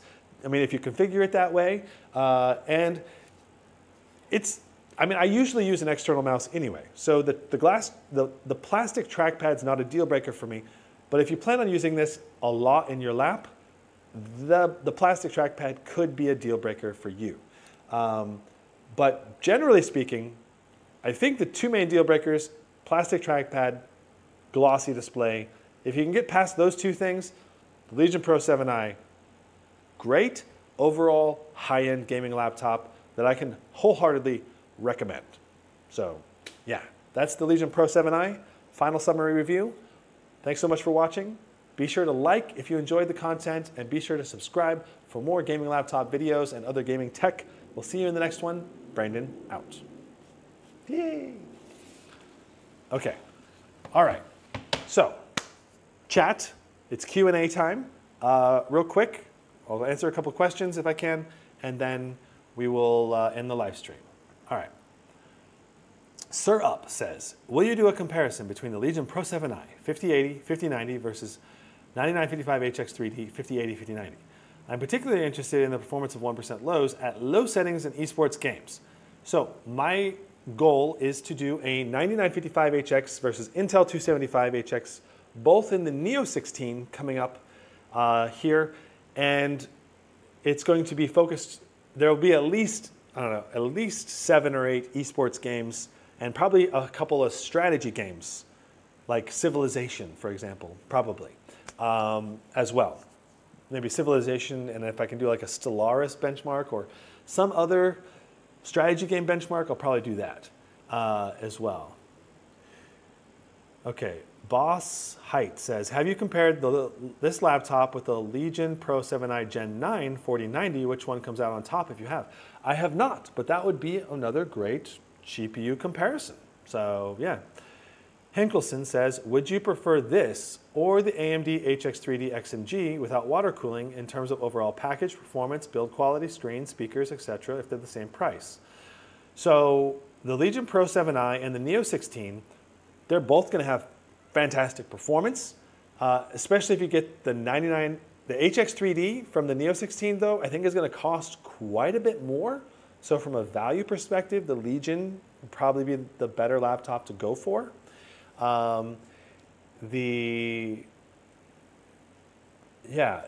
For build quality, they're going to be about the same. The screen, you have the mini LED QHD 300 Hertz on the Neo, which I think I would go for that over the glossy OLED personally, because it's also 1000 nits.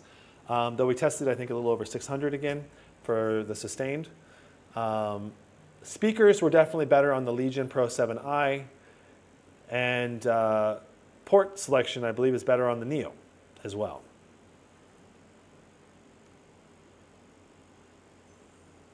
Yeah, Civ and Stellaris, play them both. I love Stellaris. It was just too addicting because I'd play a match and I would play it 10 hours in a row. I'm like, I can't play this game. It's because once you get going in it, you feel the flow. You just got to finish the match. You can't stop. Otherwise, you like lose your place and you're like, where's all my stuff again? The next, like a week later, if you try to play again. Anyway, how much of a performance jump is there 5070, 5070 Ti? It's going to be a major performance jump. 5070, I believe, was getting 14,000 in time spy, and 5070 Ti should be getting about 18 to 19,000 in time spy. So should be like a 30% jump or something like that. Pretty big. Boss Height says, do you think they'll add Ryzen 9 HX3D to this laptop model later down the road? It's a bit strange. It's only on the Asus. It's on the G16 and also the Neo 16. It's on there again. So far, the laptops we've tested, which one do you like the most? I mean, there's a lot of factors to consider there. But if I could theoretically get any laptop, I probably would get the 9955HX3D Neo 16, probably, just because it's going to be the highest performance machine, and it could have a water cooler, so I could have it all be really quiet for me while I do my live streams. So that would be probably the main reason for that. The other option is I could go for a thinner machine like the Zephyrus G16 with a 5090 and just give up some performance for portability, which could also be really nice. But I also have the Flow Z13 right here, so I could use that for portability when I want to as well. So maybe I go for the Scar 18 for now with the Flow Z13 as my backup. You know, when I want to be more portable, that's what I'll probably do for right now. So yeah, notice the Blade 18 over here retired to the back wall for now, and I'm actually streaming on the Scar 18 with the RTX 5080 currently. Okay, so that's all the questions for now. More live streams coming soon and benchmark comparisons coming soon. So be sure to subscribe. Come back for more. We'll see you in the next one. Thank you so much for watching. Drop a like. Peace out, everybody. Have a good night.